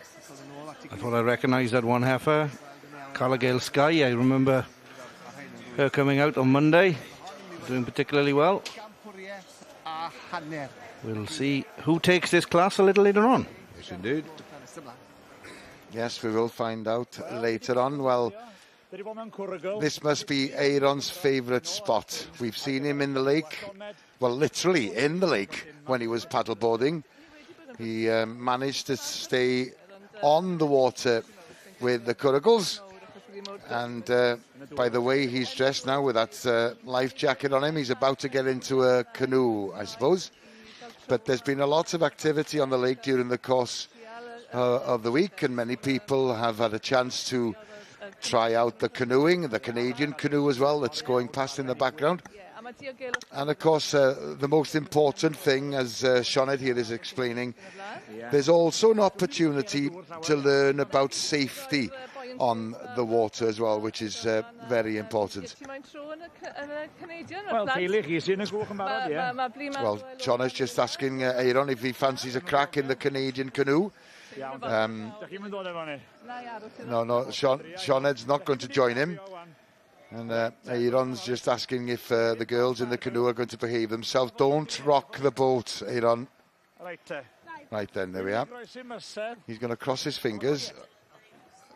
Actually, is he facing the right way?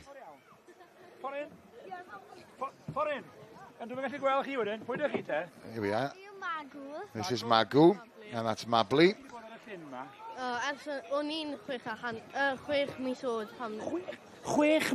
Let's just ask Mably, how old were you when you first went on the lake? She was 6 months old, and you're like...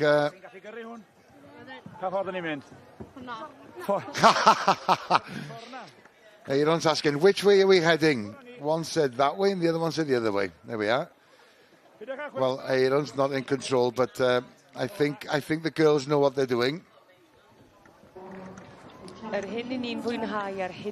Well, it's a glorious view, isn't it? It's back to the main ring we go. The competition's coming thick and fast in the main ring, and of course later on we'll be looking forward to the highlight of the proceedings in the main ring. That's the Supreme Horse Championship. In the meantime, here's Anwen once again. So this time it should be the winners of the male classes that come forward for the best overall male championship. So here the winner of the senior stallion class, Come Here the Bandit, doing an individual trot round for our judge, Mrs. Seafrith, to have one final look. 9 times out of 10 she's probably already made a decision, but she just wants that one final look to now compare all of the males that she's had over the day. So this now is the winner of the junior stallion class, handled by Will Perrins, owned by his girlfriend Nicole. Wel, mae hwnna'n rhan o'r sgil. Odi. Chi'n tynnu sylw y beirniad ag eich tad chi'n nen, fi'n credu. And Starland's Sunray. And then for some of you that haven't been watching earlier in the week, this is the young stock champion, owned and bred by Joanne Nicholson and Derek Dykes, handled here in the ring by Derek Dykes, their own Crossfield Casino, sired by Crossfield Danny Boy, and his grandsire has actually had a successful Royal Welsh here many years ago, going champion Welsh Section C. So the tension is rising as they all come in for that final lineup now, so that the judge can have one final look and see them all stood next to each other. So there you see the young stock champion at the forefront of the screen, the junior stallion in the middle, and the senior stallion at the end. So you can see this stamp and type of pony that she's gone for. Very Welsh little pony head, good short bones, cannons, a very, very typey little Welsh Section C. She's had a hard 2 days of judging, culminating in all of these wonderful ponies in front of her now. So we... Byddwn ni'n licio gweld e, a dyna pam, achos mae'n gyffil yn hun, mae wedi ennill yr adan ar gyfer Meirch Hun, y dosbarth ar gyfer Meirch Hun. Fe geiff yr un ifanc ddwrnod arall felly. So as some of you might have your decision made at home, it's always difficult because there's always another judge somewhere, but it's just her opinion on today. And it looks like she's made a decision, and I think it has gone to the young stock champion from Tuesday, Derek Dykes' Crossfield Casino. So has already had a successful season, going champion at Glanusk and Brecon County, and I believe he also went first and young stock champion and reserve champion up in Cheshire County back in 2021 last year. And he's certainly following in his footstep of his grandsire, Gwenllan Maddock. So congratulations to Joanne Nicholson and Derek Dykes with their own homebred Crossfield Casino. Yn hapus iawn. O, fydda'n wrth y bod. A'n ddiddorol, nhw gafodd y brif bencampwriaeth yn 2019. So there he's going to go and do his final lap of honour for you all in the front of the grandstand. I'm sure the crowd will roar in for this, and they're striding out in front of you. So we might have been missing the Royal Welsh for a few years, but Derek Dykes ran last year, the last time we had it in 2019, with his own Gwenllan Maddock, his grandsire, and now Crossfield Casino goes best male champion in the Welsh Section Cs.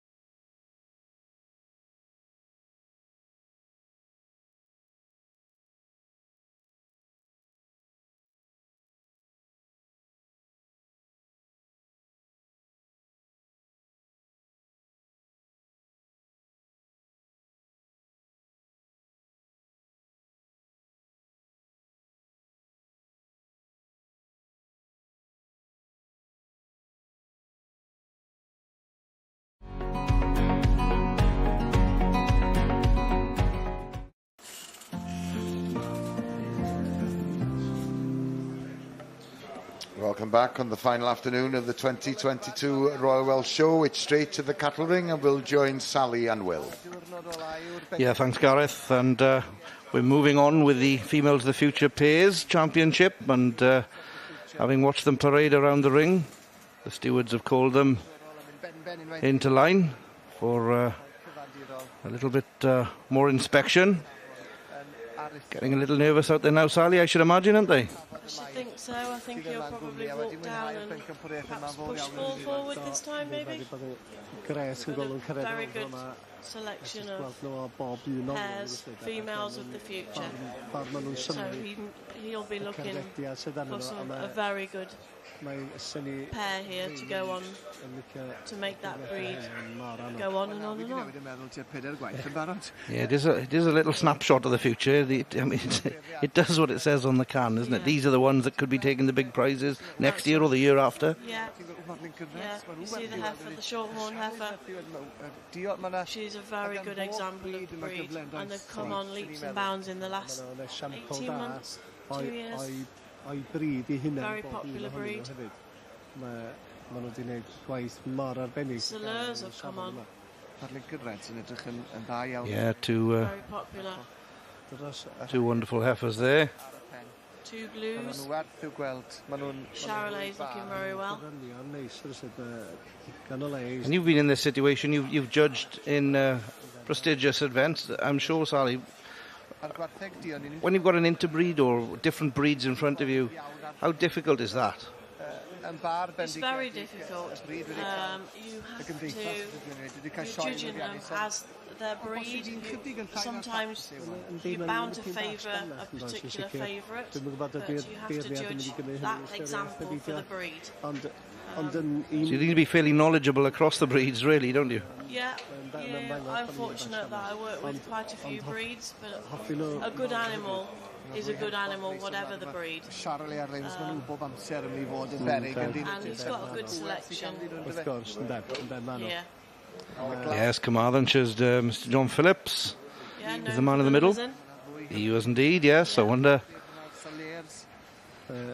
does that become one of those things that the judge finds it a little bit more difficult to give it to a breed that he's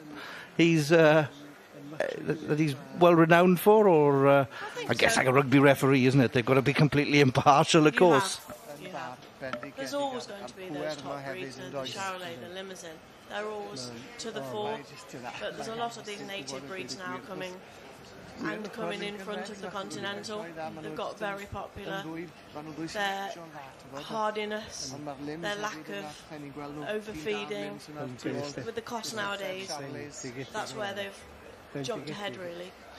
And I guess the marketplace as well has changed a little bit, doesn't it? I mean, beef is still beef, but you mentioned it earlier on, there are different premiums from different supermarkets. They're looking for slightly different things.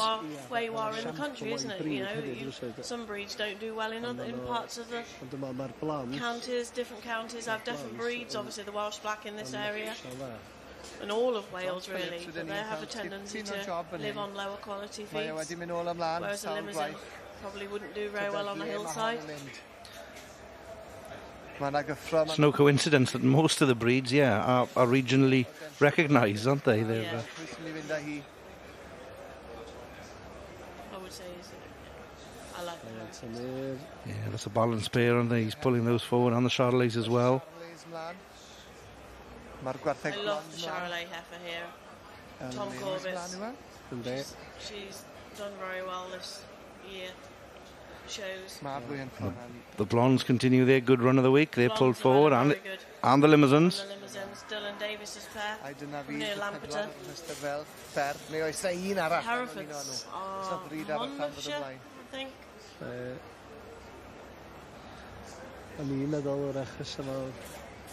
So one native breed and 3 continentals for the time being. Yeah, where are you going to go? I know where I would go. Yeah. Shorthorns, Lincoln Reds. They're all beautifully turned out. The time It goes into the preparation for these shows. Everybody wants to have them bang on for Royal Welsh in the summer. It's one we all aim for. Mae 'na sylwebaeth Saesneg ar gael. English language commentary is available on this programme and on our main ring webcast. Depending on your device, either press the red button or use the audio selection option. Any problems, please contact the S4C viewers hotline. The details are on the screen. I ni di gweld y gore. Right, it's still competing in the main ring. Highlights of the day yet to come, and guaranteed we'll be there to see the Supreme Horse Championship. But in the meantime, let's join Anwen. So we are back at the Section C ring. In front of us now we have Come Here the Bandit. So this should be the overall Welsh Section C Championship. There's the Young Stock Championship at Crossfield Casino, handled by Derek Dykes and bred by himself and his partner Joanne Nicholson in Crossin Ceredigion. And really striding out there.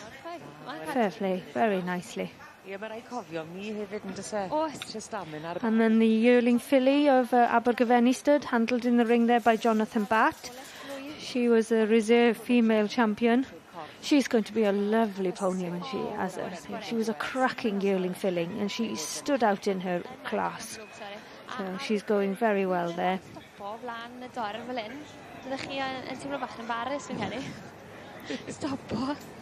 And then the female champion there is Scott and Kelly Gibbons. So going very nicely there. 692. It's such a challenge for these handlers to produce these ponies for this ring. It's something, that atmosphere in that grandstand is something that we cannot replicate anywhere in any other show in the world. So Glynwyn Annie Power. She was the winner of the Baron Mare, Junior Baron Mare class. So she's a 6-year-old mare. Mrs. Seafrith, it looks like she may well have made her decision in the overall championship. I'm not sure if I'd like to put my money where my mouth is on this class. But both of them, and it looks like she's pulled forward the Baron Mare. So congratulations to all of the connections, to Scott and Kelly Gibbons. And that's wonderful sportsmanship for you between the two handlers there. So it goes to Glynwyn Annie Power. She's bred by the Miss Gibbons family, sired by Glynwyn Gideon, out of Glynwyn Vesper, and handled in the ring by Scott himself. So a wonderful achievement, and I'm sure there'll be lots of celebrations. So she will need to go back now to the stable to have a nice little rest before the championships of the overall Supremes later on this afternoon. And a wonderful trophy there.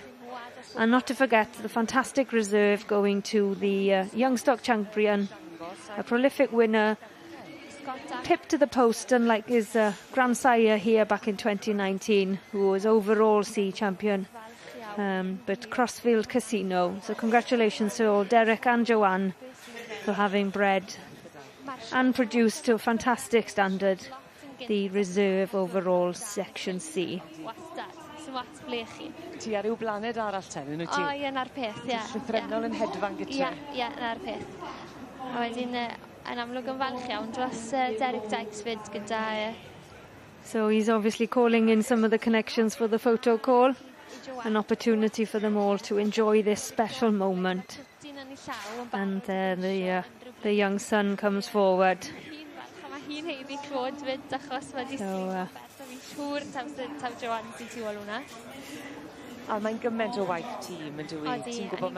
and there we are, handing over the terrains to the young new generation coming through. This Scott, bless him, has competed all morning, and I'm sure it's getting hot down there in that main ring. So the next generation there. So there she is, our Welsh Section C champion for 2022. Glynwyn Annie Power, bred and owned by Scott and Kelly Gibbons. Fantastic for all of them. There she is, beautiful mare. And they've opened up the ring for them to have the full run of that grandstand. Absolutely fantastic. So, the son there, Kai Gibbons, taking her for one last stretch of the legs. Fantastic.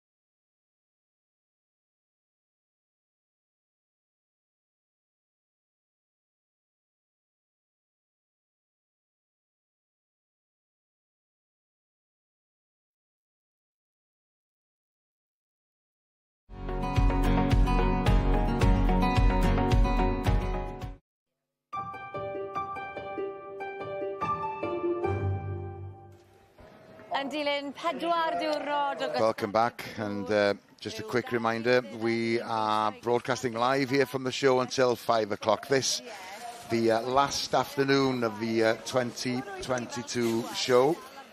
4 days of competing and judging, of course, in all the main rings. And as Maynard is saying, after all the concerns about the weather and the 2-year, 3-year absence, and all the worries that were involved with that, then it's been a very, very successful show here at Llanelwedd. And of course they've invested, as Sally mentioned earlier on, Sally, they've invested quite a a lot of money in the ventilation system in the sheep shed, and you were referring to the fact that it's been obviously a great success. It has. I can safely say if they didn't have those fans in place on Monday, there would have been losses, and I think sheep would have had to go home. But they've been absolutely brilliant. And this is the parade of the winners, the last opportunity to have a look at these fabulous livestock. Yeah, we alluded to the fact that the numbers perhaps has been slightly less this year in the show, but it doesn't detract from the fact that the quality has been outstanding, and we've been lucky enough to feature most of the breeds at some stage throughout the show and cast our eyes over them. But this is an eye for us to chance for us to cast our eye over all or majority of the winners throughout the show, so of their respective breeds, and it is nice for the breeds to come out here and for the general public to see them all together. It's even nice for us to see the different breeds, because the show is so busy, and everybody, me as a competitor, is so busy in the sheds.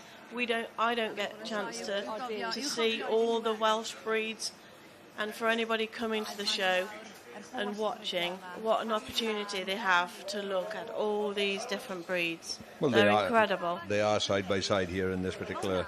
This is an exhibition basically, because this is a parade of all the winners of the particular section. So we are looking at the best of the best, aren't we? We are. And each individual breed has their chance and is called out to receive their award, and which is good and testament to everybody. It's a lovely afternoon for them to come out as well.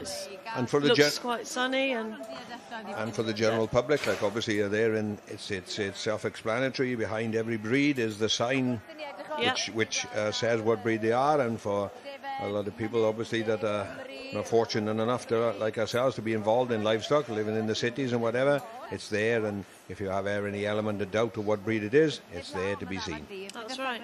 And people looking to going into sheep as well, they can always come here and look at the breeds in the sheds. That's quite right. And follow them. It's like being at Crufts, isn't it, really? That's quite right. It's Crufts of the sheep world here. Fair comment. If you want to buy a dog, mine, I'm your man. I've got if you're looking to buy a sheepdog, right, don't go no further, right? You don't need to look at any Crufts. I'll remember like that. Right? Yeah. Never misses an opportunity. That's where you get your nickname from, isn't it? Yeah. But testament to all the handlers that have been here through the show, and as Sally alluded to, the climatic conditions that all these sheep and handlers have had to prevail through have come through tremendous, and the sheep are still looking as good today as they were on Monday morning. They're looking fresh, and to be honest, they've looked better. They always say that an animal looks better the day after show day, and I think you could safely say that they did. Yes, testament to them, yes, but it's down to the hard work and the care and attention which all the stockmen put into their breed, yes. For anybody that says that we don't look after our stock 24/7, they should make their way to the pens, because we never leave them. To be fair.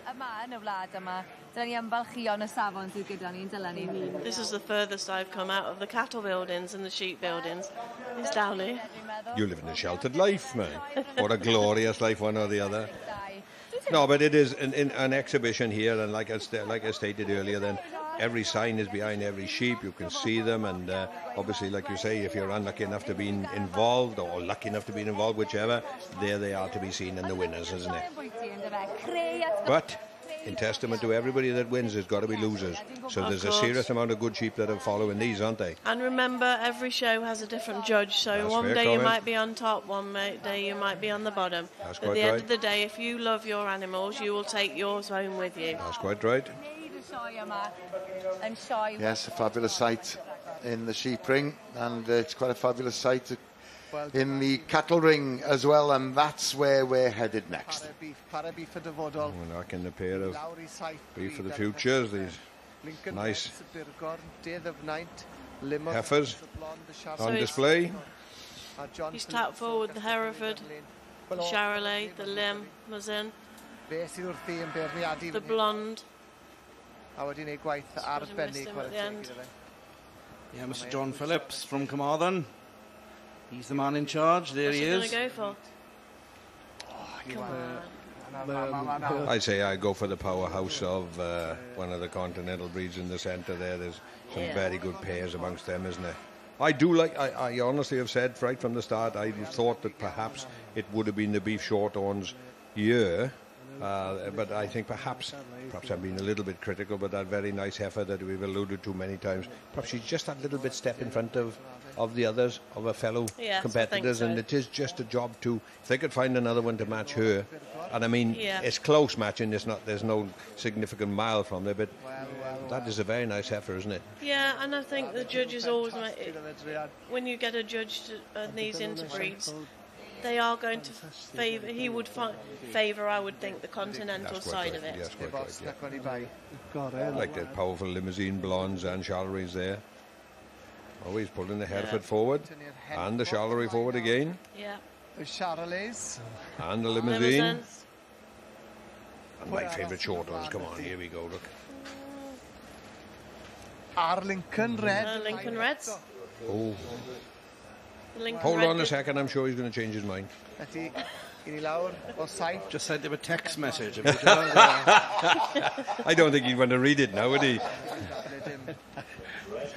Lincoln Red, of course, did very well here in 2019. Yes, they did. And that's a breed also that's improved. Well, they were, and I don't sound disrespectful anymore, like a minority breed, weren't they? Yeah, They're now becoming a major breed. Fair dues, testament to all the native breeds. They've turned it round. In the years that I've been commentating on this show, I think it's the native breeds that have improved more than perhaps our continental friends then. Fel y ti'n deud o blaen, bod tro maen nhw'n dybasio dim yn dy feddwl dim yn mynd o un i'r llall, felly. Sy'n ni ddim yn licio I waith. Tense moments for them all. Quite Tom right. will be really nervous on the end of that beautiful Charolais heifer. Edrych ar y limbs ar Lincoln Reds o dde fyna nawr. Tybed ei chwilio am y gil. It's a powerful pair there, mate. Yeah, they're beautiful. Powerful pair. Mae'n ôl gyda'r Charleys. Level. Yeah. Tremendous tops on them. Good on their legs. Yeah, very, very good.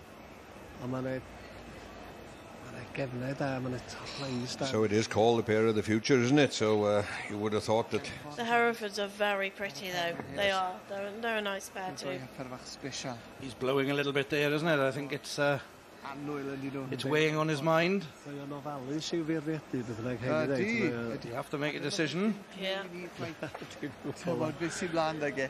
A mae'r spectol tywyll na hefyd yn helpu gwto. Gwto falle le mae'r llyged yn edrych. And we can look from the camera angle here and that, but to be actually there in the flesh, you do witness how good these animals are. It is a significant difference, isn't it? It is. They're imposing power against us when we're on the end of the camera, but when you're actually in their company and you realise the strength of these animals, then, and it is a little bit It's imposing. a massive difference, actually, looking at them on camera to actually being on them. Yes, that's quite right. Lincoln Reds. And look how well behaved they all are, to be fair. And after days of walking round. See how they've come out fresh today, haven't they? Yes, they have, to be fair. And although the numbers in the limousines have been down, I think for this week especially, with the weather, that shed has benefited for not being quite so tight. Fair comment. And the quality has still been very good. Yeah. Sharp a line bob peth, unrhyw beth bach yn mynd I ticio. Keeps coming back to that Charolais pair and the Hereford pair, to be fair. Mynd tuag at gyfeiriad y limbs ar Lincoln Reds. Fe nath yn atgoffa ni wan. Mae par oedd y peth pwysica fan hyn. Par o'n I feiliad. Yn matcho o dde There's a lot of shape in this side limb. Yes, there is indeed. Maen nhw'n tynnu'r llygad a dyna di'r sy'n. Perhaps, as we alluded to a little bit with our favourite brief shorthorn, perhaps is just fractionally overpowering her buddy. Yeah. Because we are talking pairs here, aren't we? So just let it go now, Gerald. Let it go. Yeah, okay. Well, neud I chdi feddwl ystod I wedi feddwl There's a lot of power. I'm not going to say another word, all right? I'm going to leave it up to the judge. I don't think he's got my text message anyway.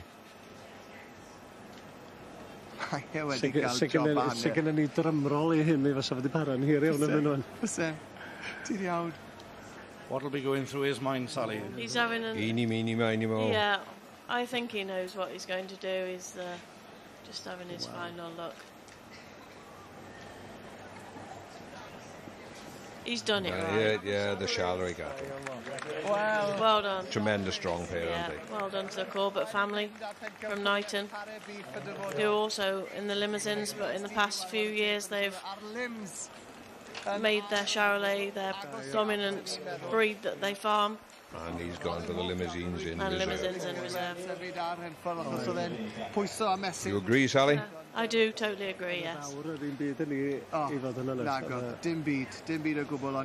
Beautiful on their legs. To be fair. Well done to all.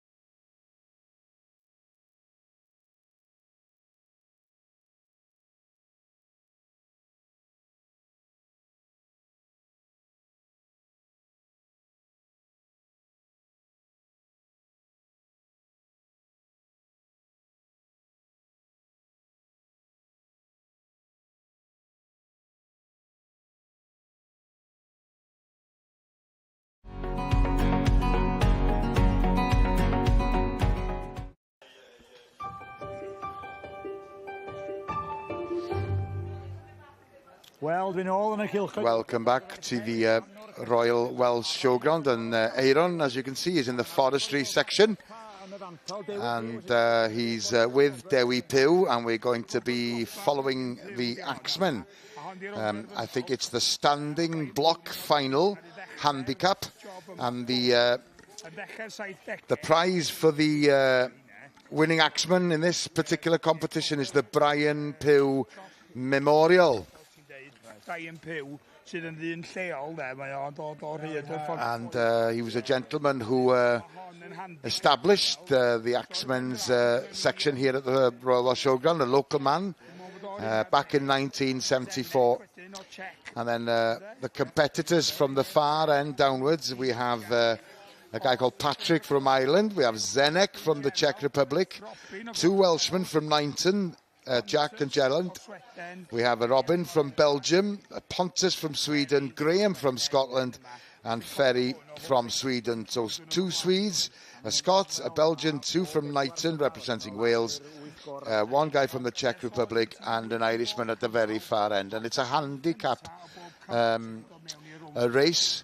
So the Irish guy at the far end will start first, and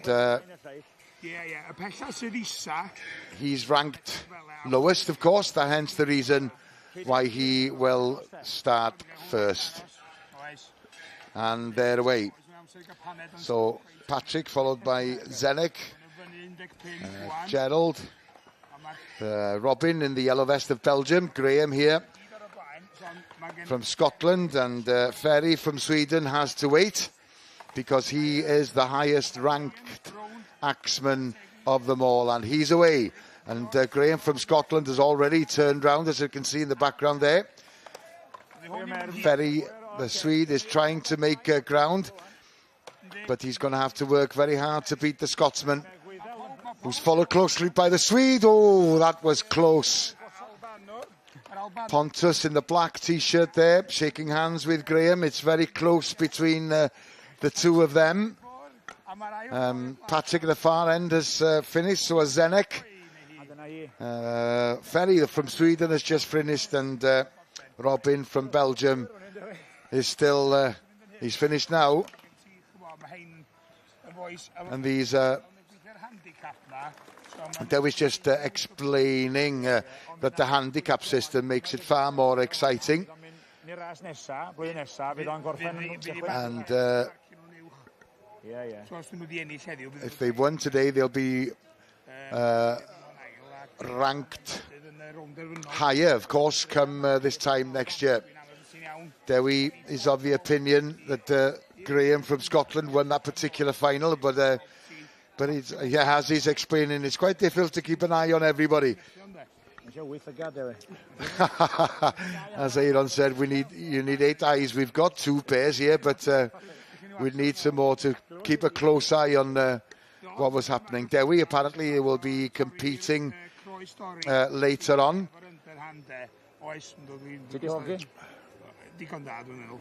Oh, he's quite confident of his chances, and he will have stretched sufficiently before competing. Well, now we look forward to one of the main events in the main ring here at the Royal Welsh. It's the Tom and Sprightly Championship.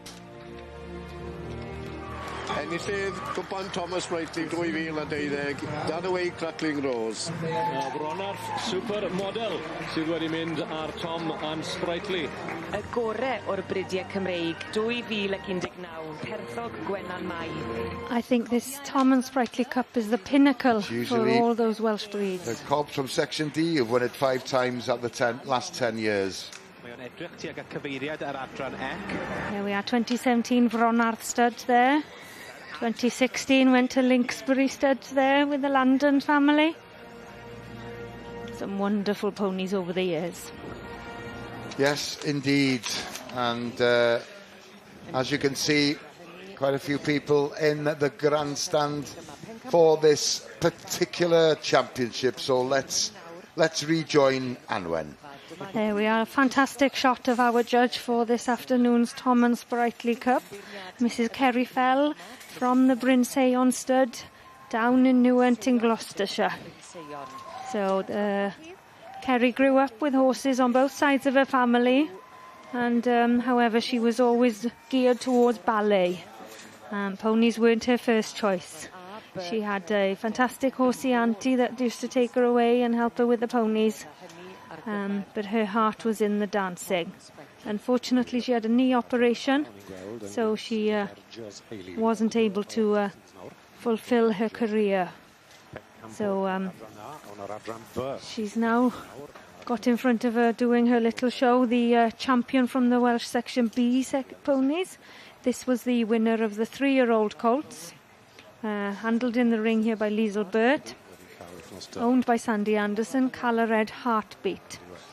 And this is the winner of the Section Ds that we had yesterday, a fantastic Prince of Wales Cup winner, Geilir Lotti, owned by the Lloyd family, and winner of the senior Broodmare class. And then a very popular favourite from this morning's classes for Scott and Kelly Gibbons, Glynwyn Annie Power. Scott Gibbons and you saw earlier in your shot, but I was talking, I do apologise. We had the winner of the Welsh Section A Championship there, just coming into shot there now then. Devers Hayley, handled there by Lowry Reid, produced by Lowry Reid, and the owner there handling the foal. She was the winner of the junior Broodmare class, with the Judith Reid of the Haverford stud judging that section there. So Kerry Fell there having a good look, as this is the first time that she's seen all of these sections come in front of her. So a very difficult choice to compare all of these ponies against each other. They have come to the pinnacle of their sections over these last 4 days of competing. So a little bit more history of our judge this morning. She bought her first Section A back in 2002. She then went and bought her first Section D in 2004, and then spread into the Welsh Section Cs then in 2007.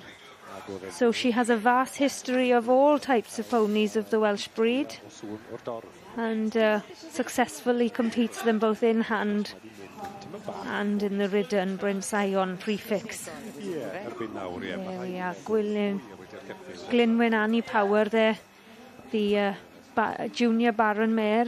A bydde'n ddifyr nawr gweld pa un bydd yn cael y floedd o'r dorf. It will be very interesting. I'm sure all the cob enthusiasts will be rooting for this beautiful mare Geilir Lotti. But it would be very difficult for me to put my money where my mouth is, to go for any winner on this one. I have a personal favourite, but I think I will keep that to myself for now. Oh, what a beautiful stamp there.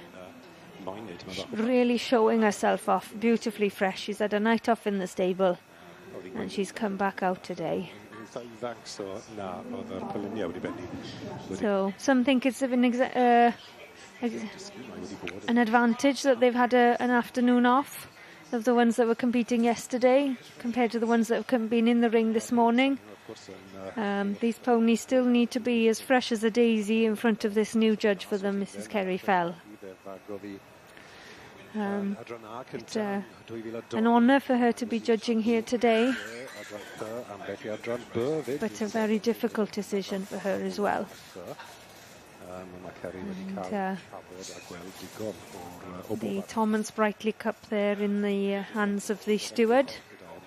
And I do believe she may well have made her decision, as the crowd are. And she has made her decision. And it goes to the Welsh Section B, owned by Sandy Anderson of the Thistledown stud, handled and produced to perfection here by Liesl Bird, and Colour Red Heartbeat. For some of you that haven't followed this morning, this pony was actually found by Liesl in his younger days. She took a photograph and she sent it to Sandy and said, "You need to buy this." So she chose very well. So congratulations to her on her beautiful 3-year-old colt, the champion of the Welsh Section Bs. Colour Red Heartbeat wedi cael ei fagu diddorol gyda Mia Anderson mas yn Denmark. wrth y march ros. So I actually, as I understand it, I think this pony was actually bred out in Denmark. So we had 2 foreign exhibits in the Tom and Sprightly Cup, as the Section A was bred abroad as well. So I think it's just goes to show the versatility of these ponies and how fantastic that the European continentals are joining in on the breeding of these Welsh ponies. And then reserve, then we mustn't forget the reserve. They've worked hard as well, and it's such an honour for them. Goes to the Section C champion, Scott and Kelly Gibbons, with their Glynwyn, Annie Power. Lico fe fel ebol, a wedyn oedd Liesl wedi trial torri hi, tynnu ei fraich i drial pyrni fe, a dyma hi, mae hi wedi cael llwyddiant wrth byrni fe, i Sandy, ac wrth gwrs yn y cylchefi, ac yn is Bengampwr wrth gwrs yn y gystadleuaeth Gwynwyn, Annie Power i There we are. Liesl Mead there, with her produced to perfection on behalf of Sandy Anderson, Colored Heartbeat, our winner of the 2022 Tom and Sprightly Cup. So we will see Liesl back in later this afternoon for the overall Supreme in hand. But congratulations to them all for coming to the top in the Welsh sections. Colored Heartbeat. Seems to be coping well with the surprise addition of the fly past. But what a fantastic pony for the future.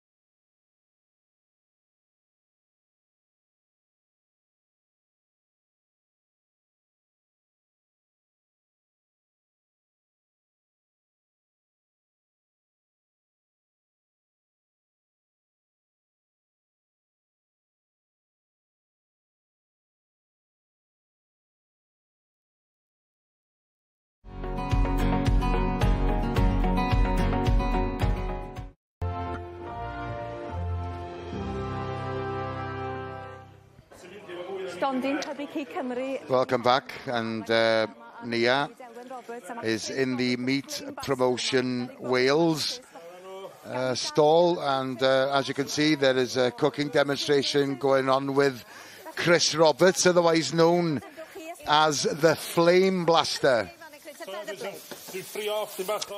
And he's frying off a bit of Welsh beef feather blade. It's quite a more unusual cut off the shoulder. It's a bit cheaper than the ribeye and the fillet. It's sometimes referred to as the flat iron steak.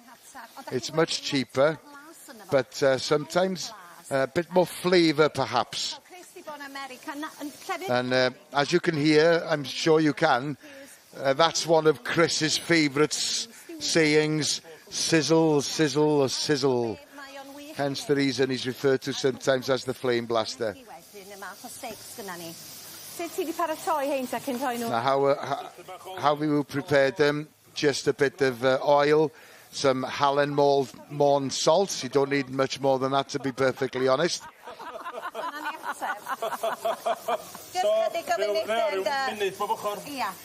And according to Chris, they just need maybe a minute each side, but of course the oil in the pans have to be extremely hot. He's got to make a salsa to go with them. Bit of butter. Oh, hello. It always strikes me odd as every time a chef says, I'm going to add a little bit of butter, it's usually a big chunk that goes into the pan. And as a dairy farmer, long may it continue, Gareth. Yes, indeed. He's adding a few herbs in, then obviously there's he's got an audience here as well in the Meat Promotion Wales stand. And of course he's been here during the course of the week cooking Welsh produce, lamb, of course. It happens to be beef on this occasion. Plenty of basting. A bit of rosemary in there as well, and garlic. Can you imagine the way Chris cooks his food? Plenty of heat. It must have been quite warm in here in the first couple of days here at the show. And Chris has been very busy during the lockdown period. And since then, he's opened a restaurant in, well, his friend has opened a restaurant in Carnarvon, and Chris intends going there next week. And Nia's just asking him, how's it feel to be back in the show? It's brilliant, but he needs to concentrate on what he's doing. He doesn't want to lose any heat, and apparently the heat's gone off at the moment. So, mae'n barod pan mae'n teimlo fel 'a. So, dim bach o spring. Yeah, well, it's easy for him to say. You know it's ready when it feels like that. The voice of an experienced chef. But, well, Nia's just saying there's a nice aroma in the kitchen, and I'm not surprised by that at all. And Alwen there, of course, is with Chris, and Nia's just asking her, how many times have you been having cooking demonstrations here? We try to show, yes, there's a variety of meat available, and cuts perhaps that you wouldn't normally buy from the butchers. And the neck fillets, for example.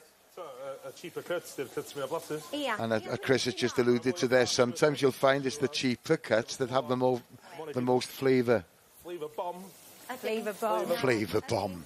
That's another one of his favourite sayings. And as Alwen is saying there, with the keeg that's left over, you can perhaps make a curry or so, I don't know. Almost there. That one needs a little bit more time. And Chris is just saying as well, once you've cooked the meat, it's very important that you leave it to one side to rest. It just needs to, the meat needs to relax, and that's a good question. How long would you leave it to rest for? About 5 minutes maybe. And with a tomahawk, for example, you might rest that for up to half an hour.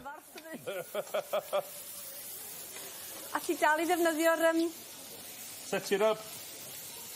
Yes, and he's just asking, I can remember a while back when Chris was in this show a couple of years back, and he had a stall in the food hall, and he was selling his own special barbecue rub, which he called Sexy Rub.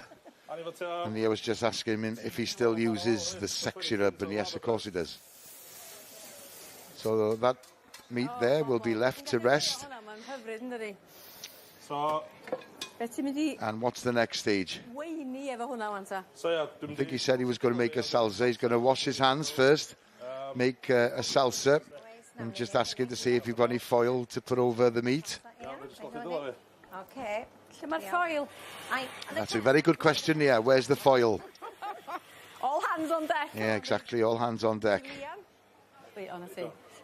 A salsa and some... The salsa. So salsa, yeah, just mynd am... I'm going for the roasted peppers.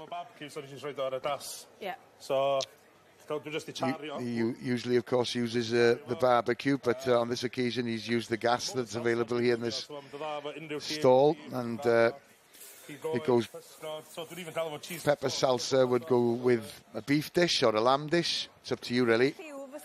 But it's... Well, Neil's suggesting maybe, is it the colour you're going for with the variety of peppers you've got there? No, yes, that's one thing, but it's also going for the flavours. And Neil's just telling him to be careful, but I think he's quite experienced at chopping peppers. Just rough cuts, so. Well, maybe they're going to lleidfa fan hyn cyn bo hir yn cael... Well, Nia's just saying that the audience that are here watching this demonstration will be able to have a taste of the feather blade cut of beef that he's cooked. And Nia's just asking him, what's your message here at the Royal Welsh this year? Well, it's don't just eat Welsh meat and Welsh produce, but celebrate it as well. Now's the time to appreciate life, the farmers and the butchers. I thought for a second that knife was kind of getting a bit too close. Yeah, but the main message there is to use the Welsh produce. It's the best produce in the world, and celebrate it. Yeah, we'll be back when it's all ready, and just telling everybody to make sure that they don't eat it all. Right, here we go. We're back in the shearing shed, and it's the final of the veterans in the age category between 50 and 60. John Frogatodd ar ddau o lan uwchlyn, mae gennon ni Alwyn Mancini ar 3 cyn reolwr Carban Cymru'r Rhydwyn Price ar 4. So we will see these gentlemen up the pace slightly, and they have, won't push it too hard, but they will push themselves a little bit harder. And there we see Alwyn Mancini on stand 2 from North Wales there. As alluded to before, is now the current Welsh team manager, but he will be looking to win this competition if it was possible, and he's shearing exceptionally well. Yeah, if he was to win, Gerald, he'd have some bragging rights over the guys who'll be choosing to represent Wales as well. Well, that's fair comment. I don't think he'd be short in telling them to follow me. I think he's quite a character, Alwyn is. He's done a lot of shearing. Oh, that's Andrew Morris from down the road here in Aberedo. We featured him 2 or 3 times. Allan gyda Brian Sankey hefyd ail oen i'r ddau ohonyn nhw bellach allan. Wedyn John Frogat o Loegr yn mynd I mewn, ond ar 3 ar hyn o bryd mi... Fair than, as I stated earlier, they may have lost just that ounce of speed, but the quality will be still there, and as they'll be priding themselves on doing a very good job, and I'm sure when you go out the back to see after, you'll see their lambs will be shown exceptionally good. Wedi newid ger ers y bore cyntaf pan oedd o'n rhafwrnofion, ond wrth gwrs ydy'r rownd derfynol, does ddim dewis, felly ond bwrw iddi a mynd cyn gyflymed as I bosib, a gobeithio bod chi'n gallu... A little bit harder cutting wool lambs this time we see there than in terms of a little bit of colour throughout them, and probably Welsh mules out of Glamorgan Welsh lambs, and then their density of wool will be a little bit harder, but that won't make no difference to the cleanliness of the lamb, and they will be trying. These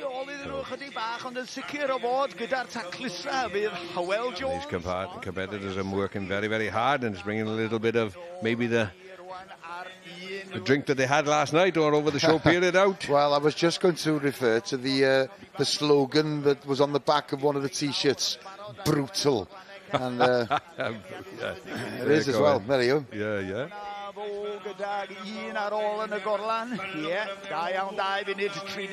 Quality of shearing looks very good from here anyway, to be fair. And I think this is the final competition in the shearing shed, apart, of course, from the spectacle that is the shearers against the axemen, and hopefully we'll be able to see that as well before we come off the air. Rhwng yr rhain mai o ran cyflymdra, felly pwy sy'n mynd I orffen gyntaf y bed, Brian Sankey wedyn wan I mewn am the temperature is rising and the speed is rising and the crowd volume is rising, so these gentlemen have got enough experience to hold it together and not let their emotions get the better of them. But they'll probably also be aware of the commentator in the shed. Yes, indeed, that's in your ear, yes, indeed. And as we stated before, then, you know, if you were on stand number 1 or stand number 6, but if you find yourself listening to that, then you're not concentrating on your job in hand, and these guys are mentally strong to be able to. And there we go. Andrew Morris is out first. So a very close contest, to be fair, in speed factor, but we'll have to wait and see what, as I said, in the scores are on the board and the finished product out the back. So let's hope that we come back and seeing it later on and hopefully have the result. Yes, indeed.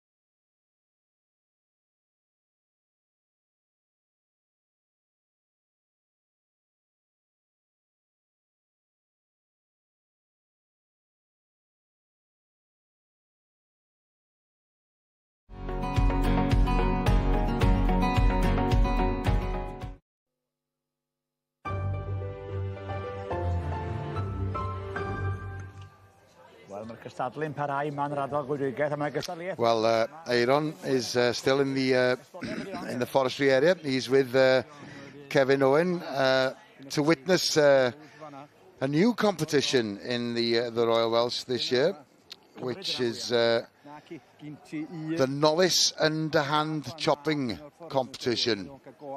And that guy in the green vest is from Bethesda, but there's a young guy there who's got half a log there in front of him. I'm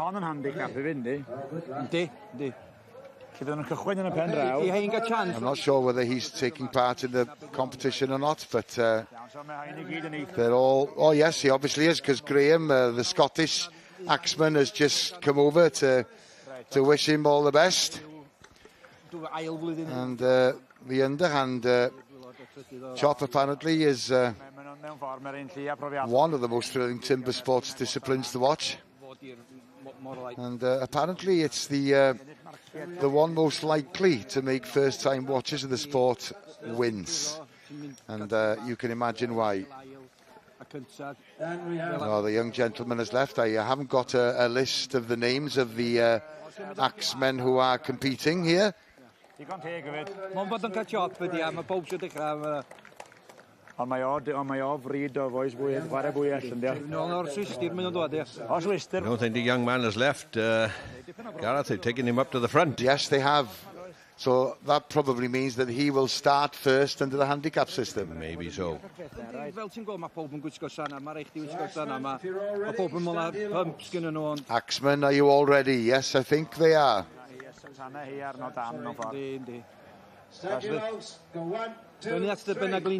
off they go. Well, I don't think there was a handicap system, because to my naked eye it looked as if they all started at the same time. Yes, indeed. It'll be quite interesting for us to see who turns first. Oh, there's one who's turned already. Yes, indeed. And followed by his I suppose the secret here is not to chop in the same place twice. Well, fair comment. That guy in the centre there in the yellow and green is going very, very well. The only thing that we can't see from here is how far he come through on the first side. Well, this gentleman in the green and yellow looks... Oh, no, he's not. He looked favourite to finish. Yeah. But the guy, I think he was a French competitor who finished in first place. Is our young man doing at the top? He's still going.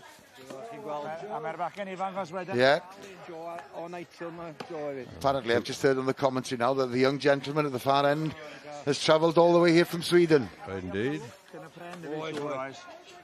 And I suppose you could be unfortunate in the type of log that you fair comment, end up chopping. Yeah, fair comment. It did cross my mind. There's going to be a few more knots or something right throughout the timber, but I think the inspectors would probably have enough experience over the years to source timber that was of the same ilk. The young man is determined to finish anyway. Yeah. I was just about to say, it's probably quite disheartening when you're still at it and everybody else has finished. It's a bit like I alluded to in the shearing shed when you no more sheep machines going in your own. So, yeah. Well, we'll be back there again, no doubt. Well, they're also a competition for shepherds in the Royal Welsh, and a lady from Carnarvon has won it once again. And she's just saying that yeah, she depends on an awful lot of help from members of the family as well. And she's just saying that a lot of people have been visiting the sheep shed here during the course of the last 4 days. And it is a shop window, really, when you can see the displays that they have here with all the different breeds. And it's been quite an attraction for all the young children and the youngsters who have visited the showground during the course of the last 4 days as well. And it's always helpful as well that all the information is available there. We can see the leaflets there. So anybody who's visiting the sheep shed can pick up a leaflet and get some more information about the different breeds. Let's go and have a look what else is there. Right, a lot of people when they're visiting the show, and obviously because the sheep are the black colour, they want to feel the fleece to see how it feels. So they have been competing with the fleeces earlier in the week, so it's there so that people can have a feel and see exactly how the fleece feels off a black sheep.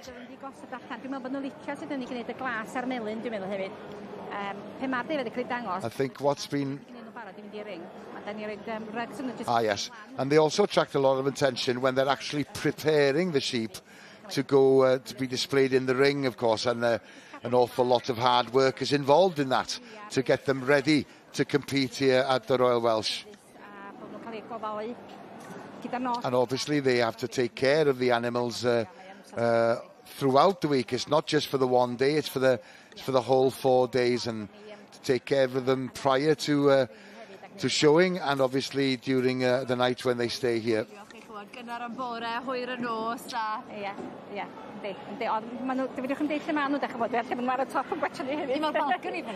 As you can see, they're referring to the fact there's a balcony above where the members of the family can keep an eye on the livestock while they're perhaps having 40 winks. Yeah, just referring to the fact as well that the extreme temperatures that we experienced earlier in the week wasn't that pleasant. It was very hard work under those circumstances, but it's been a good week here at the show for them nonetheless.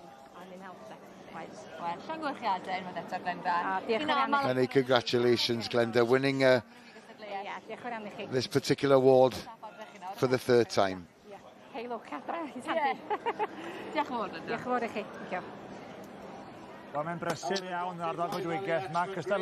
Well, it's quite busy in the with the axemen. This competition, the springboard pole climbing. Well, I don't think it's the final. I think it's a heat. It's a handicapped event for axemen of different abilities. It's just confirmation there. It is the third heat. And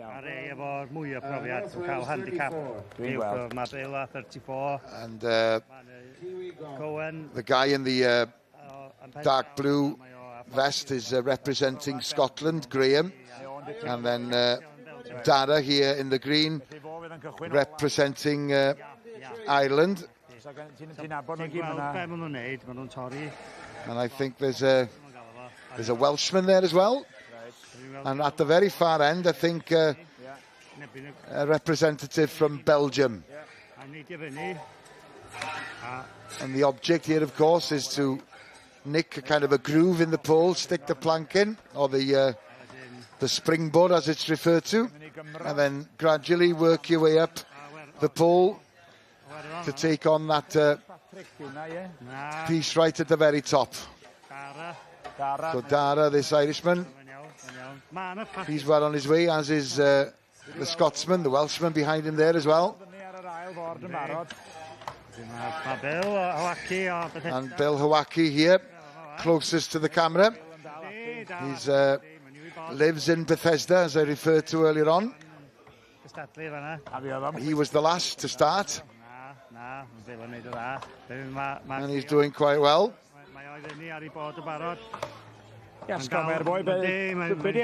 Well, Dara, the Irishman, is flying ahead. And at the far end there's Cohen from Belgium.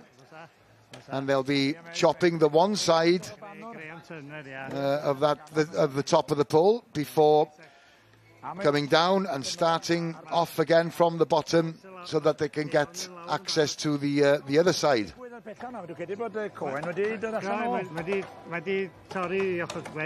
So Cohen, the Belgian, you can see, is on the second phase. Yeah, just to go for, I've got to dod lawr eto. Oh, got to dod lawr eto. A torri ddau poced eto. And Bill from Bethesda Oh, ysgob. O'n i'n meddwl bod o braidd yn hawdd. is catching up. Right, okay. Oh, mae'n yr asg o lew. And he's on his way back down. So he's made up some time. And then, of course, now they'll be making their way up for the second time. And it looks as if the Belgian at the far end has got a bit of an advantage on everybody else. The Welshman's on his way down. But Cohen, who is the current champion, I think, is way ahead of everybody else. It won't be long before he completes his task. And from what I gather from the commentary, Bill, gentleman from Bethesda, is closest to the Belgian. The Belgian, the far end, has finished. And he's finished way ahead of all the other competitors.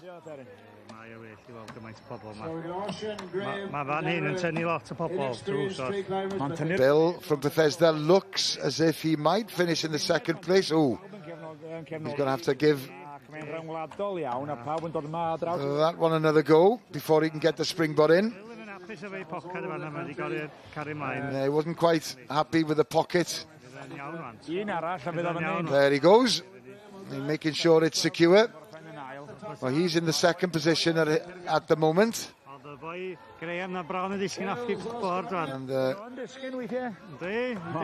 he's giving it a good go. Bill, of course, representing Wales. Belgian has already finished. It's a race between Bill and the Irishman, Dara. Graham from Scotland, of course, is up there as well, and he's completed. So it's the Scotsman, Graham, who finishes in second place. And it's a race between Dara, the Irishman, and Bill, the Welshman, for the third position. It's going to be quite close, and there we go.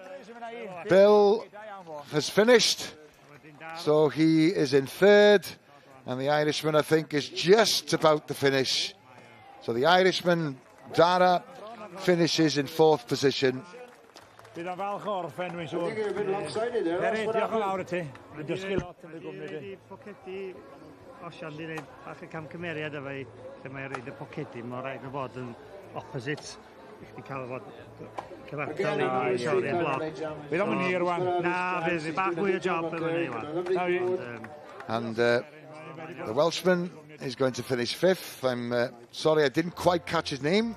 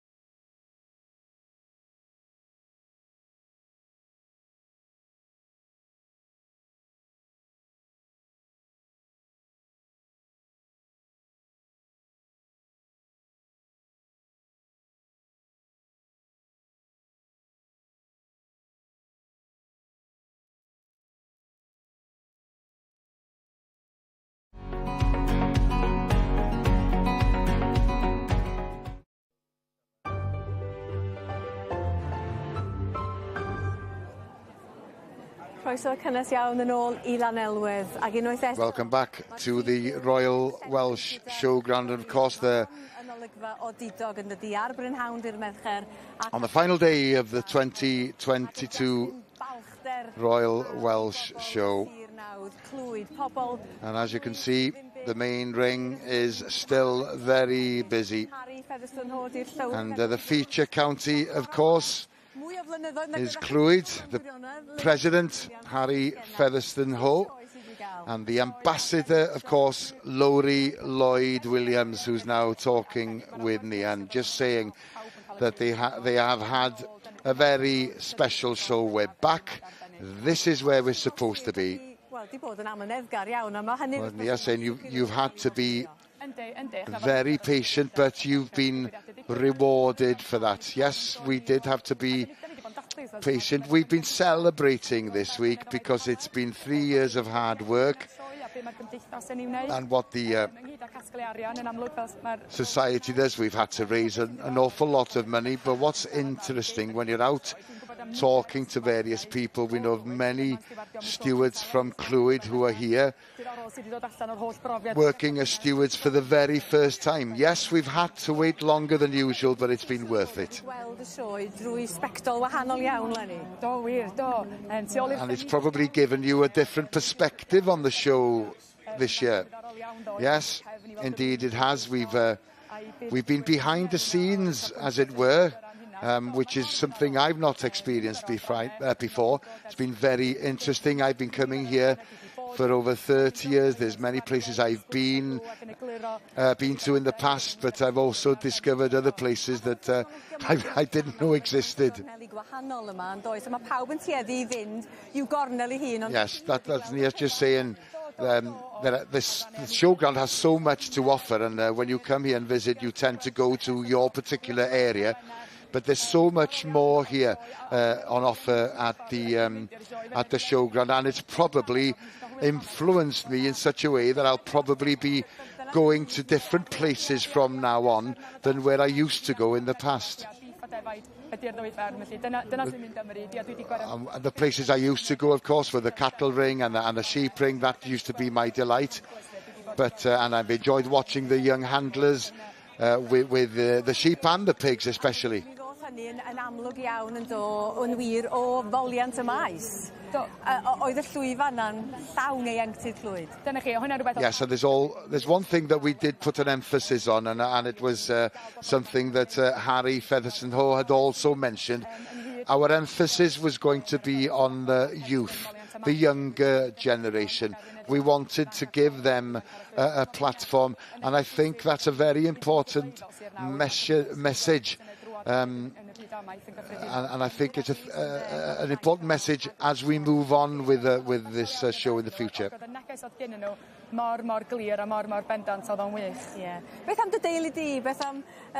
What about your family? Who's here with you? Everybody. My mother and my father, of course. I've been coming here for many, many years with them. My grandparents, and my sister. Everybody was here enjoying the show, and it was great to be in their company and enjoy it with them. That's the most important thing. Mae hon yn sioe bawb hefyd dydi o bob oed. Mae yna bob math o atyniadau yma, pethau I blesio pawb. Ond fel llysgennad... But as an ambassador, and of course the name has changed as well. It used to be Lady Ambassador. It's now the Royal Welsh Ambassador. How do you look on that role? Well, I look at it, the most important thing for me was to represent the young members of the society. I chose two themes. One was the younger generation, and the other one was conservation. Ar hyn o bryd mae Harry Featherstone-Ho dylywydd y dyn... At the moment, the President is in the main ring, obviously. But how have you worked together? Oh, it's been a very special relationship. I had a lot of encouragement from him. We've become very good friends, both Harry and his wife. We've had a few glasses of wine during our discussions, but it's been teamwork, and we've had a very, very good team behind us. We've been very lucky of the support that we've had from the people of Clwyd. We've been at it for a very long time. And one final word, Jacob is the ambassador next year. Have you had a word with him? Yes, he was with me yesterday, helping me with the role of the ambassador, and he's really looking forward. And it's a male, yes, I think that's very important. The society is moving on, and of course the name has changed from Lady Ambassador to Royal Welsh Ambassador. So it's applicable to both male and female, and I think that's important. Yes, the last time we spoke was in the winter fair, and of course here we are at the Royal Welsh in the summer, and yeah, it's been an enjoyable experience. Congratulations to you as a feature county. It's been a very, very good show and one to remember. Right, let's get back to Eiron. He's still in the forestry area, and there is another competition about to start. It's the single buck, or the single saw, the single man cross cut saw. Am mwy nhw yn defnyddio pegarica, llifio pegarica. All right. Ac maen nhw'n cael ei gwneud ar gyfer... Unfortunately, I haven't been given the list of the name of the competitors, but if I can pick something up off the commentary, then I'll let you know. Well, I can tell there's a guy from New Zealand at the far end. And these saws, of course, are quite an expensive piece of kit. Ond wedyn maen nhw'n cael bleser me, a chi wario ar rhywbeth rhaid, yn dal tax oedd chi. Pwysig gen ni'n y pedwar yma wan. Right, let's see if I can pick up a few names. Eddie Grant from New Zealand, Phil George in the middle there, and Eugene here at the closest to the camera. And you can see there is an assistant there, will be spraying the saw as they compete. And the guy from New Zealand has already got into a rhythm. He's Eddie Grant, and it's going to be close. We can't see. Oh, hello, Craig Alder is the guy who finished first. He's the Welsh competitor.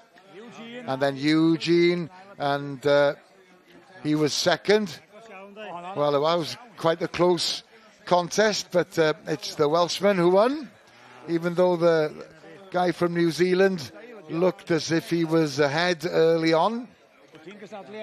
Dim wan hyn, a dwi'n gorfod bod y hyd I bod efo chainsaw common y fath yn digwydd. Ie, a roi chance I bobl eraill. Ie. Honna di. Eidon ni hynny. Dwi'n llifio wedyn efo bil fel dwbl. Ie. A ni'n gweld ti sy'n ngofal y ti gadw yn y chainsaw fyd, ie. Ac ond bod rhywbeth yn mynd o'i le. Ie. Gret. Diolch gan y gwmni. Oce, croeso. Diolch. So we'll leave the Axemen and we'll head to the carcass competition. Carcass competition here in the summer period of the Royal Welsh show isn't quite as large as it is, and when we come to the prime stock shows in the winter fair and that, but nonetheless it doesn't detract from the fact that there is exceptional good quality animals which are displayed here. I do know that Master Andrew Bishop has won the overall championship here, and here we are. Yes, there's his carcass, and it'll be heavily supported by the Beltec sheep. Whether it could be pure, I'm not too sure, but it is an exceptional conformation sheep, as we can see on the hindquarters, wherein the lamb is the very valuable asset. But as I've alluded to, from the cattle right down through, they would be looking for a carcass that's uniform from the top to the bottom, without just having this excessive back end and nothing up at the front. But there's very good shoulders on this lamb, as you can see as well. So for the butcher's perspective, when he puts his carcass on his slab and cuts it up, he's hoping for as much meat to be able to sell as he possibly can.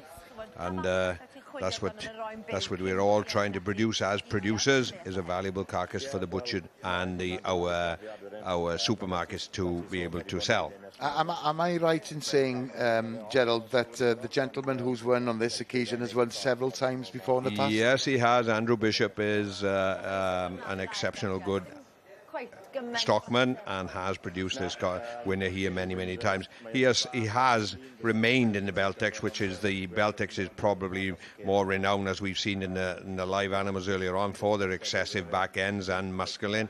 So yeah, he has been successful and a very good man at the competition. The carcass in second place, as the gentleman with Maynard was suggesting, is a bit leaner. The fat category, as you can see, the two carcasses in shot there, the one on the right then would be a little bit leaner, because we can actually see, say, the red meat side of it, and the left-hand carcass has got what they call a little bit more cover on, which would be the fat. But also a lot of people would state, and a lot of housewives would state, that they need a little bit of fat on this to create the flavour and make the gravy, which obviously is a thing. But in the abattoirs, as we sell our lives too, then they will classify these lambs as of E confirmation based on Euro, EURO, and obviously E confirmation is excessive muscling, and O would be at the bottom end when the leg would be quite nice. But they also go a flat classification.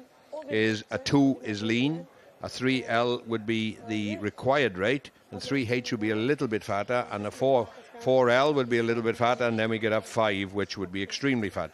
And there we see the reserve, which is Davis Brothers the Land Gwynfer, and there's Gerwyn Davis's daughter there, Liz, explaining that and how privileged they are to be reserved. Thank you very much, Gerald. Thank you very much indeed. Well, the Royal Welsh has been situated here since 1963, and as we've already established, and this year's feature county is Clwyd. Next year it's Glamorgan, and here's the president, or will be the president next year, John Humphrey.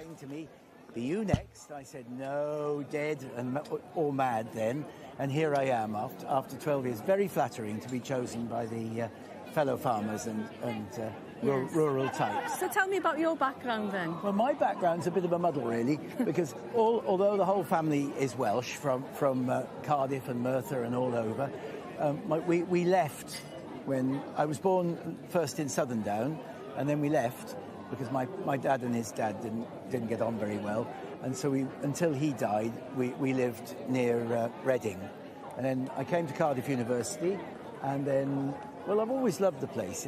We used to come. My granny had a holiday home in Southerndown, so we came every summer for 4 weeks. But we've lived here since 1980 full time, because I worked away for a while. But what about the forage farm in Cowbridge? That's a very new development, isn't it? Oh, it's big, yes. The farm is a very complex business. We employ about 70 people now, and what happened was that it used to historically be loads and loads of little farms, and then my dad, for better or worse, thought it'd be better to weld it all together, give all the houses to the tenant farmers that used to be there, and to have a great big directly farmed farm. Now, whether that's a good idea, I don't know. But we've then gone into all sorts of things. What we've always done is just said yes to what turns up. And we went in big into recycling from about 2004 onwards. And then we had a bit of housing development, which every farmer dreams of, as you know. And so we used that to start this hospitality business. And we've gone into free-range eggs. In fact, there's about 40 businesses there now. And since the lockdown, the whole thing has developed. It's a huge farm shop. It's huge. Now, on a really good day, when it's nice, really actually like this is quite good. It's like Heathrow Airport as they all come in. And obviously you've got to love the public, sort of. You have. So tell me about your connection with the Royal Welsh Show. What does this show and showground mean to you? I love the Royal Welsh. We've been coming always. We used to come with our children and swim in the river and everything, and caravan. And then we've we've never actually shown things. I think we're too inept to do that. But we've always spent a lot of time here, and I've always been coming here because I got quite involved in agricultural politics, and all the meetings were here. And I just love the whole place. I think it's fun. And I'll tell you what the other thing I love about it. It just shows what Wales can do. It's smart, isn't it? Yeah. So what will your priorities be as the president when your turn comes around? We've got a bit of a new thing going next year. A lot of people said to us, "Oh, we hope you're not just raising money for buildings on the site." And they don't need any more. They don't need any more buildings. No. So what we're setting up a leadership programme for youngsters from all over Wales, which we hope will go on after our year. But we were very lucky. We got a bit of a legacy from a lady from Gunlice, and then we've match funded that, and then we're hoping to build on that. And so far we've got 14 starting on the programme to learn how Wales works, basically. Very important when you live in Wales to know how it works. So, do you have who's the team? Who will be working with you? Fabulous! We've got a fabulous team run by the very able Cathy Atkin-Bowdler, who is the chair of finance of the Royal Welsh. She's our chairman. Gets us going. We've got 3 excellent committees. We've got the Vale, the south. We've got the north, which is more the upland areas, and then we've got Gower. Now Gower is a very lively farming area, and they put on masses of functions. And what's so great is we've got lots of people with very different sort of tangential skills. Like Jonathan, who's a great florist in the tent, he organises strange events. And then we got such a Catholic mixture of people who can organise things, because Glamorgan is not really very rustic, is it? So actually having a huge array of different people. But it is in parts. In parts, but we have to try and interest the non-rustic places in this, don't we? Because everyone loves it. And this show succeeds in that respect. It does. But Wales is a bit fragmented. I mean, this morning I just had to go off and get a part from which somebody said, "Oh, it's only round the corner."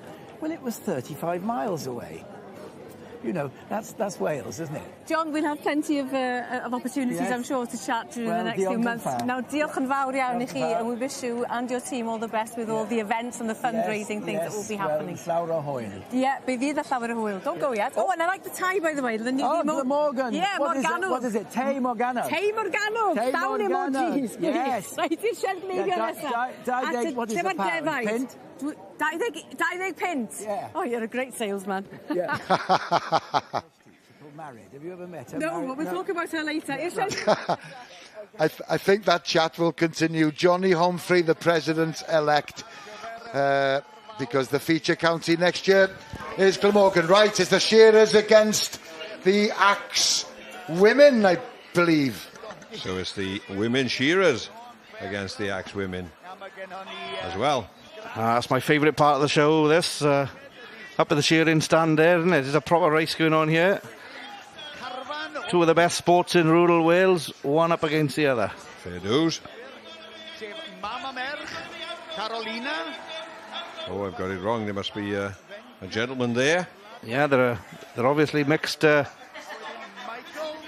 course, this is a relay system, isn't it? And the men shearer have been shearing against the men axemen, and then obviously then there must be a lady shearer on this particular side against that. So the one is not allowed to start until the other one is finished, and unfortunately fortunately the shearers appear to have won this particular section, when the 2 axemen in view here at the moment are still going for gold.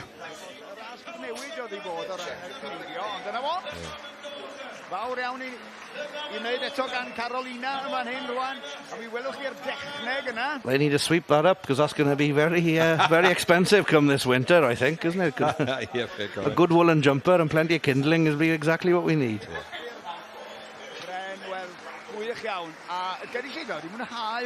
So, well done, ladies.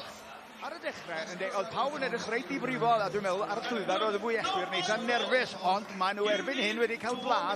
enough, you're saying about sweeping up. We don't see anybody sweeping the wall or the chips up. No, you're right. You can tell it's the Thursday of the show, isn't it? They've got 12 months now to get it cleared again. Let's hope we get back and see the next competition.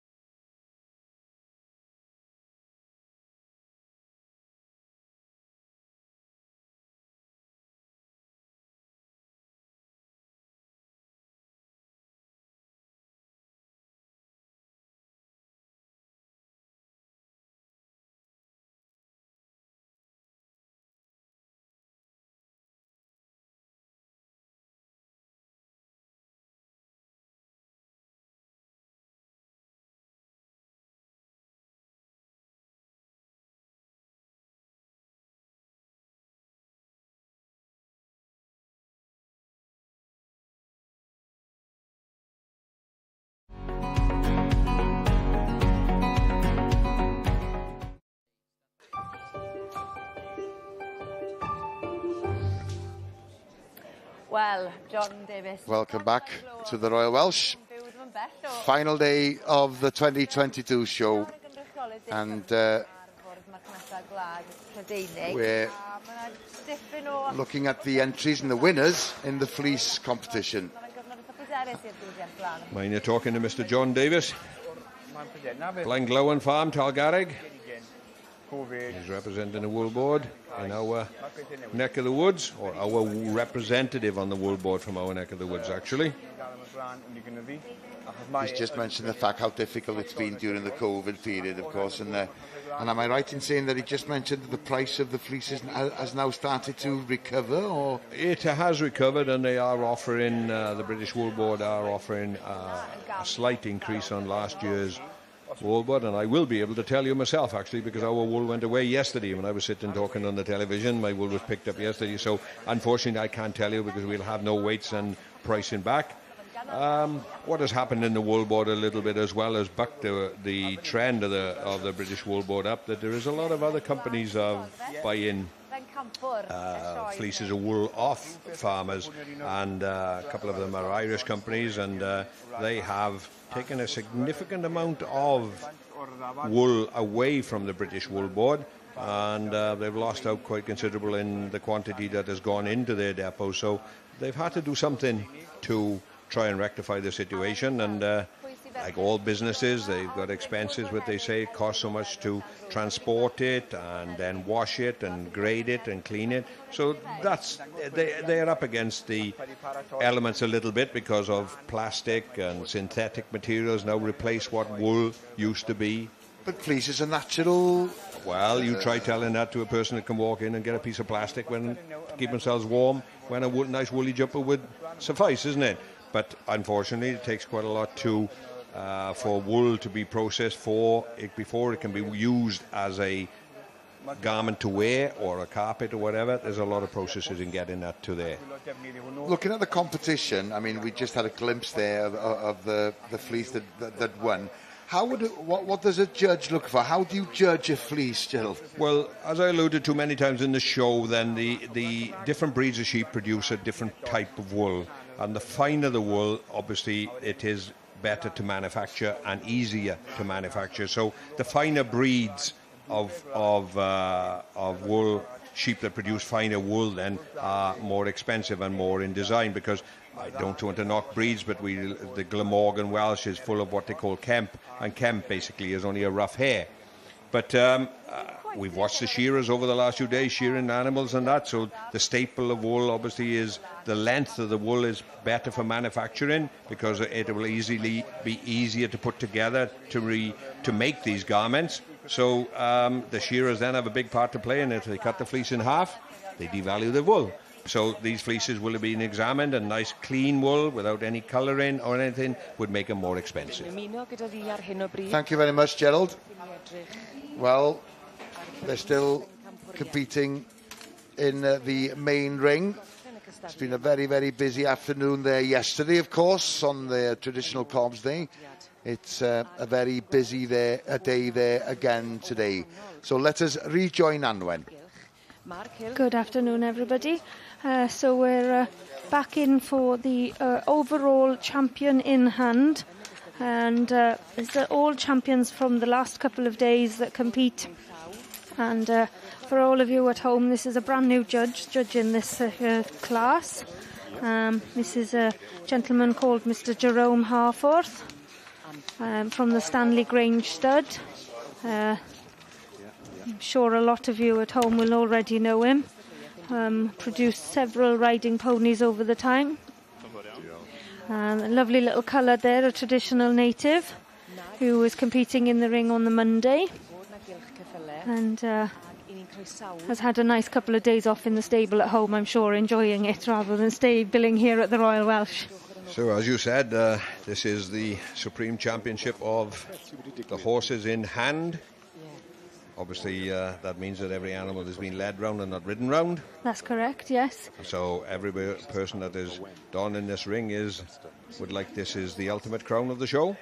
It is for the in-hand world, and also this is combining what we call the qualifier for the Horse of the Year show, which is now sponsored by the Price family. So there's two prizes at grabs in this actual in-hand championship this year. The pinnacle of winning the Royal Welsh in-hand champion, as well as qualifying for Horse of the Year show for the Price family final. Am I right in saying that I seen the Cobb champion coming down there, the Welsh champion of yesterday? That's correct, yes. A very popular winner yesterday, Gaylor Lottie. You can see her now at the back of the shot of the lineup. In your opinion, she stands a good chance at this end of it? I don't know if I could put my money where my mouth is. I don't know. Don't let the side down, all right? Will I put my neck out on the line? No, all I asked you was, does she stand a good chance? Anybody will stand a good chance. The standard is that high in this ring that anybody stands a good chance? Yes, in my opinion, yes. Good. I don't think there's a bad one in this final whatsoever. In front of you now, you've got Wyn Morris, who's handling the champion Welsh Partbred. Judge? Who judges this? This is a separate judge altogether. So as I mentioned, it's Jerome Harford. So Jerome Harford would be breed what type? He actually produces what we call the riding pony breedings. Stanley Grange said so. Children's riding ponies and the show ponies. But again, he is a judge, a producer of all sorts of ponies. He would appreciate a good pony, whatever a breed it is. Oh yes, obviously. Then so his knowledge is expansive. Fair dues. Just the man for the job then. Oh, exactly. And the honour of coming here. So I think this one, in what we're seeing in front of us now, is the Hunter breeding champion, back from earlier this week. So we have horses that have had the prizes here on a Monday? Most definitely, yes. And still here on a Thursday and looking as good as they are? Well, it's nice to see them coming back, because sometimes they don't always come back. It's a different day, it's a different class. So if you couldn't come back for the championship, mind you'd be you letting yourself down as you well would as be your letting animal, yourself down, yes. So here we are now with Wyn Morris handling exhibit 1895. That's the... I think you might actually have the wrong exhibitor number on him, bless him, because I watched this class earlier this morning. That was the champion in the Welsh Partbreds this morning, and it was actually handled by Alan Charlesworth this morning. So he's got another one in the ring, so Wyn Morris has taken over the reins. Got excited. I did, didn't I? Oh, he got excited. Oh, he got excited. Yeah. So, yes, and there you have the... Hunter breeding champion from earlier in the week, Plas Pennant Sir Sydney, a nice 3-year-old gelding who I'm sure will go on to be a ridden hunter under saddle. Ar ddiwedd y prynhawn. Ie, o'n i'n cofio bod ni'n siarad wedi gystadleuaeth y cydi, dyna beth mae wedi bod am flynyddau, mae wedi newid ei enw y flynyddau diwetha i'n teulu Price. Wide range of type, size, most definitely, and everything available in front of this judge. So it is a difficult class to sort out in comparison to one another, then, isn't it? It is, but he would have the knowledge of what he's looking for in that breed stamp, like this little Shetland now. Native little pony, doesn't cover the ground to the same extent that the little Partbreds and the Hunters would, but it's moving beautifully for its little Shetland. And he's the best in the show. Exactly, and his little name is Randolph of Catchpool, property of Anna Stevens, and he's a little 6-year-old little stallion. Cheeky little characters, the Shetlands. We used to have one at home. She was called Scruffy. There's a posher handle on this one than on Scruffy. Yeah, almost definitely.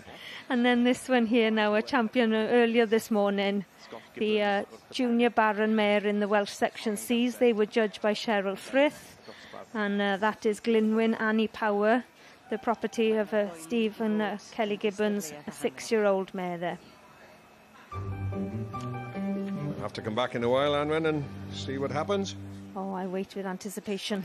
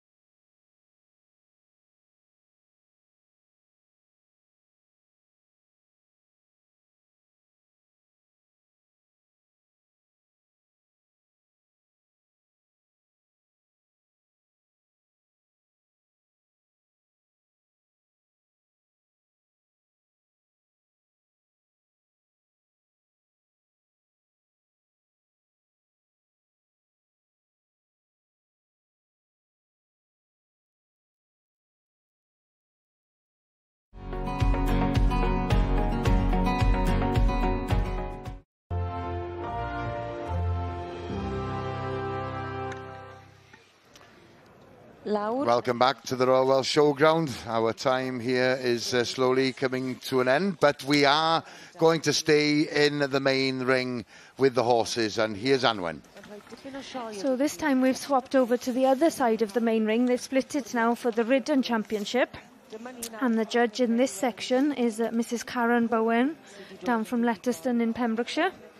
So what we see in front of us now was the champion of the Ridden Section Bs yesterday. Katie Marriott Payne there riding her own Clan Mill Latika Miracle. You see the lovely little side saddle rider there, jockey, having a whale of a time. It's nice to see so many of these having returned. You can see there in the corner of your shot the Section D winner from Monday morning.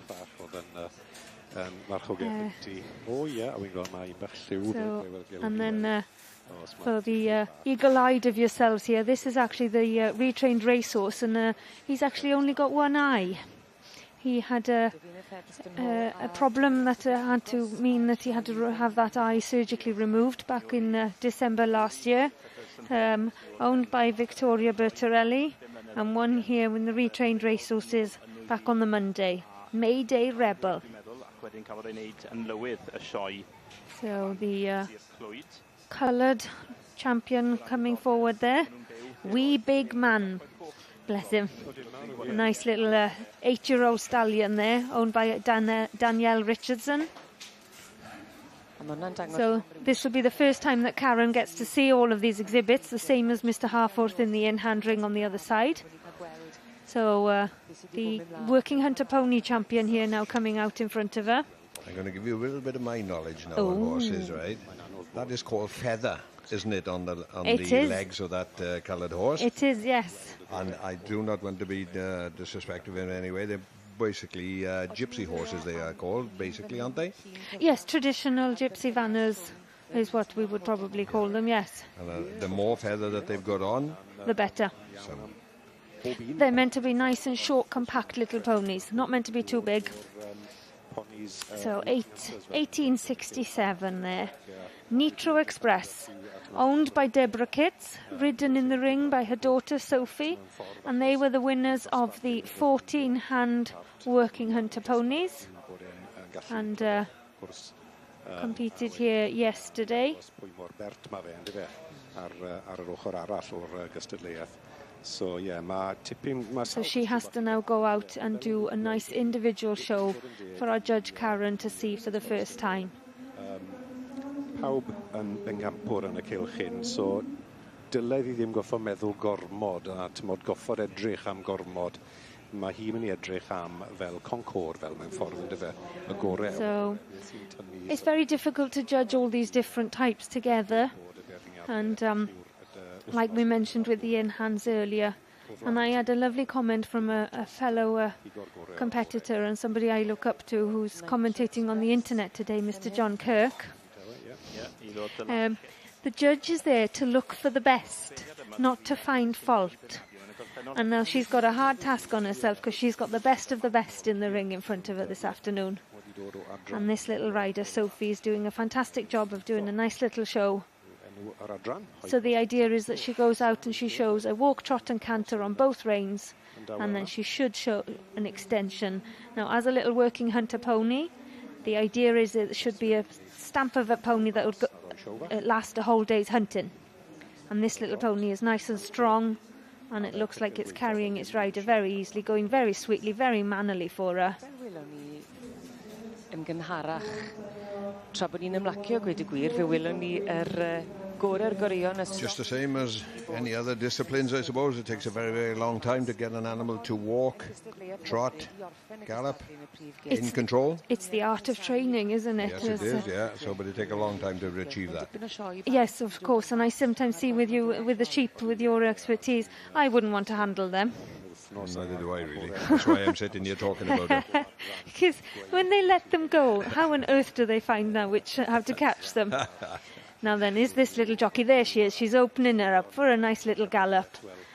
Really showing the extent of this little pony. Yeah, well, mae stori bob ceffil yn dos mae stori bob cysyle. So, ni'n gweld nawr yw'r holl stori yn un dod at ei gilydd. And I think she should be proud of that little show. Her and her little pony have done an amazing little job.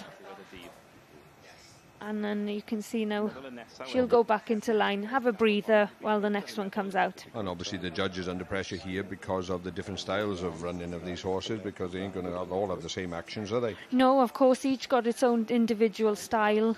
Some of them have a bit more knee action through the Welsh types. The Hunter Pony types was more what we call a little daisy cutting action. But we'll come back and see them later on and see how Karen is getting on.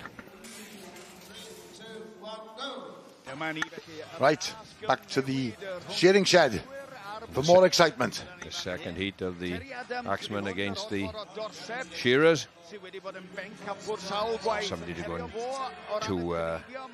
will go and slow that shearer down, perhaps, is it?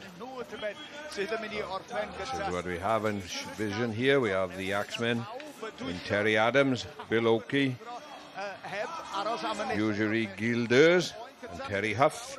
And the shears are Andrew Morris, Brian Janke, John Froggatt and Ridian Price. Well, they're having a good go at it this time. I tell you what, there's been a lot of colouring in on those logs, and they know exactly where they're striking that axe. John Froggatt o Loegr yma'n hyn. John, ma'n wedi bod yn tynnu coed John rwy'n bach, as mae John... And the shearers just slightly ahead there, I think, is it? I think so, yes, indeed, yes. Chainsaw out in the second. Oh, it's a close one, and the second axeman is through, and we see, but unfortunately it is the last shearer that has already got started on his last sheep, so poor old axeman that is waiting on the other end is going to be unlucky. Oh no, indeed, there's another sheep waiting. He's kicking a bit, that one, isn't he? He's trying to give the axeman the advantage. Yeah. The axeman turns, as we might say, down the last side, is it? I think that's right. You can only imagine how sharp that axe is to take chunks that big out, eh? Imagine, Look after your toes, boys. Look after your toes. He's ready to go. Yep, but he's away. Half the wool's off that one, isn't it? I think so. Yeah. Bit of a bit of advantage there, wasn't it? Steward's inquiry over that one, I think. Yeah. And there's no judge to judge him, is there? No. Oh. And they're playing at home. Could be lucky. He was frightened that he just might have got him then. Yeah. Oopsie. One toe was missing. Yeah, well done to the shearers. It's a lot of fun at the end of the show, this, isn't it? Yes, indeed, to be fair. They're too far behind this time. No, I was going to say. So maybe next time they'll say they'll take half the log first. Yeah, absolutely. Or bring a chainsaw. Yeah, bring a chainsaw. Very good crowd. Entertainment. Yeah, and it's been full there in the shearing shed all week. And hopefully, I think we may return there before we leave you at 5 o'clock. But we are definitely returning to the main ring and reaching a climax here at the Royal Welsh Show. We're back to the two classes that we've seen earlier in hand, and on the other side of the ring is the ridden animals. At the moment we're featuring in the in-hand classes, and here comes our expert to help me out. I wouldn't call myself an expert by any stretch of the means. But no, what you see in front of you here is our in-hand judge, Mr. Jerome Harford, having a good look at our Section A champion, Dydd Hayley. She's Dutch bred. The owner is the one that's actually leading the foal, so I think it's fantastic for him. But she's been in this country now, being produced by Lowry Reid, who's actually handling her here in the ring. And Lowry being a young mother herself, having only had a baby a few months ago. So what an achievement. However, not silver lining, that's a horrible, not a nice thing to, but Lowry, bless her, lost her grandfather earlier this year. So someone is looking down with a big smile and being very proud of Lowry. But look at that mare go, she's really striding out. Fine example of the Welsh Section A breed. And then the one that's coming out in front of us now is the winner of the Section B champion, who's actually another internationally bred pony. This one was bred in Denmark. So a lot of the Welsh bred Section A and Section B ponies have been exported at some time. A lot of Welsh in general, all of the sections have been exported. There's a huge market. There are no small native breeds in the European continental. They breed Gelderlanders and the Oldenburgs and things. So all their native breeds are big competition type horses. So for their family ponies and children's ponies, they've exported these Welsh for years. So it's quite a testament that they've done quite a good job, because if we are now importing back in Welsh-bred ponies in this country to be in the show ring, they must have done a good job. Oh, absolutely. The bloodlines have carried on. They may well be on the continent, but their passion for these Welsh ponies is just as strong as us here in Wales. And their bloodlines, they're looking for exactly what we're looking for, and their knowledge on these bloodlines to create such a mix and find all these ponies. And Liesel was the one who actually found this one in Denmark as a foal, really liked it, took a picture of it and sent it to the owner and said, I think you really need to buy this. And she twisted his arm hard enough and he said yes. And Liesel's had the opportunity then to produce him and bring him on, and he's going to be a fantastic stock getter for the owner, who will then continue to breed something like that. Denmark. It'll be even better if he comes out on top of this class then. We shall see. Sit and wait, but he did win the Tom and Sprightly earlier in the day. Well, this is all about promotion, isn't it? And this is every person that's in that ring there would like to have in their locker room that I have won the Royal Welsh Show. Oh yes, most definitely. And increase a pound on the stud fee, see then, doesn't it? It's hard enough, it's expensive enough as it is. Oh, a pound isn't too bad, surely the good now. What we see in front of us now is the winner of the in-hand coloured championship, and it's a 9-year-old called The Tramp, owned by Mandy Leek. These were here competing on the Monday. So, and again, these come in all different shapes. You mentioned what we call gypsy vanners and gypsy cobs. This one is a very small little version, but you could see this either being ridden or being worked with a carriage, with a little work cart in front of it, kids on its back having a load of fun. It's a lovely little pony. And it wouldn't cover the ground in the same way that these Welsh breeds would, but it's moving beautifully for its breed type.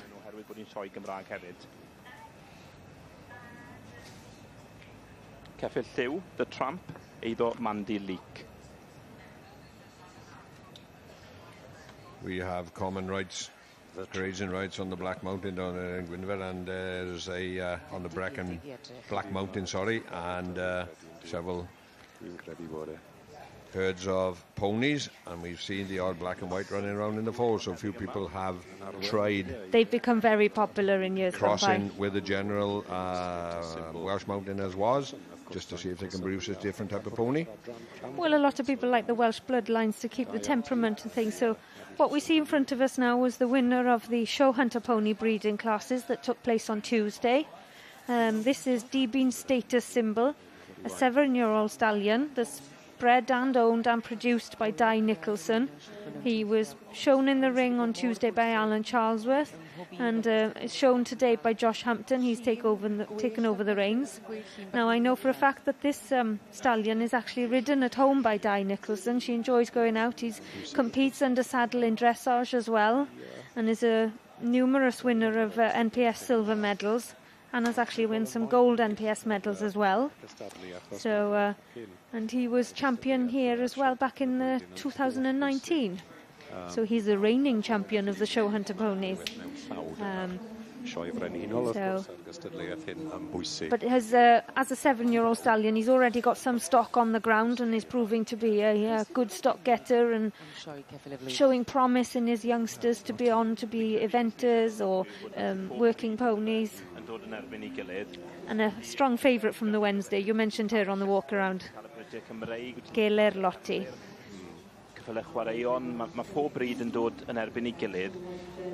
Becoming accustomed to the camera. Featured a lot of this mare yesterday. You did, yes, we did. And she's the winner of the Prince of Wales Cup.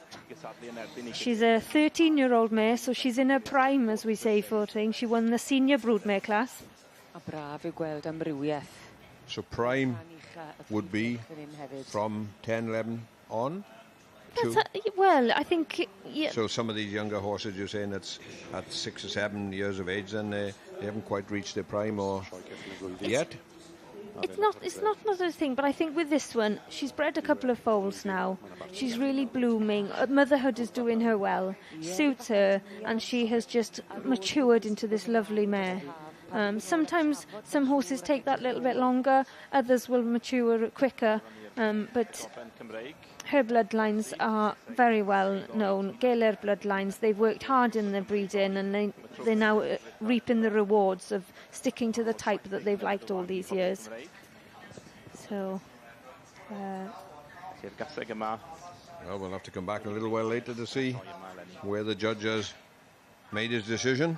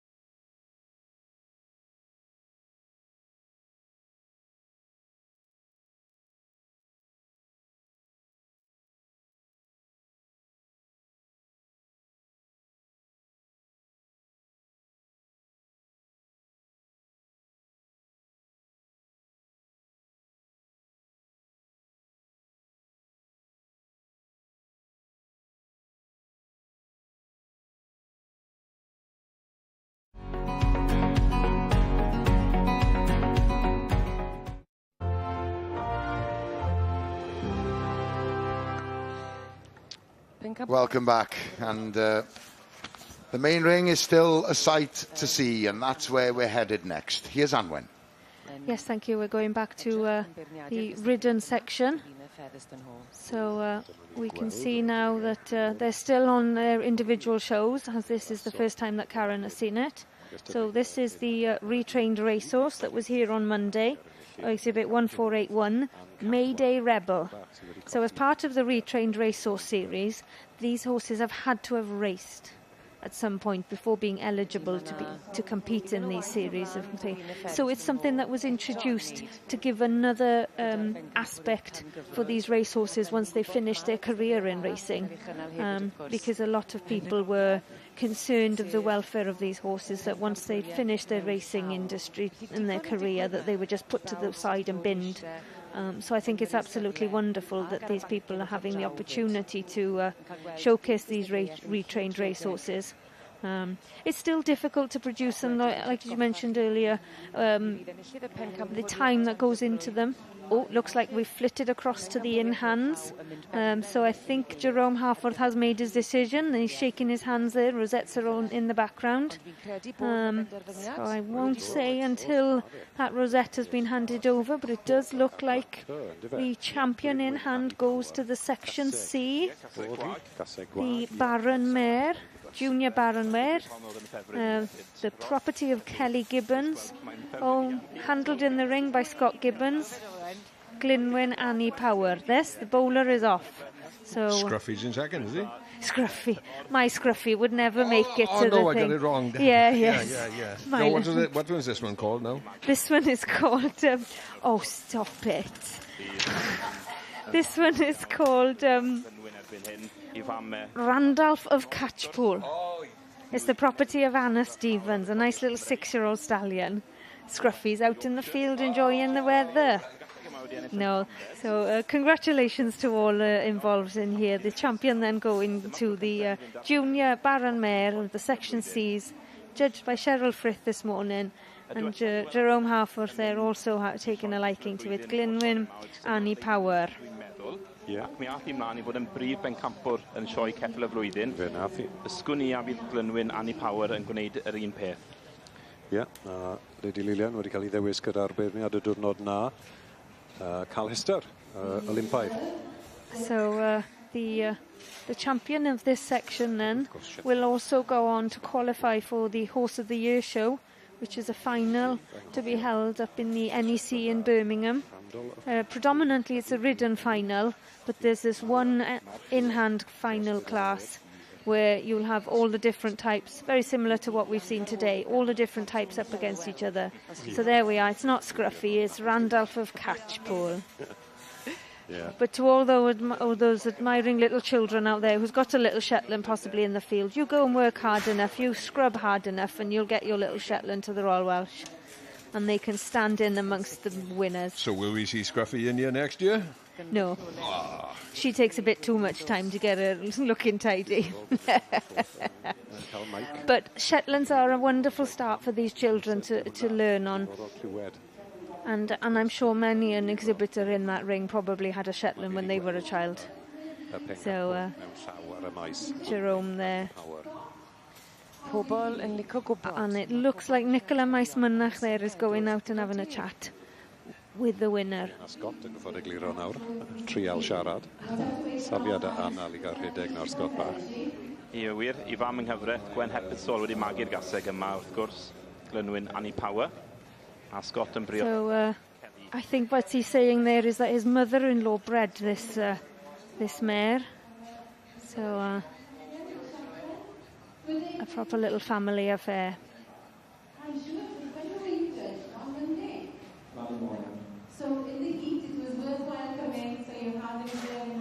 There we are, so Nicola chatting with the Shetland.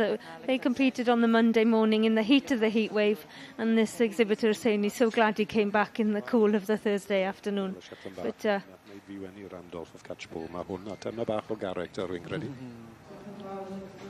nice... I won't call you what we call Scruffy on most Shetlands. There is a little nickname for Shetlands, and I will let you all use your imagination on that one. So it looks like we're moving across to the south end of the ring for the ridden final.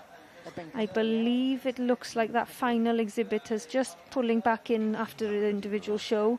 So Karen Bowen there of Pembrokeshire taking one last look. in the green hat.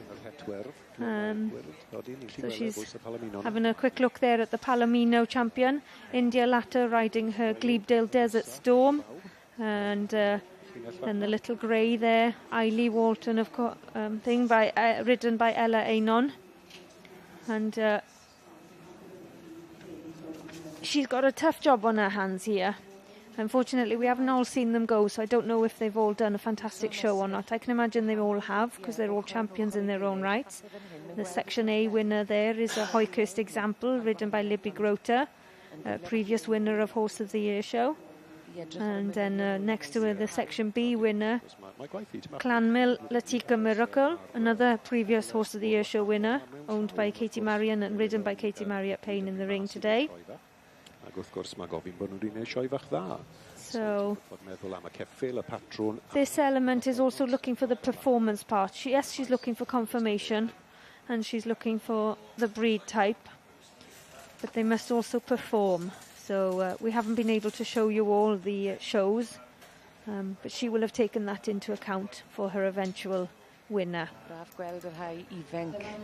And I think it's absolutely fabulous that there's a lot of young children riding in the ring today. The bowler is off, and it looks like it's gone to the Working Hunter Pony champion. Oh, fair play. Didn't look at the big smiles on her face. So she was the first one out, and she had a long wait to see the result. But let's see who Karen has chosen as her reserve. I'r enillydd. Ac yn amlwg, yn un poblogaidd iawn yn ôl ymateb yr hyn. And the crowd there cheering everybody on, so I think the reserve is a popular winner amongst the crowd. Oh, what a fantastic little turnout. The lovely little side saddle. Now, I know this little pony is called Whiskey at home. What a cute little name for a gorgeous little pony. And he's looked after his own little jockey very nicely. Ar yr unti. Sydd yn olygfa, sydd ddim mor gyfarwydd I ni. So, two different types. I know that the Working Hunter has one here in the past. I'm not sure if the Working Hunter Pony has done. I know the side saddle hasn't done very well here in the past, so but congratulations to all involved with the Nitro Express, owned by Deborah Kitts and ridden today by Sophie Kitts, the winner of the 14-hand Working Hunter Pony, champion Working Hunter Pony, and overall ridden supreme champion of the Royal Welsh Show.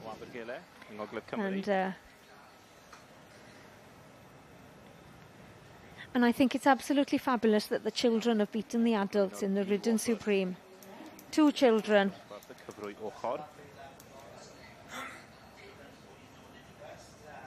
A day she will never forget, I'm sure. Is there enough room for all those rosettes on that little child?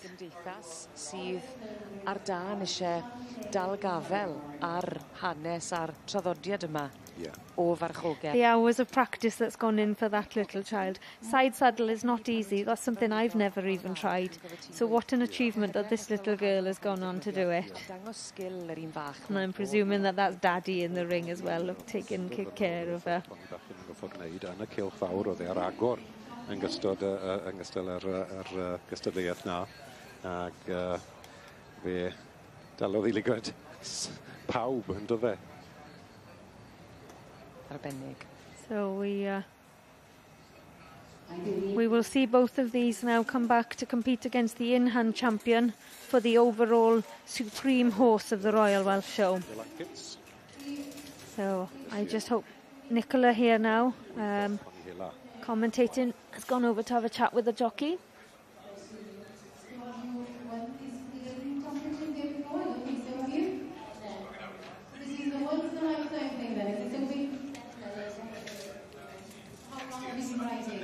Nitro Express. Heb yn gofio'r gil by camper, of course.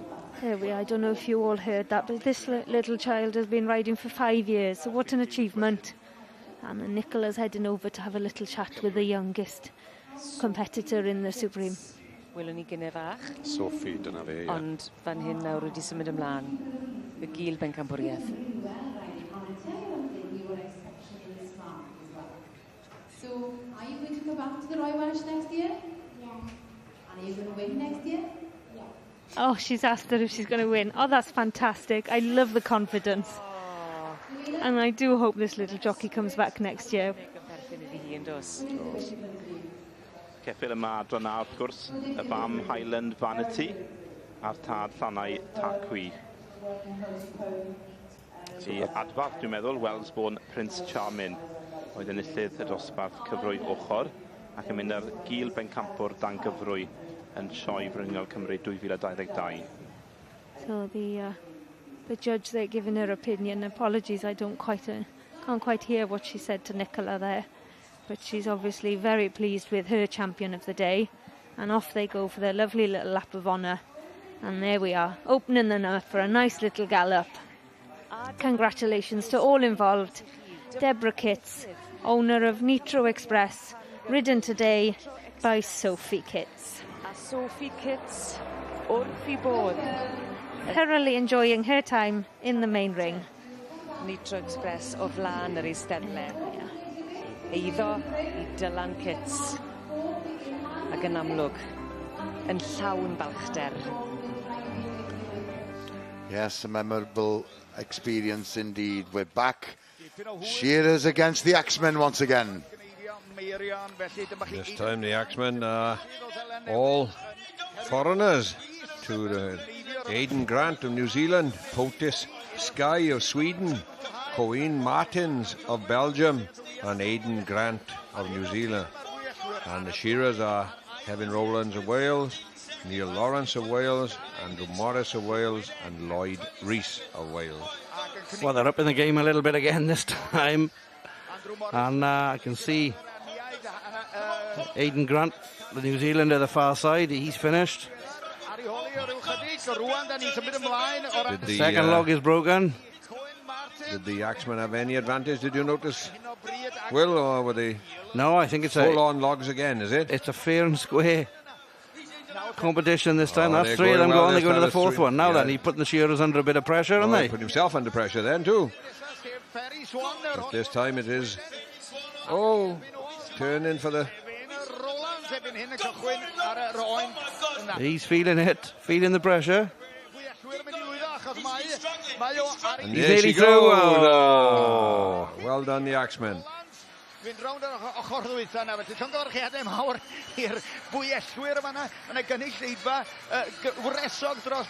that, make it 2-1? Yes, 2-1, still a bit of wool to come off, and yeah, he's not far behind. Well, there's plenty of smiles there, isn't there? It is a good bit of fun to finish the show. Aled, Rhys, Jones, well, at the end of the programme, or the end of our broadcast last night, we saw Nia interviewing Steve Hewson, who is the current chief executive, but this is his last show, and Aled Jones here, Aled Rhys Jones, is the next chief executive who will start his work in September. And this year has been a fabulous year for him to just go around the showground, to talk to people and meet the people who make this place tick. I think everybody is so glad that the show is back up and running. And there was a concern, maybe, will the crowds come back or not? And they have, in their thousands, which has been wonderful to see. And it certainly bodes well for next year. And he's been working hand in hand with Steve Hewson, and that's been a great help. I know him. I know a lot of people who work with the show. I've been serving a kind of apprenticeship, if you like, and that's been very valuable. What do you think has been his main contribution? Well, I think Steve has modernised the society. He's dragged us into the digital age. A lot of investments have been made around the showground. So it's time for me now to push that forward and take on the challenge, because the cost of living has increased, the general situation has changed, there's quite a few challenges facing us, but this is a very important part of the agricultural calendar, to bring people together. And what's good about the society is it's great at bridging the so-called gap between city and countryside. And as Nia says, there's been a lot of talk about that this week. It does work here, which is amazing, to be perfectly honest. Yeah, it's an important part of the show. It was all about reaching the higher goals, raising the standards, but that's still important. But the show has adapted, and it's adapted more so towards the customer, as it were.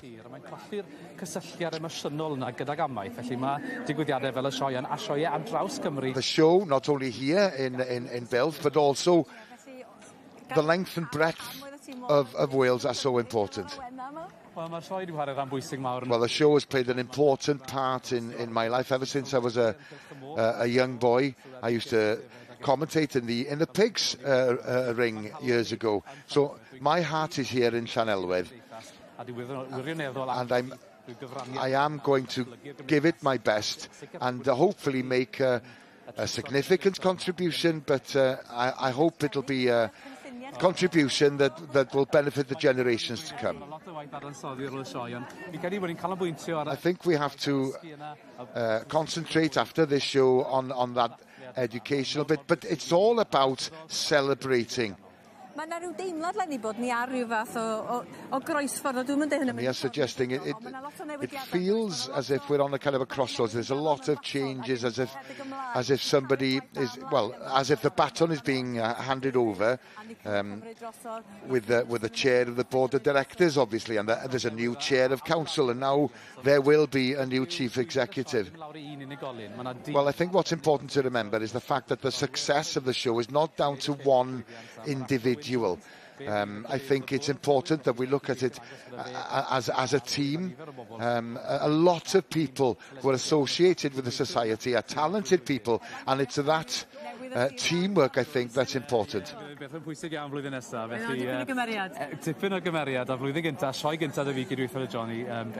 Yes, next year's president, Johnny Humphrey, is a bit of a character, and I really look forward to working with him at next year's show. Right, it's 2-1 to the shearers. Can the Axemen draw level here? Let's find out. Yeah, well, they're off already. They're not waiting for us anyway, Gerald. Just get the breath back. We have another 4 Axemen here, and we have 3 Scotchmen and a Welshman, and we have Rowan Luxton from Wales and Luke Bray from Scotland, Christy Bray from Scotland, and Graham Turner from Scotland. But we have 3 shearers here from Wales, and Harry Owen, Rory Owen, Dewi Jones, and Eleanor Renee from France. Yeah. How are we doing? Are we going well? Well, yes. I can see they're onto the second sheep and they're onto the second log. It's neck and neck, but there's sheep not being particularly helpful there. A little bit of kicking going on, but you can tell the shearers are taking it a little bit more serious this time, aren't they? Eh? The number 2 stand there looking back and saying, for goodness sake, hurry up, because I'm under pressure. Yeah, absolutely. I think he's found a bit of a knot in the log there, though. I think that actually this time that the shearers just have he's through in front, but he's through, so it's down to number 3. The lady axeman here, Christy Bray, down from the Highlands of Scotland. And, I would say at the moment she's just a little bit behind because the shearer's down the last side, so she needs to turn around to be on par. She is just struggling a little bit this time. I might stick my neck out and say that it's struggling to be, and it could well be 3-1 to the shearers. But we'll wait and see. He's not messing around, he's starting already. Yeah, goodness gracious, yes. Going to have a neck and neck finish. Graham Turner o'r Alban. Graham yn dipyn o anifail. Perhaps he's just doing the same as what the shearers are doing, taking a little bit of advantage by taking wool off, and he's taking a bit of time off. But Graham Bray finished there, but it is Christy Bray is just struggling that little bit. Oh, well done to the lady, though. She'll get there. She's not going to stop, is she? Yeah? No, indeed. So I think it is actually 3-1 to the shearers, but we'll call it a good fight, shall we? Christy Bray yn mynd ati. Just won't go there. It goes. Well done, well done to her. Not even a smile. She's looking at the blade. Yeah. Good stuff. There we go. 3-1 to the shearers, but good crowd pleaser, and everybody has thoroughly enjoyed.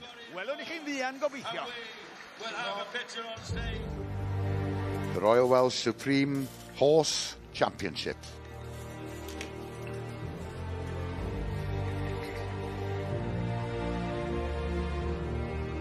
Y gorau ar y car, y pony bach, Amesbury Champagne. Pen Strumbly Our Latif, our winner back in 2018 with Tori Thomas there. The driving champion coming to the fore in 2015. Yes, a variety of breeds have won this championship, but it was 2013 when one of the pure Welsh breeds won it. Synod Lady Lilwyn. She's owned by the Ringside Stud.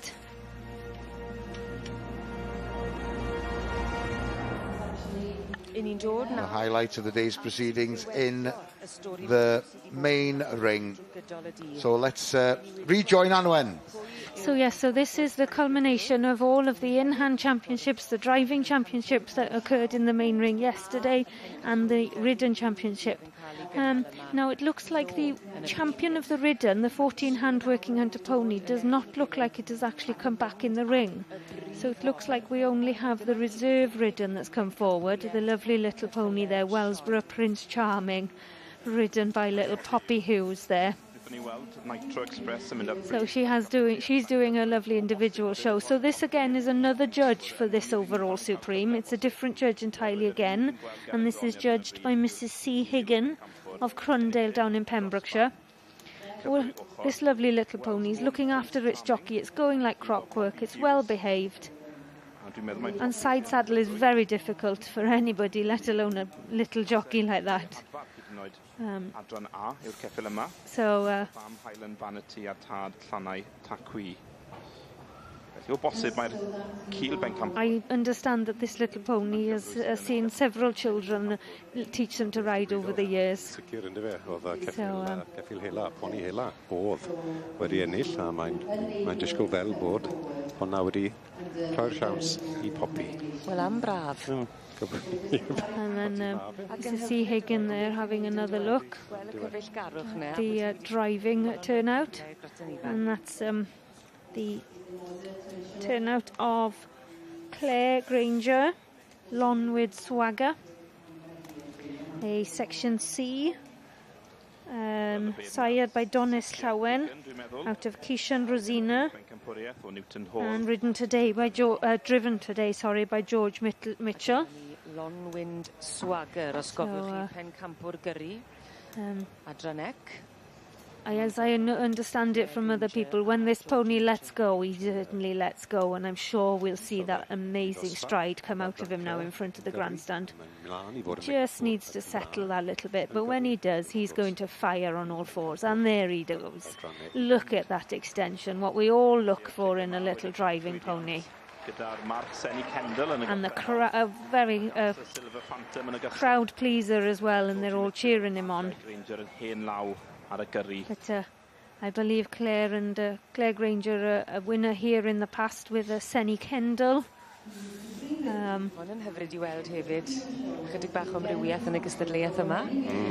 think it's very difficult to judge these driven ponies against the ridden ponies, against an in-hand. So Mrs. Higgin here has got a challenge, and there he goes again in front of that grandstand. Beautifully balanced, striding out. in a show wagon, as we call it. I'm not an expert on driving, I do apologise, but all I do know that this is called a little show wagon.